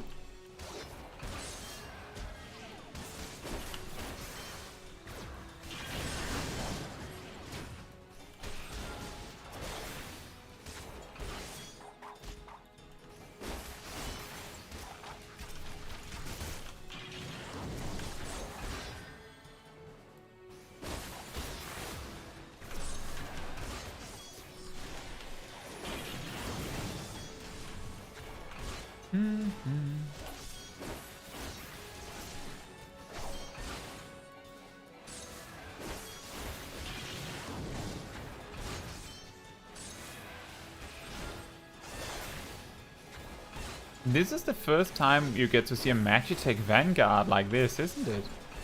I'm pretty sure it is.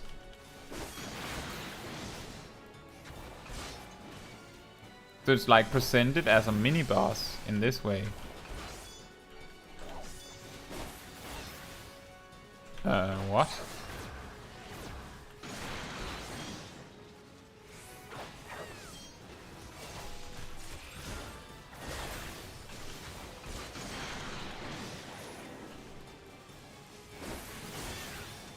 That is a really annoying thing. It's just running, just barely running fast enough to outrun the player.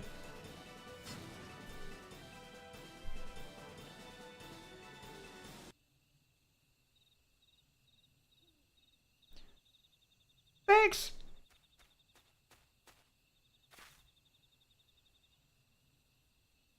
Wedge, you shouldn't have stayed with the ship. That was a close one. Yes, too damn close, so how's she look anyway?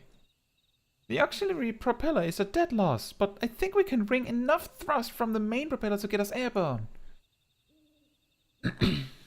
A few minor modifications and we should be able to fly the tiny Bronco home. While you do your work, we shall keep watch over the perimeter. The enemy may yet be lurking nearby. Yeah, near the Bales' wall, maybe. Biggs. But we do have pictures of you from when you weren't wearing pink yet, and after saying that Biggs was never seen again, and Biggs was never seen again, and no one ever talked about Smol Caetsu wearing without the color pink. True. As for you, Caetsu, you have more than done your part today. I bid you return to the Adder's Nest and complete your enlistment. I pray there will be no further interruptions. When next we meet, let it be as fellow serpents of the Order. I just wanted to say sorry, you know, for calling you an Imperial spy and all that. Got that one wrong, didn't I? Seriously though, if it hadn't been for you and the twin Adder lads there, we'd be chained up in a dungeon by now. I'm in your debt, friend. We both are. Which? What? Thank you. We're very grateful. It's funny that the tiny Bronco crashes right in the territory of your grand company. How convenient. Wow. Well, now's the opportunity to look for trouble, as they say. Let's see, Mandragora, Honeyard. That's there. Okay, maybe not that one. Honeyard is that one too. Giant Gnat? Isn't that supposed to be here? Boar Poacher is also supposed to be around here. And Sisgolin is also around here. Bramble Patch, that's up here, right. Okay, so we start with those that are supposed to be around the 9 Ivies.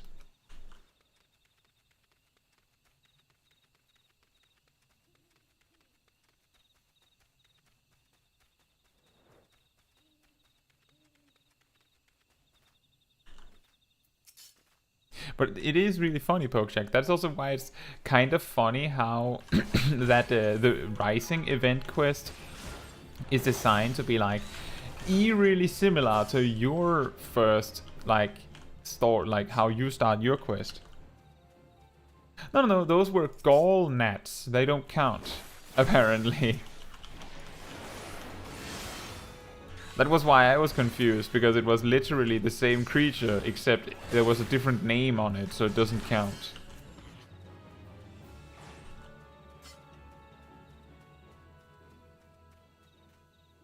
That's okay, Pokeshack. I almost made the same mistake myself. Here we have these, this Golem.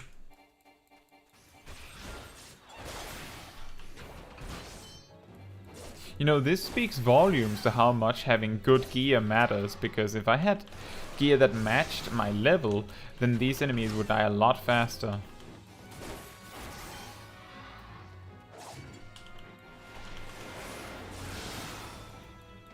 And they are dying really quickly, so it's not like it's a big deal. Okay, now I just have to figure out where the poachers are supposed to be. I do believe it's down this way.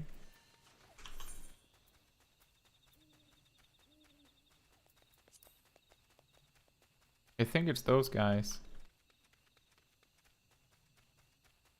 Yep.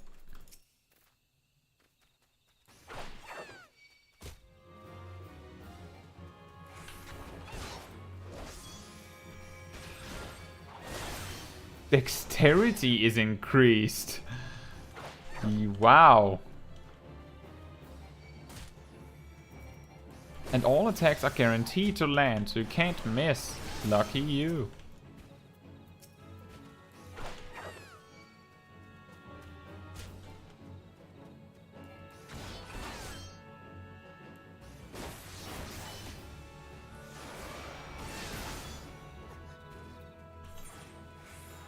And next, I believe we go to the Bramble Patch.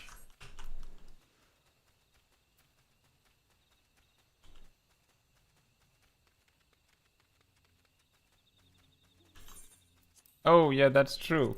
Thank you, Pokeshack.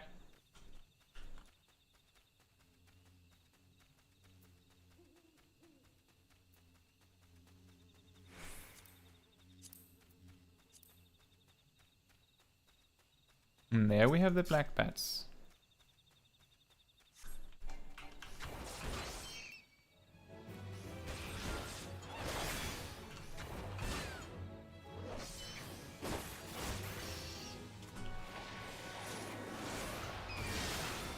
I feel like normally most there are a lot more where it's like you only have to fight 2. But I guess not now.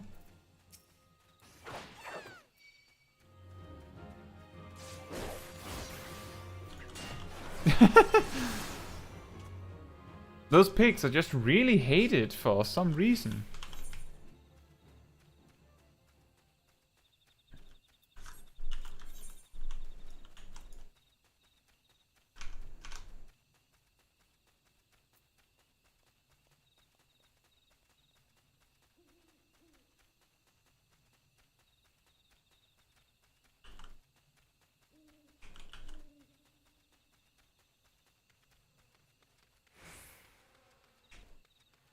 Manticore's there.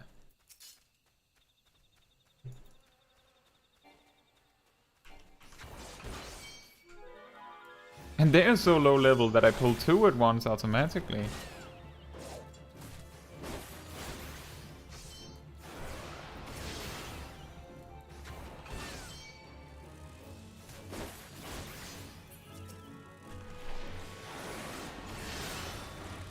There we are, one more. And then we're just missing the hoglet. Where were the hoglets? Were they this way?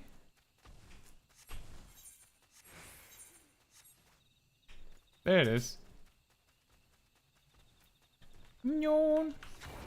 The specs.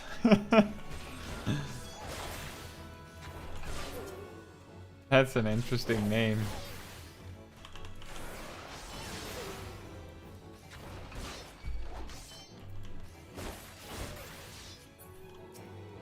And there we are. And that means we can return. And then it'll be a little bit before we will have to do this again. Little trips to find our targets.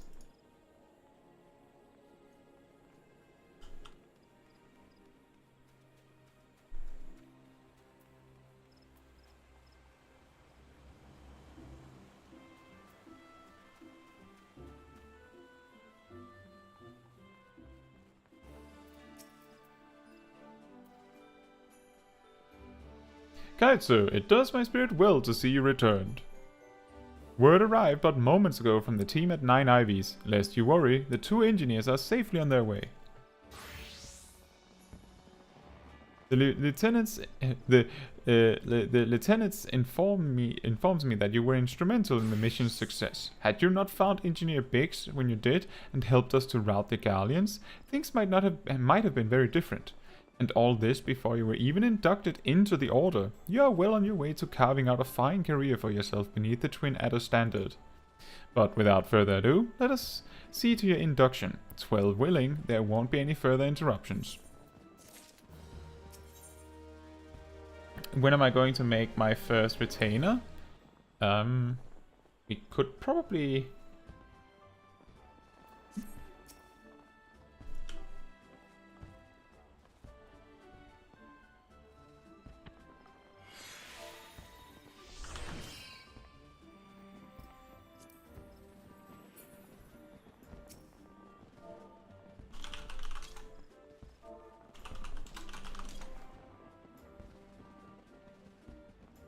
We could probably look into making the first retainer, like, today.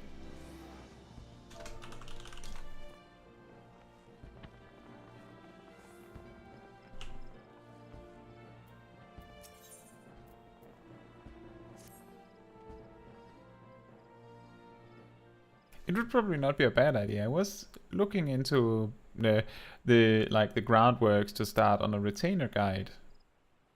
And to like check that through to make sure I get the information right would not be a bad idea. Protocol requires that I apprise you of who we are and what we do, after which I will invite you to swear an oath of your own free will. Oh, you need assistance for it. The Order of the Twin Adder is the Grand Company of Gridania. It brings together the martial, economic, and technological resources of our nation, that we might stand strong in times of direst adversity when our very survival hangs in the balance. Our order was formed in the days before the calamity, in readiness to fight the Gallian Empire, and to combat the beast tribes and their primals. Needless to say, our struggle continues to this day. Elder Seetia Canisena is the supreme commander of our forces. Under her wise leadership, we protect the people of Gridania and the sanctity of the Twelveswood. As the entwined serpents that grace our standard, let forest-born strive as one with friends from afar to ensure that peace shall ever reign in Gridania.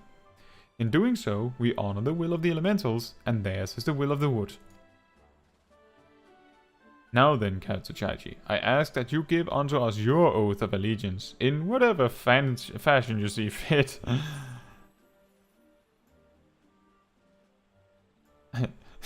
I shall strike down our enemies and drink of their blood. With a smile. Quite. Your fervors duly noted, may it lend you strength as you strive to preserve all that is good in this great nation. By the power vested in me, I assign you husband and wife. I assign you the rank of Serpent Private 3rd Class. You are now a young lady of the Order of the Twin Adder. Go forth, Private Chaiji, and do that which brings peace to the Twelveswood and honor to our name.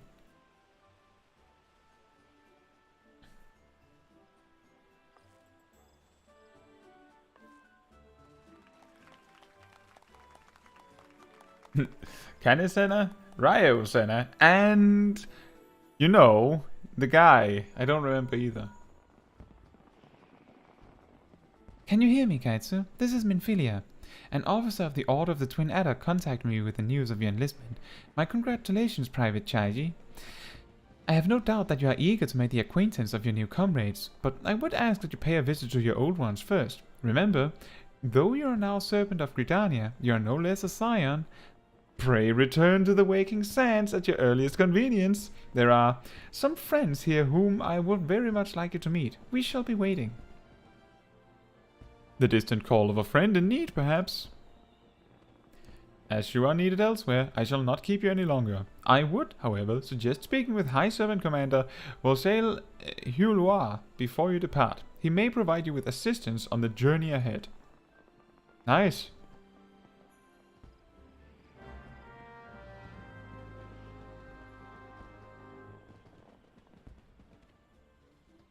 My little Chocobo.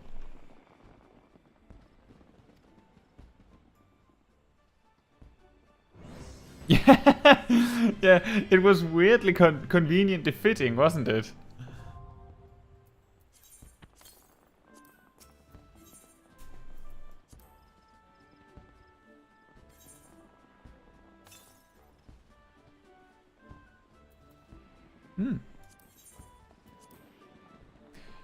Hello.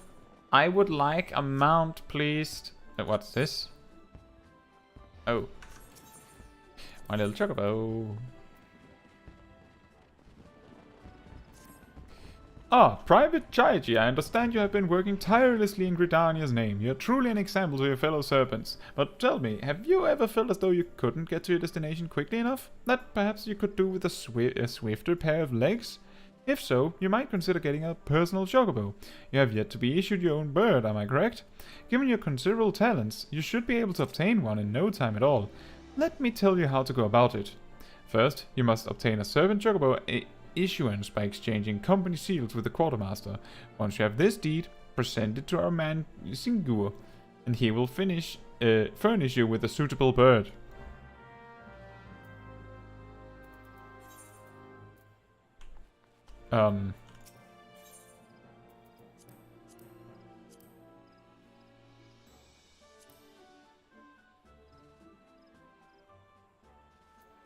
$200. And we will get 300 from finishing this quest. Bit annoying. Let me do something else first. We wanted a retainer. So let's see if we can get the retainer. Right? And then I am pretty sure that you can get, you know, the non-company specific bird. Chocobo from elsewhere.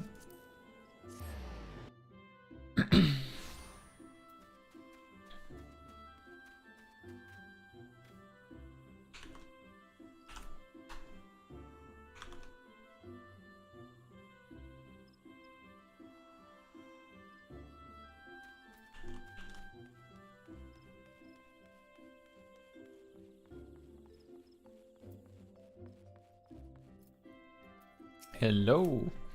Greetings. I take it you have come to see me about a retainer. Yes, I would like to hire a retainer. According to our records, you may hire up to 2 retainers. Currently, you have no retainers in your employ. While customizing your retainer, you will be unable to communicate with players and engage in other activities. Yes. Excellent. We have quite a few men and women on our list, so I invite you to describe the retainer you desire, down to the most minute detail. Load previously saved data.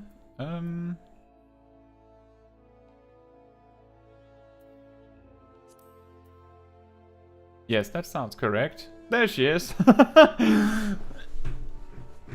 She's perfect.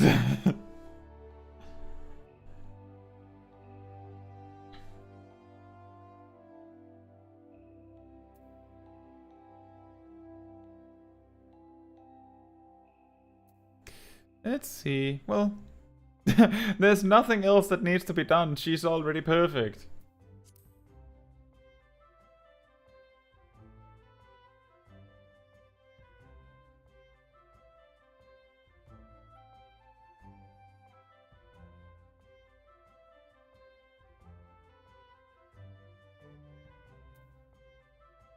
Now we need glasses, yeah. An extra pair of glasses. Well, so far this will do. Wait. What did it ask? Save appearance? Well, we already have the appearance data. Yes, this is fine. I can think of several retainers that are exactly as you describe. Oddly enough, they have strikingly different personalities. If you'd be so kind as to state a preference, it would be most helpful.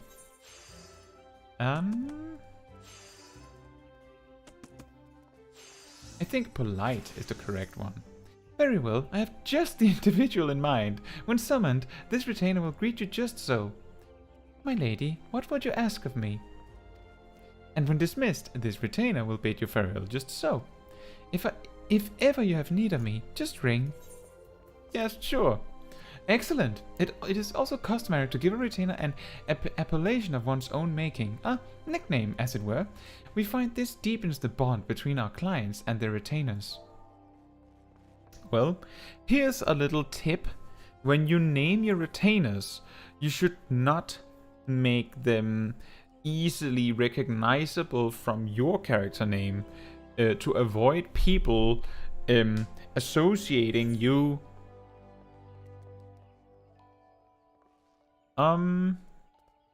So now we're invited to the Novice Network, apparently. Sure. I'll join the Novice Network. We're just getting attacked by a Novice Network at level 36. As I was saying, make sure you don't name your retainer something that is extremely recognizable from your character, because then you can stay anonymous on the market, which can be advantageous, so people don't try to spy what you're making or earning money from. So what I'm going to do is, instead of calling the big small dragon Caetsu Chaiji straight up my name, I will call her something a little bit more anonymous, like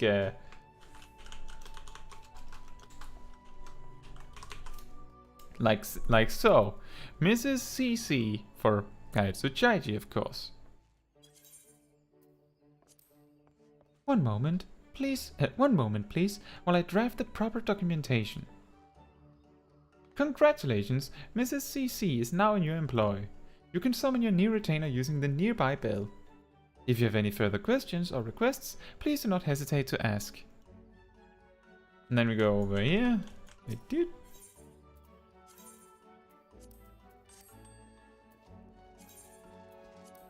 And there she is. It's very anonymous. Given that we're mostly going to be playing this character on stream, there's only so much I can do anyway, so that's why I'm not making it completely anonymous. It's just, you wouldn't be able to tell if you're not watching me put things on the market, right?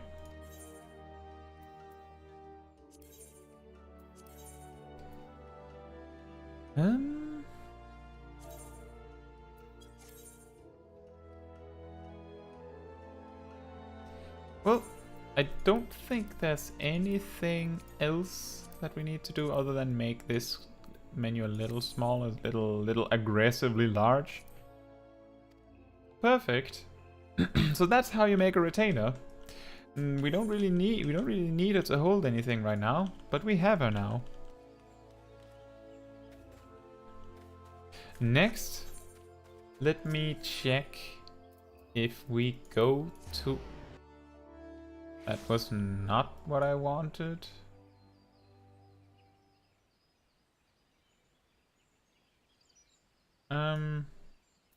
Okay, well, I managed to find what I needed to find.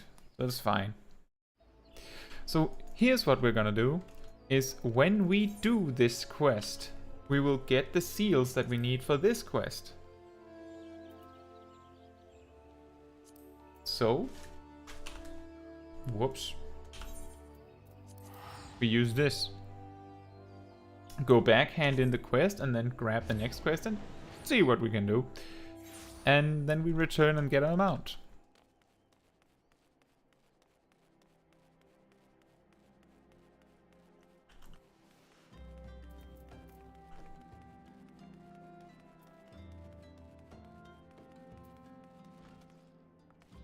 Hey, Tataru.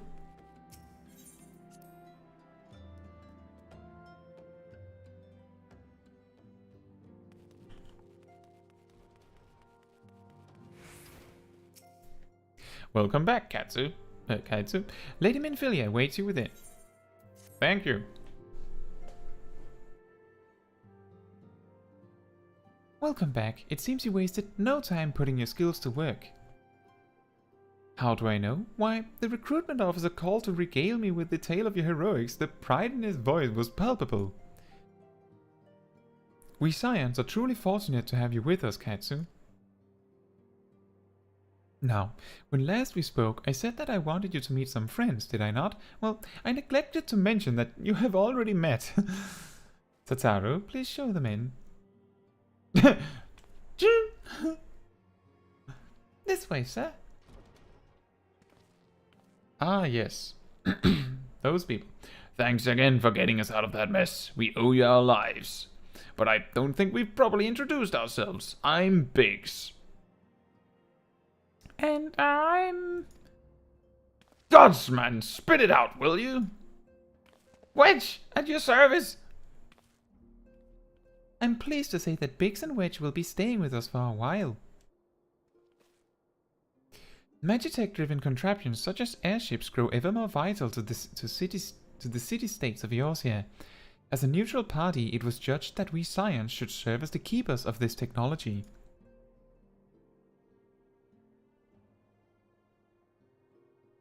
I considered taking that picture. Of course, for this we needed the knowledge of experts, and so we requested the assistance of Garland Ironworks, who very kindly sent us 2 of their finest engineers. Our happy family continues to grow. On behalf of the Scions, I bid you welcome to the Waking Sands.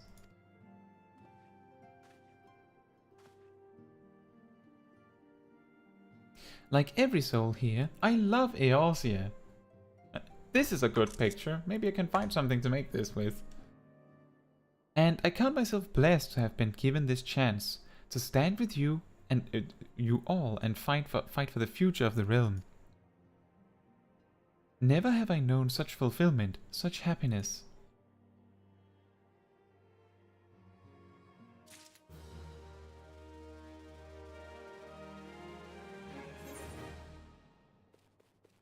You Sylph-Management! We found the legendary quest! Now,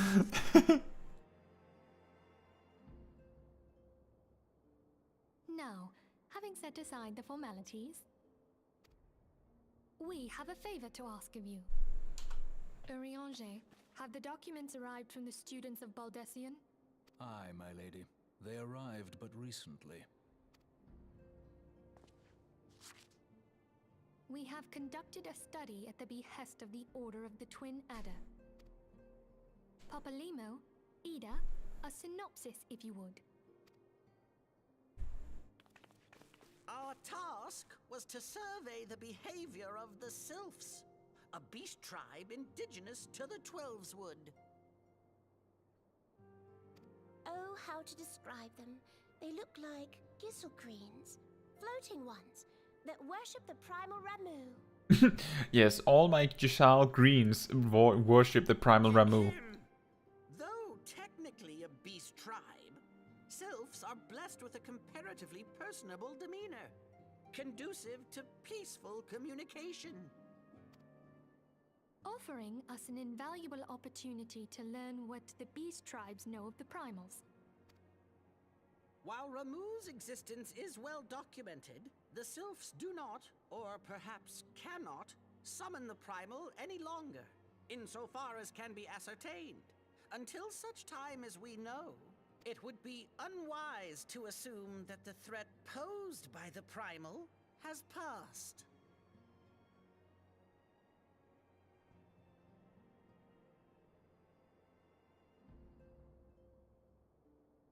Yeah, the thing is, like, I play usually with a mentor crown on Smol Caetsu Chaiji, but I tend to not invite people to the novice network because a lot of the time it feels like it's just an open chat room and it sometimes not a lot of help gets done or not a lot of help is requested. Maybe it has become better. It's been a while since I've been there. Which leaves Gridania with the added worry of not knowing what they should be worrying about. But if you choose to become a mentor at one point, then it might not be a bad idea to go for. In that regard, they are hardly alone. What we can say with absolute certainty is that Gridania has its hands full fending off Garuda, who, I need hardly remind you, is among the most savage and terrible of all known primals. In short, it is essential that we approach the Sylphs in as diplomatic a manner as possible. Words and actions can be misconstrued. The only sure way to communicate our intentions is the echo. Winning the Sylphs' favor may well bring us a step closer to mitigating the threat of the primals. Will you help us? I am grateful. Lovely. Well, as much as I'd like to help, I'm afraid I would be of little use to anyone in Gridania. A veritable babe in the woods. Ida and Papalimo, however, should be able to see the forest for the trees. Is that not so, Minfilia? Indeed. You are willing? Leave it to me. Us, Ida, us!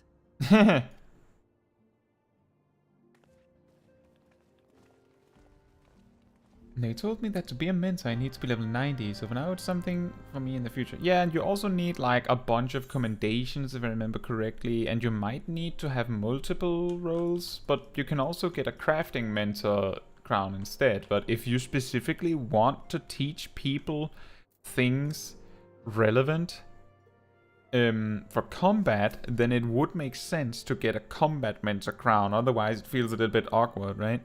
Oh yeah, I don't qualify as a combat mentor, but let me teach you how to play combat.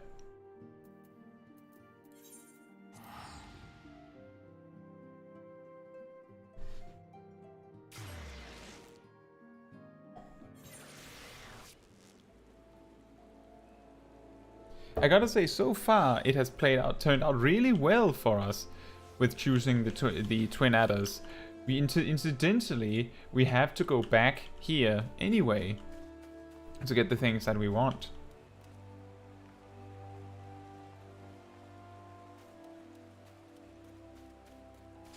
So we go and grab our Chocobo license. Hello.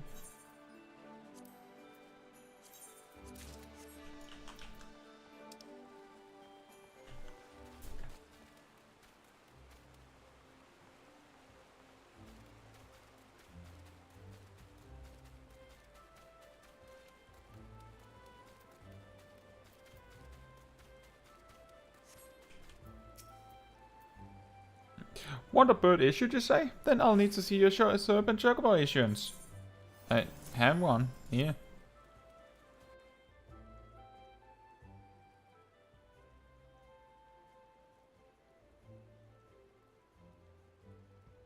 Yes, everything appears to be in order.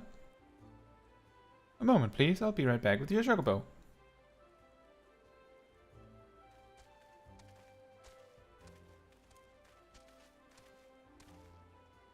And here he is. The fellow has been in high spirits the past few bells. He must have sensed that his master was coming. Now then, to make it official, you'll want to give your noble steed a name.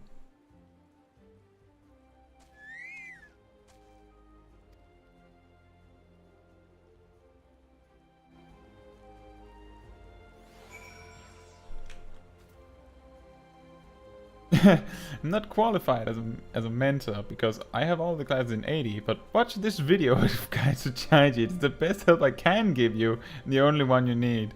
Oh, that's really sweet. I, as a mentor, would be, watch this video. Anyway, I'm off. What should we name our Chocobo? We could go with the same name as the small dragon Caetsu has.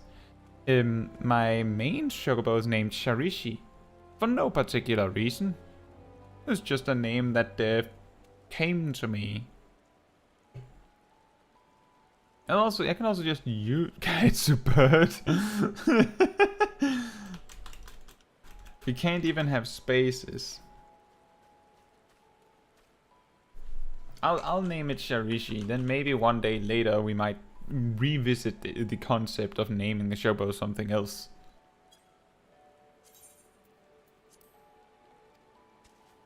Okay, bye. Hey, I dare say he likes his name. Here is your very own Chocobo whistle. Simply blow into it and your feathered friend will come bounding to your side. But do forgive him if he doesn't respond when summoned in crowded city areas or monster-infested lairs. Chocobos are stout-hearted creatures, but they have their limits. And lastly, I present you with your Chocobo Rider's license, as is required by law. And that concludes all the formalities. I wish you and your Chocobo long years of fulfilling companionship, and I hope you just inherently know how to ride something, because I'm not teaching you.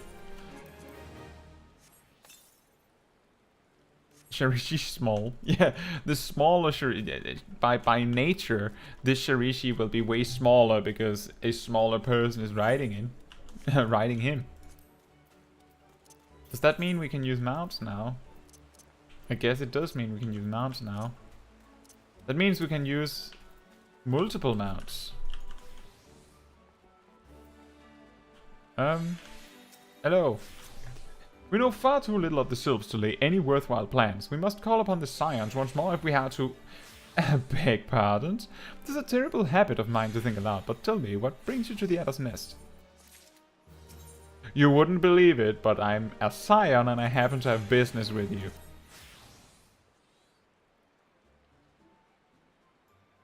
Well, if it isn't Private Chaiji reporting for duty, that's the zeal I like to see from an enterprising young serpent.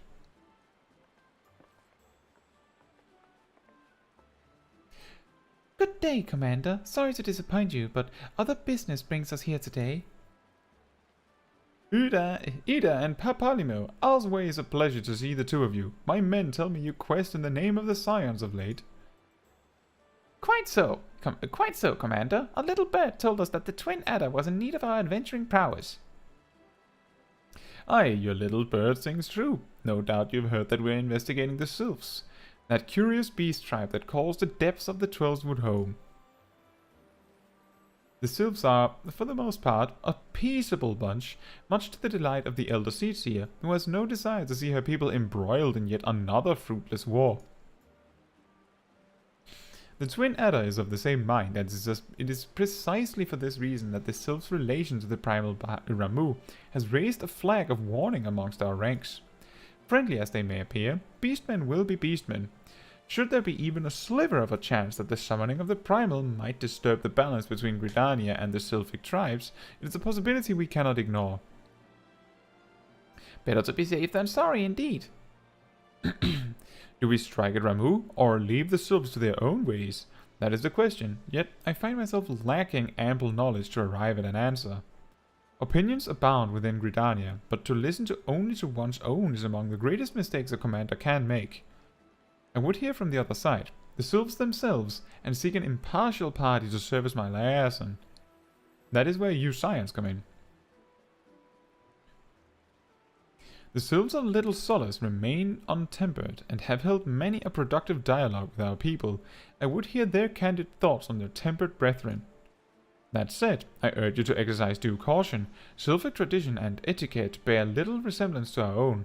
It would not do to have any cross-cultural faux pas to get in the way of a productive parley. En route to Little Solace, you will come upon the Hawthorn Hut. Our officer stationed there can enlighten you as to how to win the Sylph's favor. May your expedition be a worthwhile one. A friendly palaver with the Sylphs. This should be a pleasant enough diversion. The Hawthorn Hut, was it? Well, I believe the ferry departing from the West Shore Pier should take us straight there. A friendly palaver indeed. I hope this will be as straightforward as you say, Papalimo. Yeah, that's a good idea, Bokshak. I will switch to the random mount button. Mount roulette. Don't need that. But this means we can now finally become a Dragoon, so that's what we're doing instead.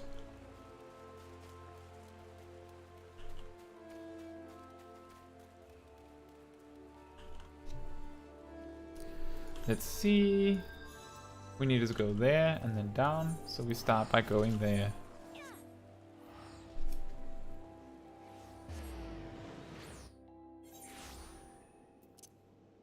What's our first mount?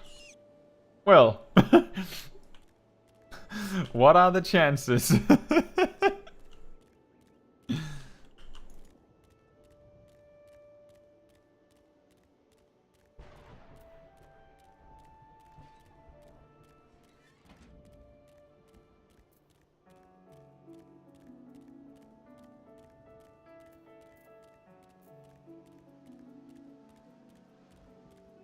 You always use that button and you get the same mount 4 times in a row, having 20 mounts.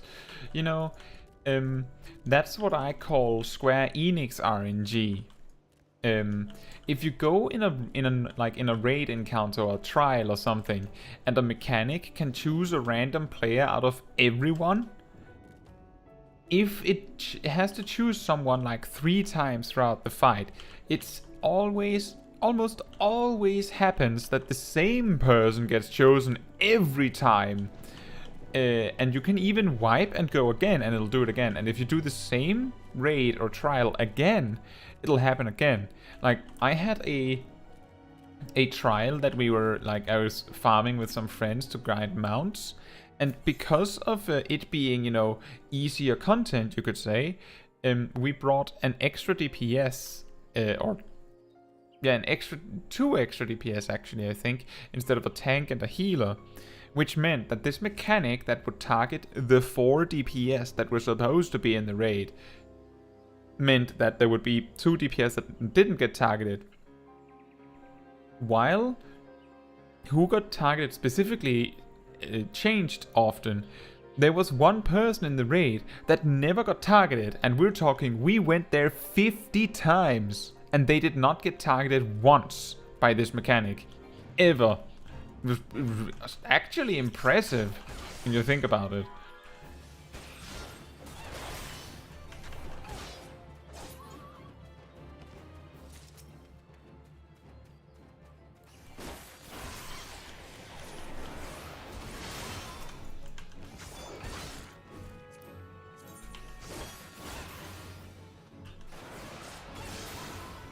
Hey Rallo. Yeah, the MSQ is going really well. We have just done Sylph-Management, so we're about to continue our quest to become a Dragoon. And we also have unlocked mounts. So, things are happening.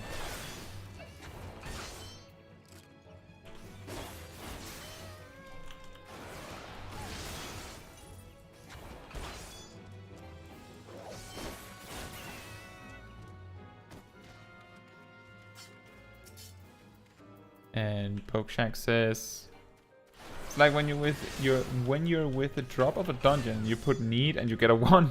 Yeah, kind of.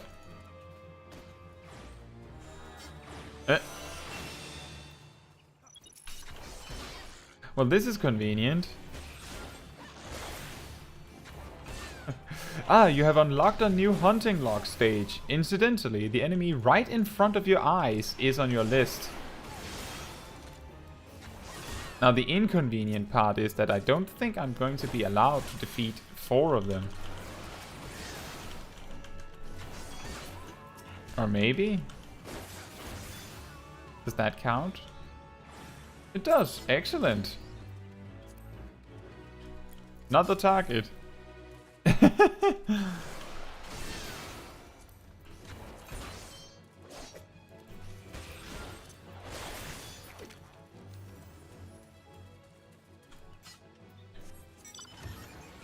Oh dear. That's a little problematic.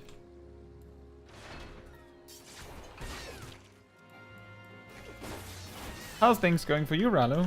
Have you started working on something?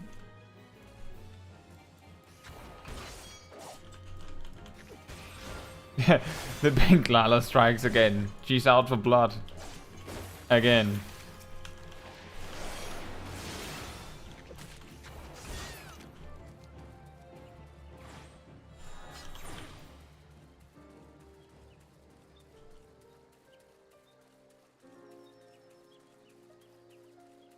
See, there's a goblin thug. And this guy. Oh, that's actually quite a few. It would be smart to grab these aetherites while we're here. Oh, you didn't get it down, Ralu, or did you get a few kills? Or is it people groups are still learning?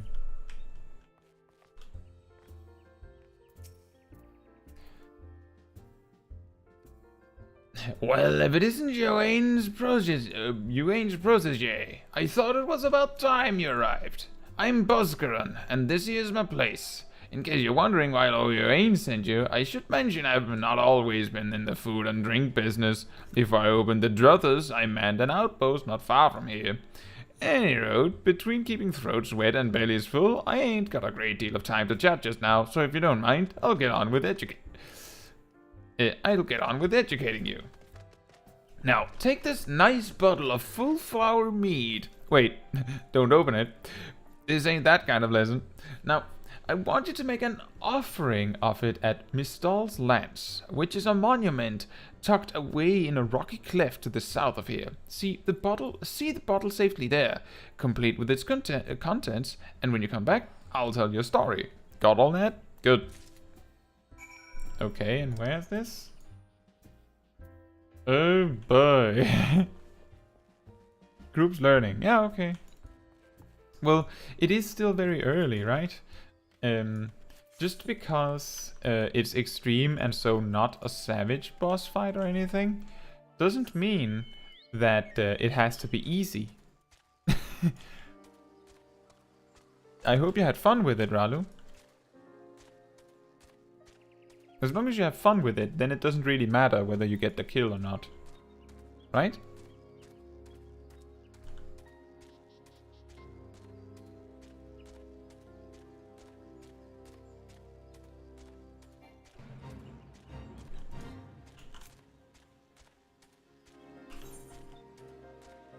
Let's see. Upper path. That's here, so we kinda have potentially missed it.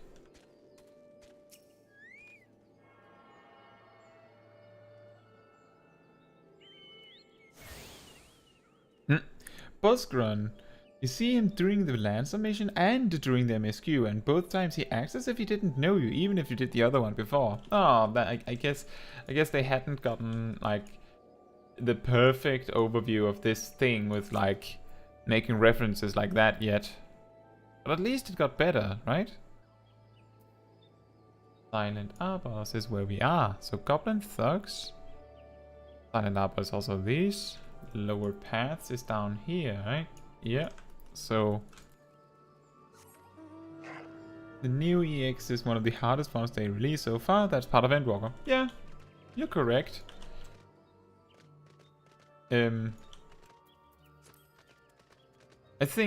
Personally, I think that it doesn't matter that, like, when you're doing this hard content, like, I would almost think that it would be boring if, like, next week I go in and participate in Savage Raiding and I beat something really quickly.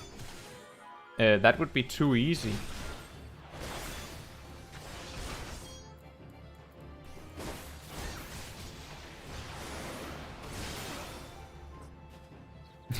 Kill antelope and then you mount antelope.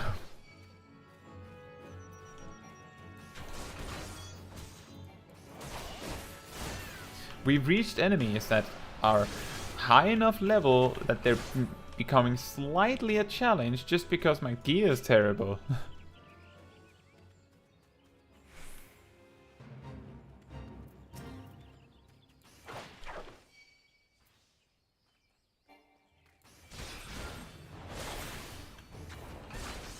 But aside from the new EX being really hard, Ralu, is it fun? Do you enjoy the fight?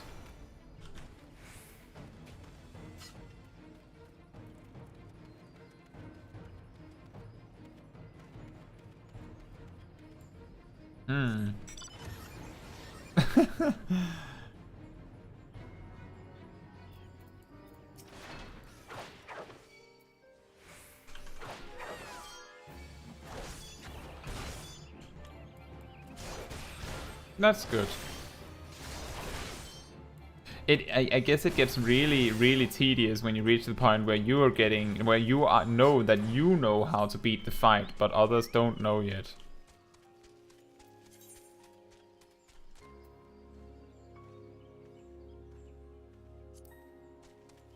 Huh.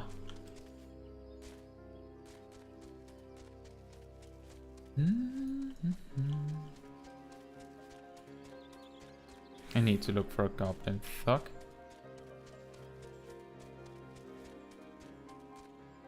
Are they over here, maybe? I feel like that's not the right place. But I mean, Silent Arbors is a huge area, so many options.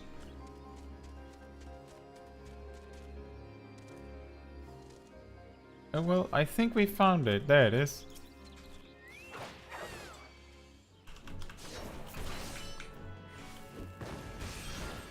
We still have a chance to reach level 40 before becoming a Dragoon, guys.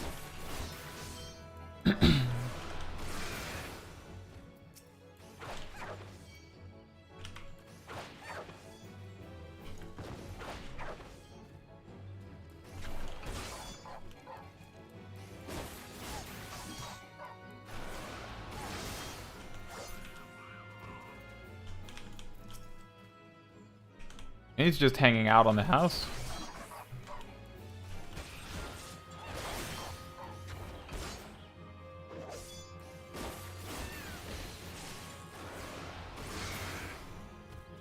Got that. Next, we have... was just the... Alright, the Quill Claw Poacher. Where are they?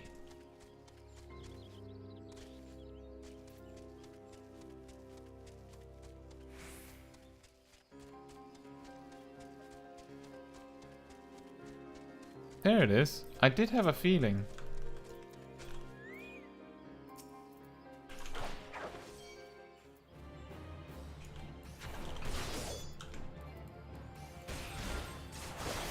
I did really enjoy the normal version of the trial. It was very, very nice. So I could imagine that it translates to an interesting extreme fight.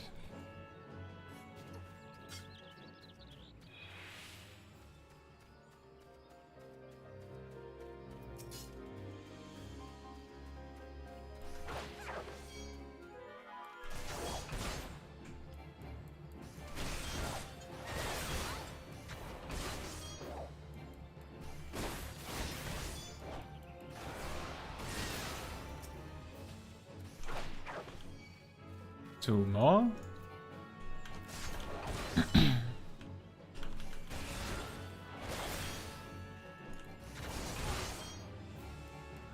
Making a little bit of effort to avoid pulling all sorts of unnecessary enemies.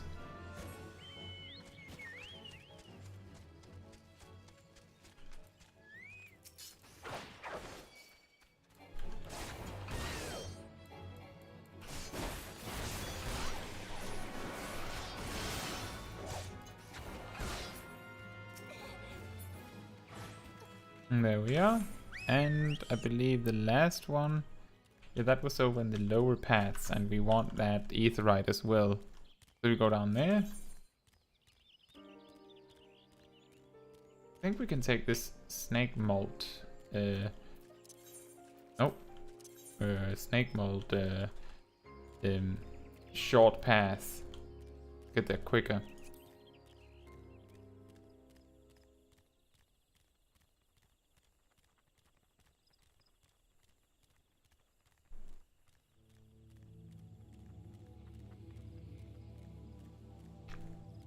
Welcome back, Pokeshack. We're almost clear with the hunting log things in this area. And we almost have all the aetherytes in the area. And then we continue the Dragoon quest.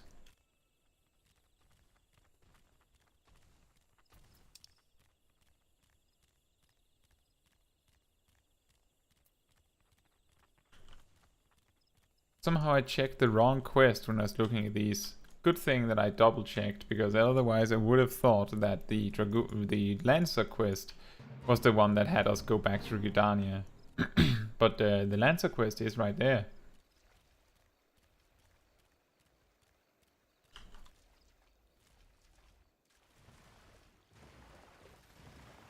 We go for the birds in the lower paths, and then we grab the aetheryte, and then we run up and continue the quest.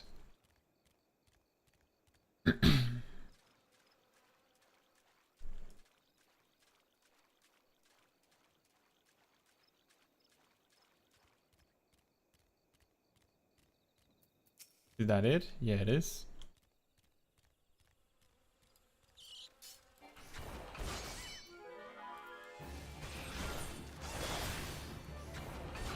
Yeah, we need 4 anyway.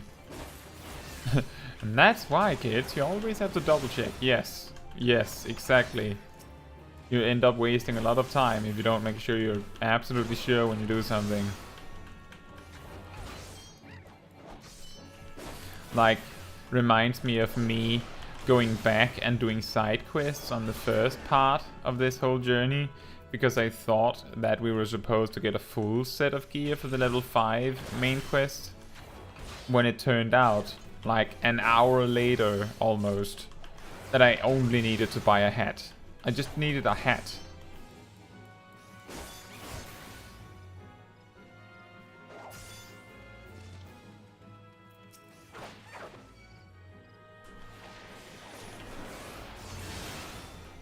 And that's of course because I didn't check my gear properly. But based on what time it is, I have a feeling that I won't be a Dragoon tonight. We'll at least see how far we can get on it. That was this. And that's everything in Gridania areas, yeah? Yep. Excellent.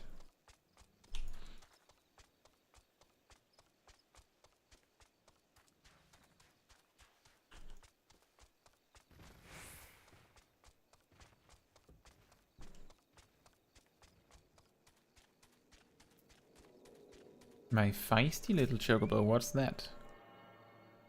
Is that the Chocobo Companion feature? Because then we would want to have that. Hello.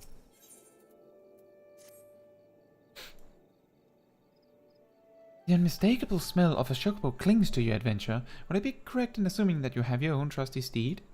I thought so. Now tell me, is your bird battle trained? If not, you might consider seeking the advice of Lookalot over at Bent Branch Meadows. The Ishgardian native is something of a prodigy in all matters concerning our fine feathered friends. He should be able to help you attain greater affinity with your bird. Oh, that would be nice.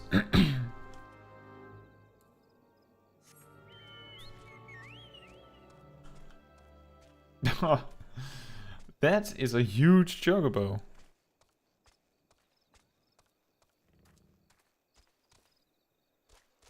You don't like about Dragoon quest is the distance between the teleport and the quest giver. Oh yeah, because it's in Querthus, right? You have to teleport to the town north of where the quest giver is and then run down, right?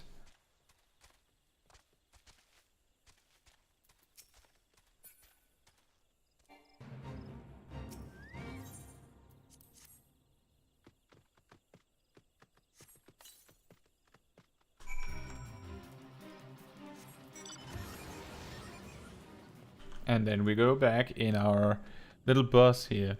And Rado says, yeah, that's the issue with Dragoon quest thing.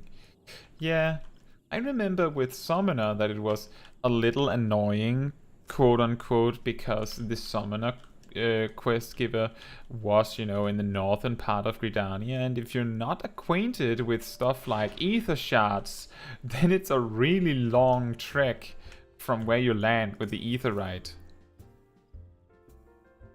So you offered up the meat, as I told you, and without drinking a drop? Very well, you shall have a tale of me, as promised. Mistal is a man who founded the Lancers Guild, and the monument I sent you to was erected in his honor. Mistal was courage made flesh. Caught him, and I dare say he'd have bled the stuff. It was him who first identified the two aspects of a Lancer's courage, as well as how to go about tempering him. And that weren't all he did. Seeing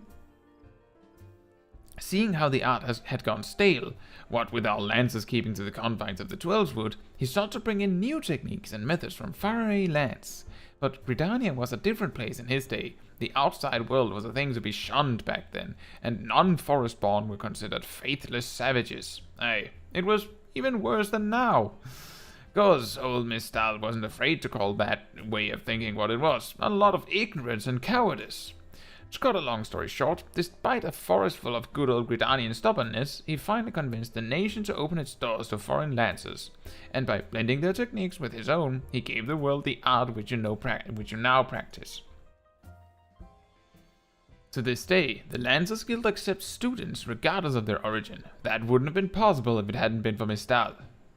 Us Lancers owe him much and more, and it's our charge to carry on his legacy. Never forget that. Eh, what's that? Where's the trial? Much as I hate to disappoint, there isn't one. Your courage was never in doubt, lass. My part in your training's done. This time you visited your third and final instructor, a fellow named Volclaird. You'll find him whiling away his time at the Bobbing Cork, like as not. Oh, that's the name of an inn in Folgard Float, in case you don't know. Up in the North Shroud it is. Volclaird's an old rival of mine. Me and him used to go at it till neither man could lift his spear tip off the ground. I warn you. He was a right stubborn bugger back then, and the years ain't done much to improve his humors. So, good luck with impressing him. Thanks. See... Oh, thank you, Dr. Wario. Yeah, it's an expensive mount. I bought it because I knew that it was super helpful when planning events with my free company and stuff, since it fits a full party, right?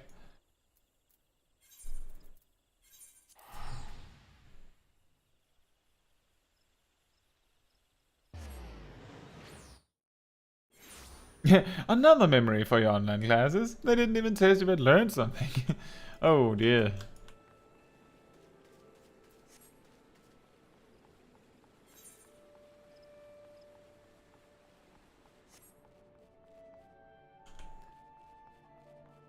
Mr. Volclaird? Where are you? Hello?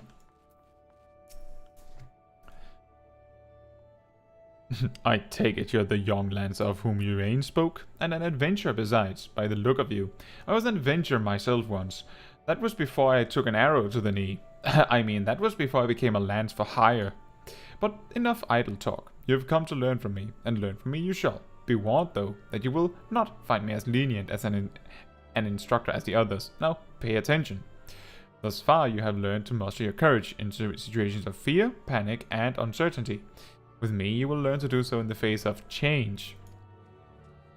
The enemy is a living thing, and living things are apt to change. Whatever the nature of that change, a lancer must be able to think and adapt. To think and adapt during battle requires courage. To teach you the meaning of my words, I will have you challenge a fiery fiend known as the Red Balloon. However, the creature will appear only where there is a raging flame. You may kindle such a flame by procuring 6 fingers from slain balloons and depositing them at a gutted campfire. This should suffice to entice the Red Balloon. As the battle wears on, the creature's fury shall burn with ever greater fervor until it is ripe to burst in a conflagration of death. Let courage lend strength to your lance and extinguish this foe. This fiery foe. Alright. And that was before a spear hit me in the knee. I'll give you a toothpick to the knee if that's what it takes.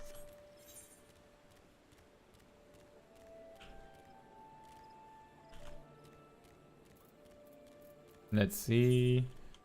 This was level 25 quest.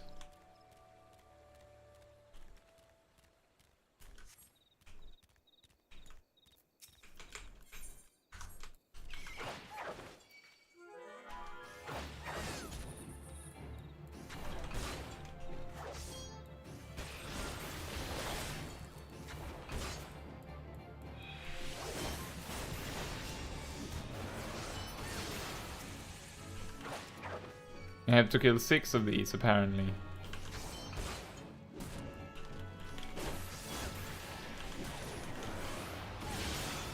Now the interesting thing about this is if this quest was done like while it was level appropriate, then these balloons would be level 28 while you're only level 25.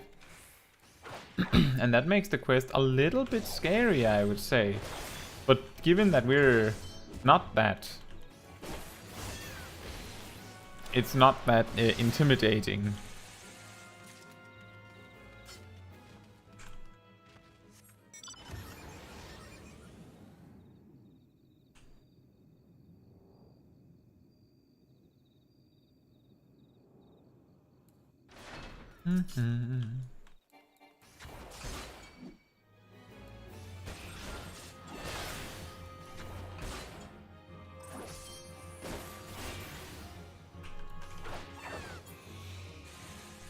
And that's 4.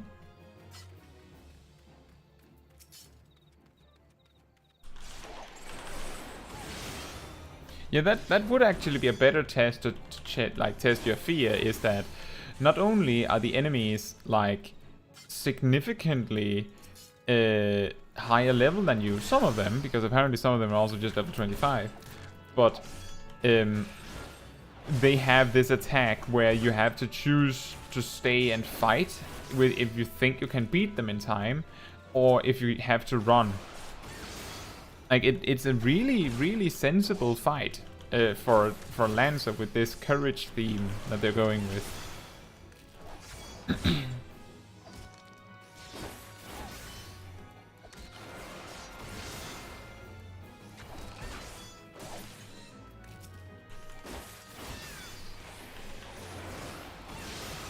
And another in the hunting log. Yeah, or you can stun them, but that also would require that you have that knowledge. That is, of course, not necessarily unlikely, but maybe you wouldn't want to take the chance on the off chance that the enemy is immune to stuns.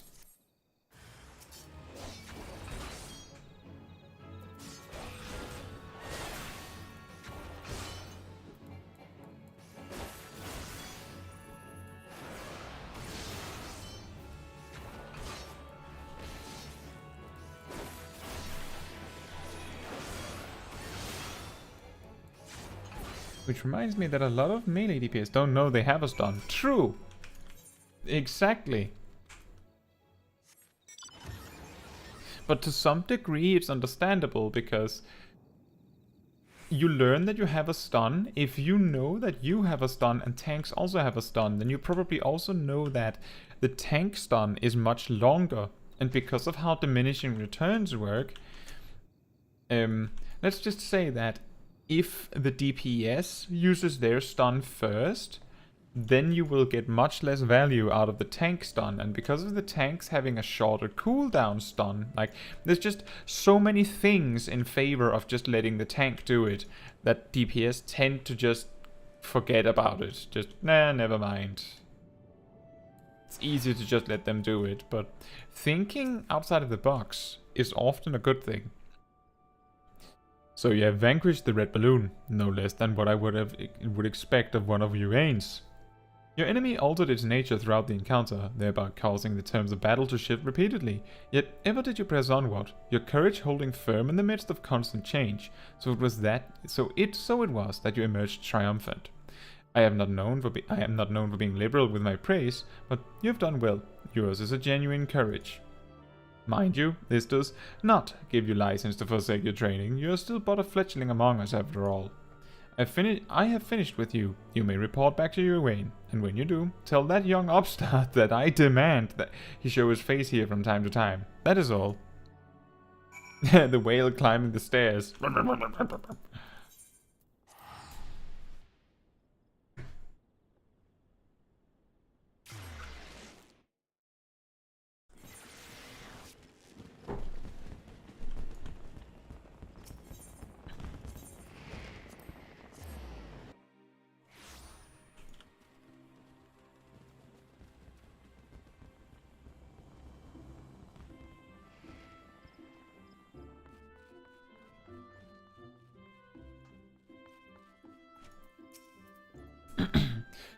Old Vauclair demands I show my face? Ha ha. I can only assume the buxom brunette at the float isn't lavishing him with the attention he craves. Very well, I shall see what I can do. As for you, Caetsu, well done. I never doubted that you would meet with the approval of all three men, yet I am no less proud of you for having done so. You have traveled far along the Lancer's path, and soon you will no longer require my guidance. In fact, you need overcome but one further trial to complete your education here.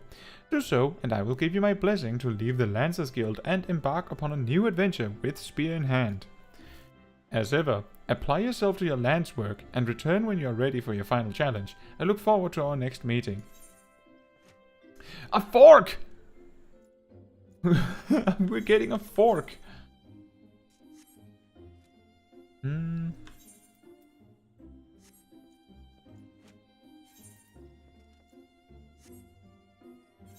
That's a lot of stats. Maybe? Nah. think the chest piece is the best one among them.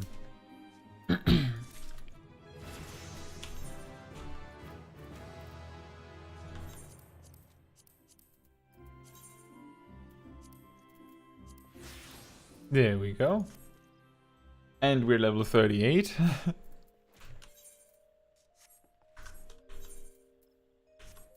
Hello. Lance charge.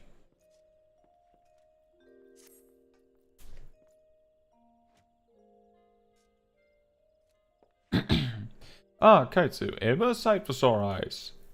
By your return, I take it you're ready for the final trial. Very well, let us... Guildmaster Yvain! You're wounded. What has happened? We were attacked by a dusk-white lancer as we trained in the forest. He was impossibly strong, a demon. He kept screaming something about teaching us true courage. No, not him. Not for keys. We were in the northwest corner of the central shroud when it happened. I was able to get away, but the others... We must help the others. Ugh. Be strong, man. I'm sorry, Kaetsu, the trial must wait. Pray make haste to the central shroud and help your comrades. And Kaetsu, should Fukis force your hand, do what must be done. 12 speed on your way. A fork for the bowl of spaghetti, yeah. The Sith Falkis, well, he has some bad news coming his way real fast, because my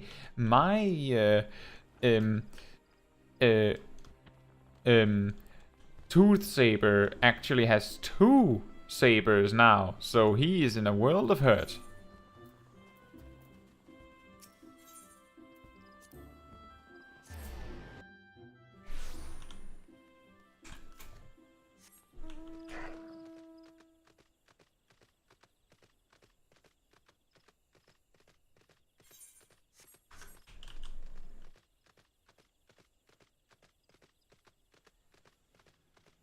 A scarred lance.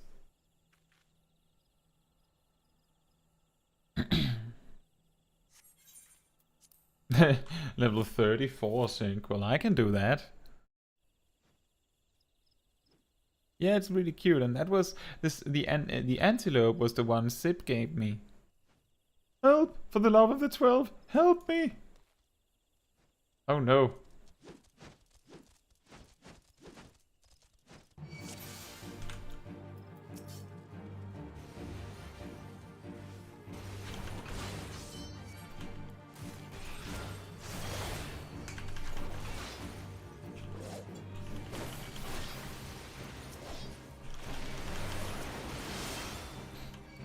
This is a bad spot to not have any AoE in, isn't it?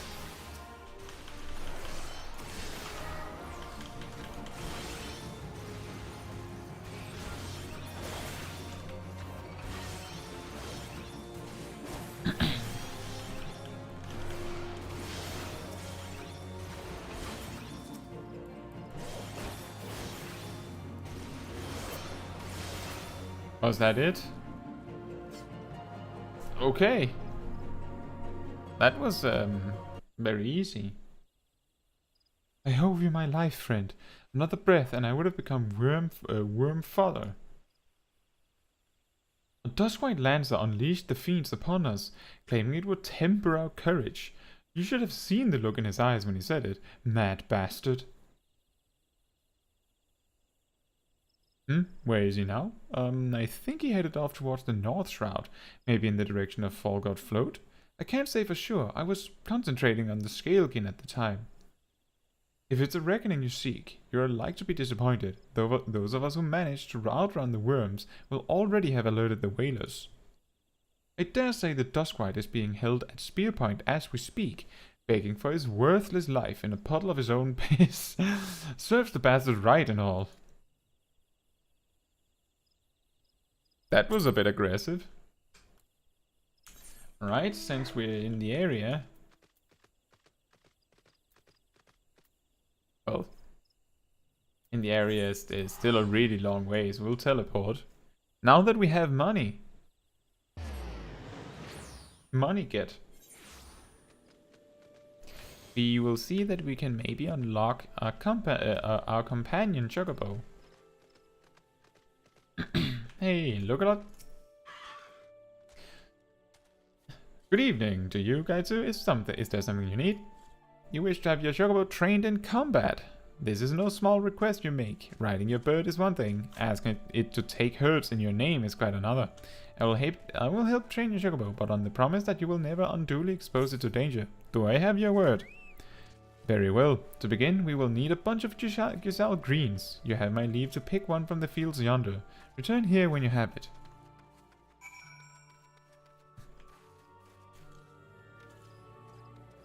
Aggressive? Of course I'm aggressive. I almost died if it wasn't for you, sassy lost child.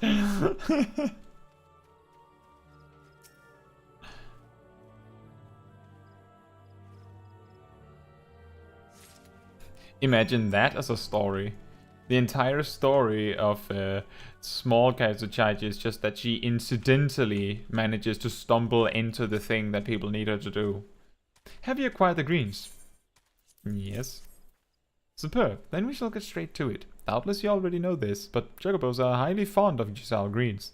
They love the leafy vegetables so much, in fact, that they will completely forget their fears in the face of danger. Thus, by feeding your bird the greens, you can prevail upon it to fight beside you, and then, once called, it will be up to you to direct its actions as you see fit. You will find that your Chocobo innately responds to a number of general commands. Give your bird an order, and it will act accordingly, and to the best of its ability. This simple yet effective methodology was developed by the Fortums family, one of the foremost houses in Ishgard. And that concludes your lesson. Of course, it is not enough to merely hear about a practice.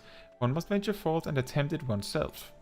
Summon your Chocobo with a bunch of Giselle greens, and together make your way to Sorrel Haven. The brute Ziz that prowl the area ought to be a suitable challenge for you and your companion. Put down 3 of them and return here.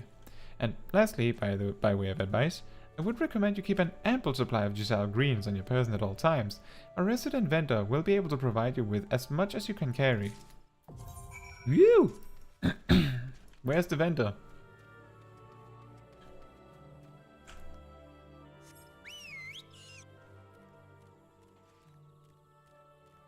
Feather trader?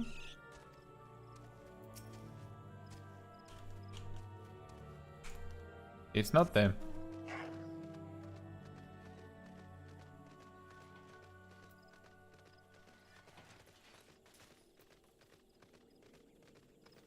Merchant and mender, I guess.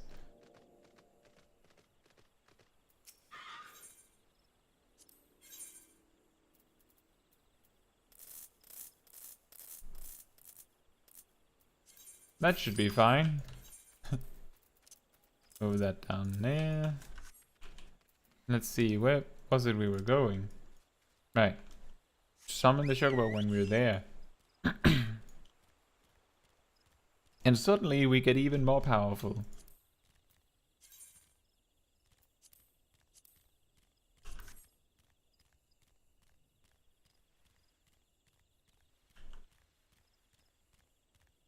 It's really quite peaceful in this area.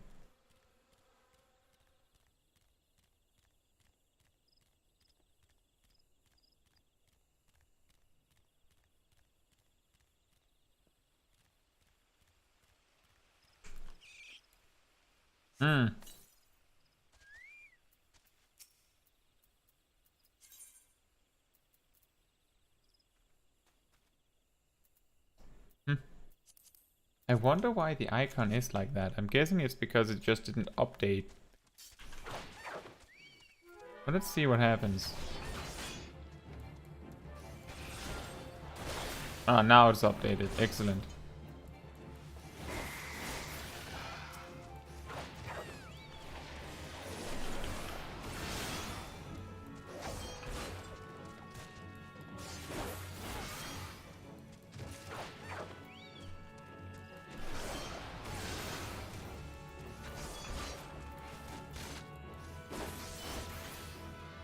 That it? Yep. And we just use the power of money to teleport back.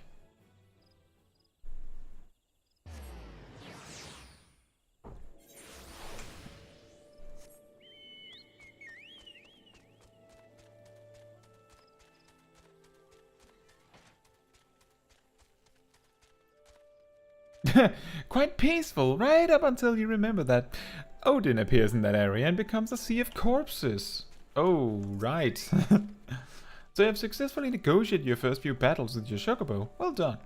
Tell me, how did it feel? Was it not supremely reassuring fighting with your feathered companion? Your Chocobo can make up for your shortcomings or build upon your strengths. Indeed, there are countless ways the two of you might complement one another. Through some experimentation, you will come to find the approach that serves you best. Now, before I forget, I have one last parting gift. A saddlebag for your Chocobo. Carrying Giselle greens about can be quite cumbersome, after all, and there should be sufficient room for your personal belongings should the need arise. I pray it serves you well on your travels. More inventory space we didn't need yet. Rishi is super small, like mega tiny.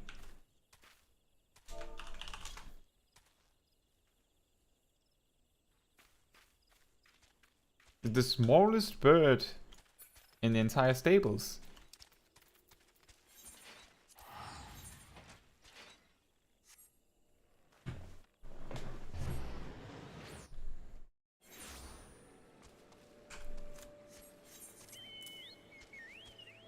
Meanwhile, this Chocobo, it could eat me. I think it could actually eat me.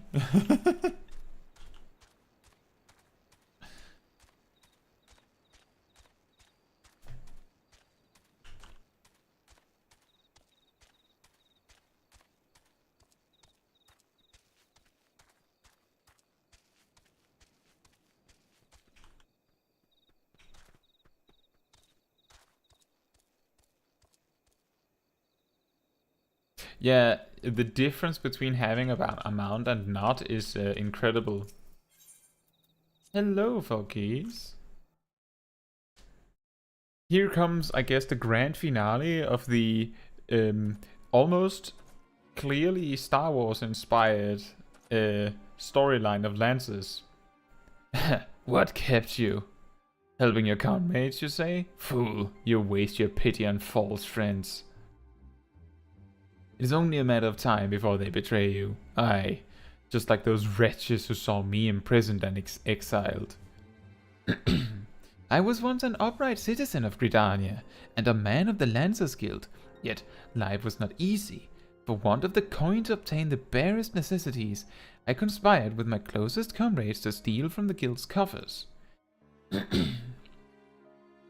The theft soon came to light, and though there were no suspects, it was clear that the deed had been perpetrated by someone within the ranks. An air of suspicion hung heavy over the guild from that day forth, until at last, unable to bear the guilt, I convinced my accomplices to join me in confessing. Only for them to bite their craven tongues after I had stepped forward and admitted my part in the crime. And so it was that I alone took the blame. Of course it was the Duskwite, everyone said. Was there ever any doubt? It all made perfect sense. Despite my heartfelt pleas, my so-called friends denied any involvement. Instead, they called me vulgar names that I do not care to repeat. Can you imagine the shock and anguish I felt at their betrayal? Would that I had had the strength to force the truth out of those traitors.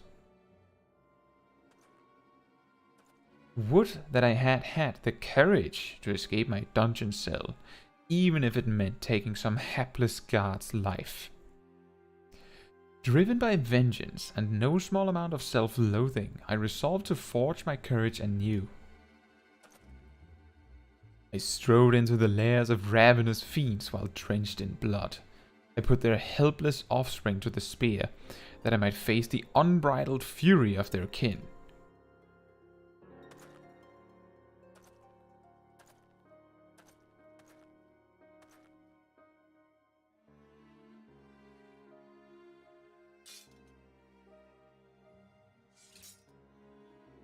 For my efforts, I have acquired the ultimate courage, a courage forged amidst danger and tempered by rage. I fear nothing. I am the greatest lancer that has ever lived. I mean, there's other things than courage, but okay.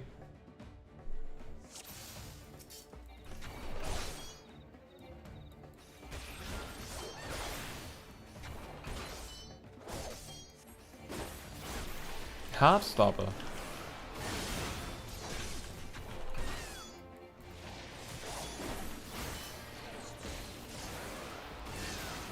No life surge for you.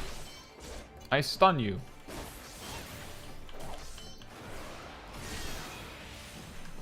Ring of Frost? Oh dear. It didn't occur to me that it would leave an area.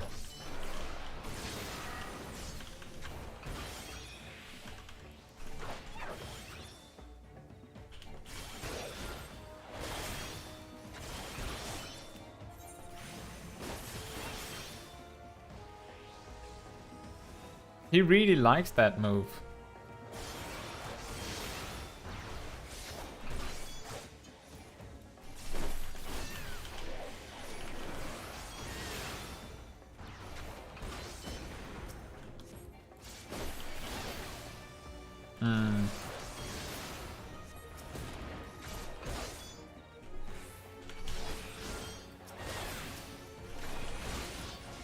Get rid of the ads.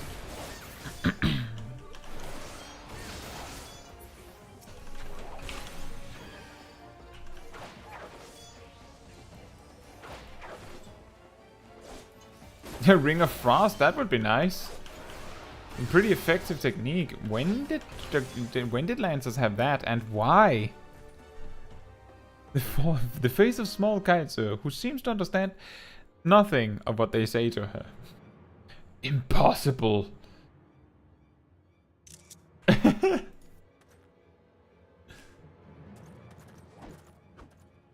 My courage is absolute. No, come no closer. You're not very courageous right now.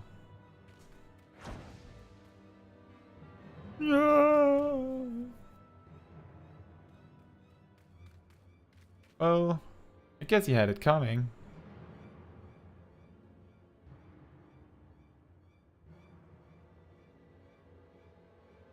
Oh.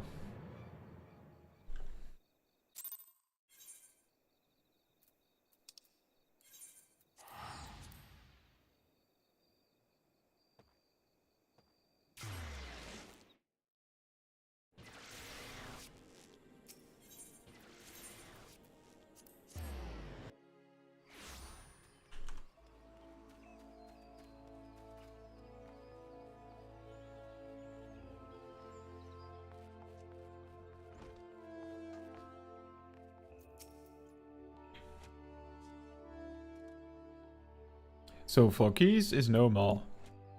His was a tragic tale, and one that might have been so different. Had fate not dealt him such a cruel hand, he could well have commanded a place of honor within these halls. But it avails us not to dwell upon what might have been. It is enough that you are still with us, Caetsu. Lest you wonder about your final trial, there will be none. I have seen all I need to see. You have proven beyond a shadow of a doubt that yours is a genuine courage. In recognition of this, I shall pass to you the secrets of Lance Charge, one of the most potent abilities in our arsenal. You are a lancer in your own right now. There is naught more I can teach you. From here onwards, it is up to you to seek out such challenges as will make you grow. Like attracts like, and the strong are drawn to strength. Just as I once knew for certainty that I was destined to face the Lord of the Bramble Patch, so too will you find, or be found by, an adversary of equal worth. None can say what fate will bring, but armed with your courage, there is naught you need fear. Keep close to your heart the lessons you have learned here, and go forth to blaze a new trail with spear in hand. New spear again! Which one did we already have? We upgraded that one, right. Then, comparison, that's 3 points more. That's the same. This is also the same, right? Yeah. Then let's just take the hat, I think. Let's just take the hat. Pokeshak says, yours is a sad story, Sir Forgeese, and no one will remember it, sadly. But Sir Ywain, my actions and traits tab says that in 20 levels we learn a better... Yeah, that's true. Why is he saying that we don't learn anything else?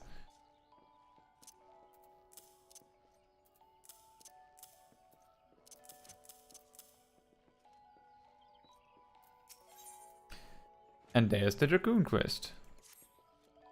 Ah, I dare say you might be just the right woman for the job. The guild has urgent need of a capable lancer for a mission beyond our nation's borders. Hear me out, if you will. I've received word from an Ishgardian friend to the effect that he requires our aid, and would have you go and provide that aid. As you may already know, due to an ongoing conflict with the dragons, Ishgard has kept her gates closed to outsiders for some time. The occasional Dragoon on patrol duty is about all folks see these days. In spite of her self-imposed isolation, however, the Holy See has never failed to honor her obligations to her allies. It is only fitting that we answer the call and lend what assistance we can.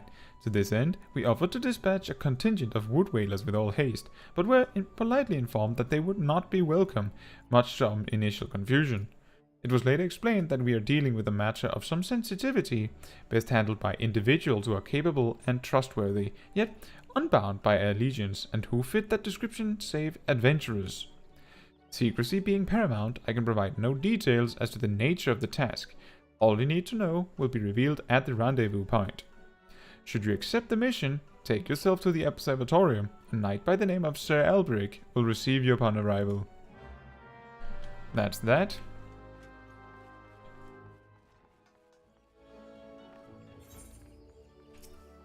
So, I think we're about to reach a pretty good stopping point, which means that we can start next time with the Dragoon. So what I want to do just before that is I want a picture of us riding the tiny Shirishi that maybe I can use for something. This is a good spot as any. Can I G-pose while mounted? Yes, I can. Then we need to have an expression, of course. Perfect. Can we wave? We can. Excellent. Do that.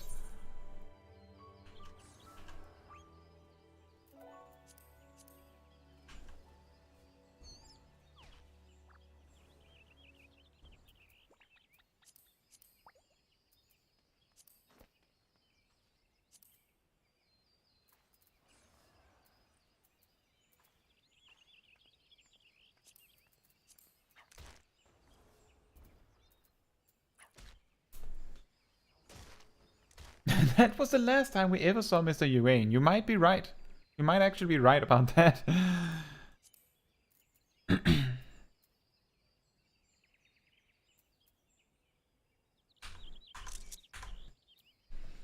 And there we have one picture of our new mount. Now photo in the... Well, we wouldn't be able to tell that Caetsu was even in the whale.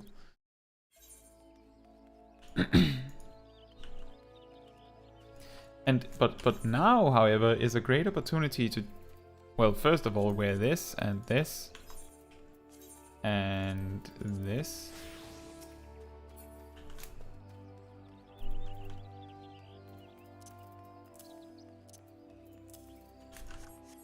Oh, whoops, we're supposed to go down here. A sight to behold. Is that where we unlock sightseeing? Could be. Is it? Hello?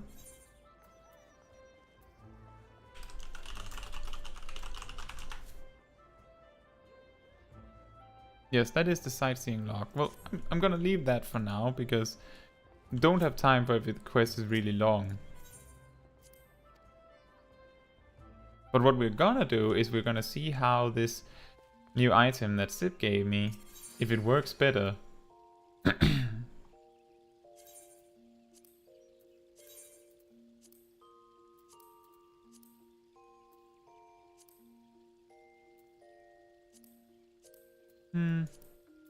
Actually, I like it better as it was already.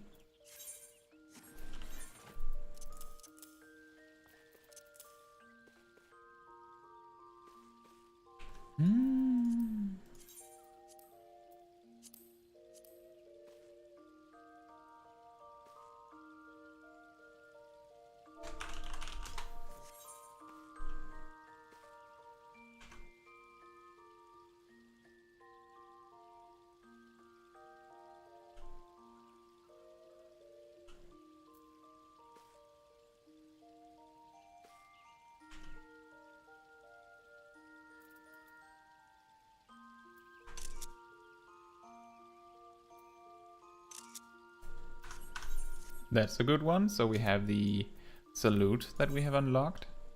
And wait, we have another new emote? Oh, when did we get this?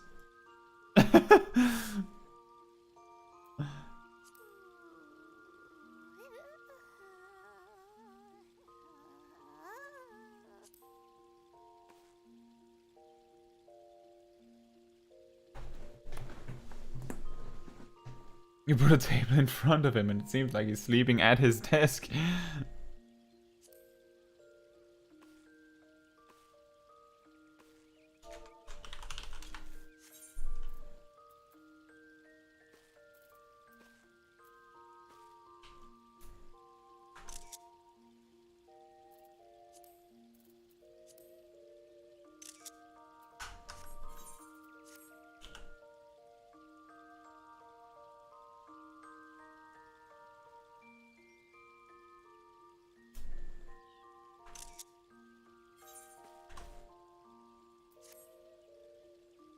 Oh, I just need a few pictures so that I can do something for the thumbnail next time.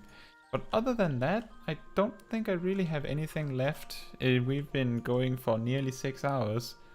I can like feel that I'm tired. So it's better to stop now than try and force to continue, right? Anyway, that is all I have for you today. Thank you very much, Pokeshack, for being there through the entire stream. You're always like super awesome that you're there to really like motivate the conversation. I really appreciate that. There's still an image of Smol Caetsu next to Caetsu Dragon in the image on the left. Oh yeah, I need to make that. How about this? Let me see if I can do something about that. Let's see. Do we have anything good? This good?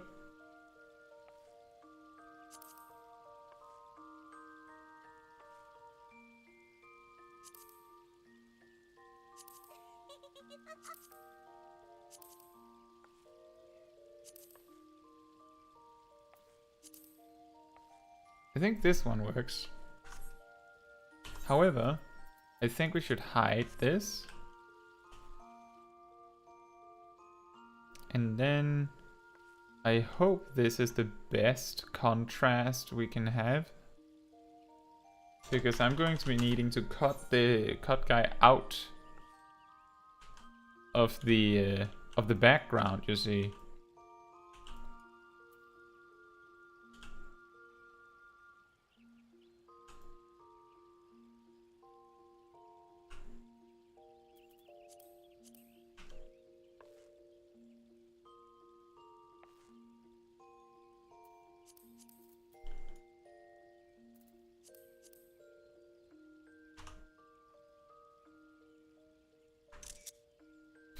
Let's try that. Thank you for reminding me, Pokeshack, because I did actually try and do something about that suggestion you made, but the picture that I had to work with wasn't that great for it when it came to it, so I ended up abandoning it that day. Anyway, as I was about to say before, thank you so much for watching, and everyone that came through and watched throughout the stream, and if you're someone from the future watching the VOD, thank you for watching. And yeah, that's everything for tonight. We're finally just about to become a Dragoon. And then suddenly I'm sure that the main quest will start picking up. And maybe we'll be able to get level 40 abilities very quickly. Yeah. Thank you. And good night, Pokeshack. And good night, good morning, good afternoon, or whatever else people around the world have right now. I'll see you very soon.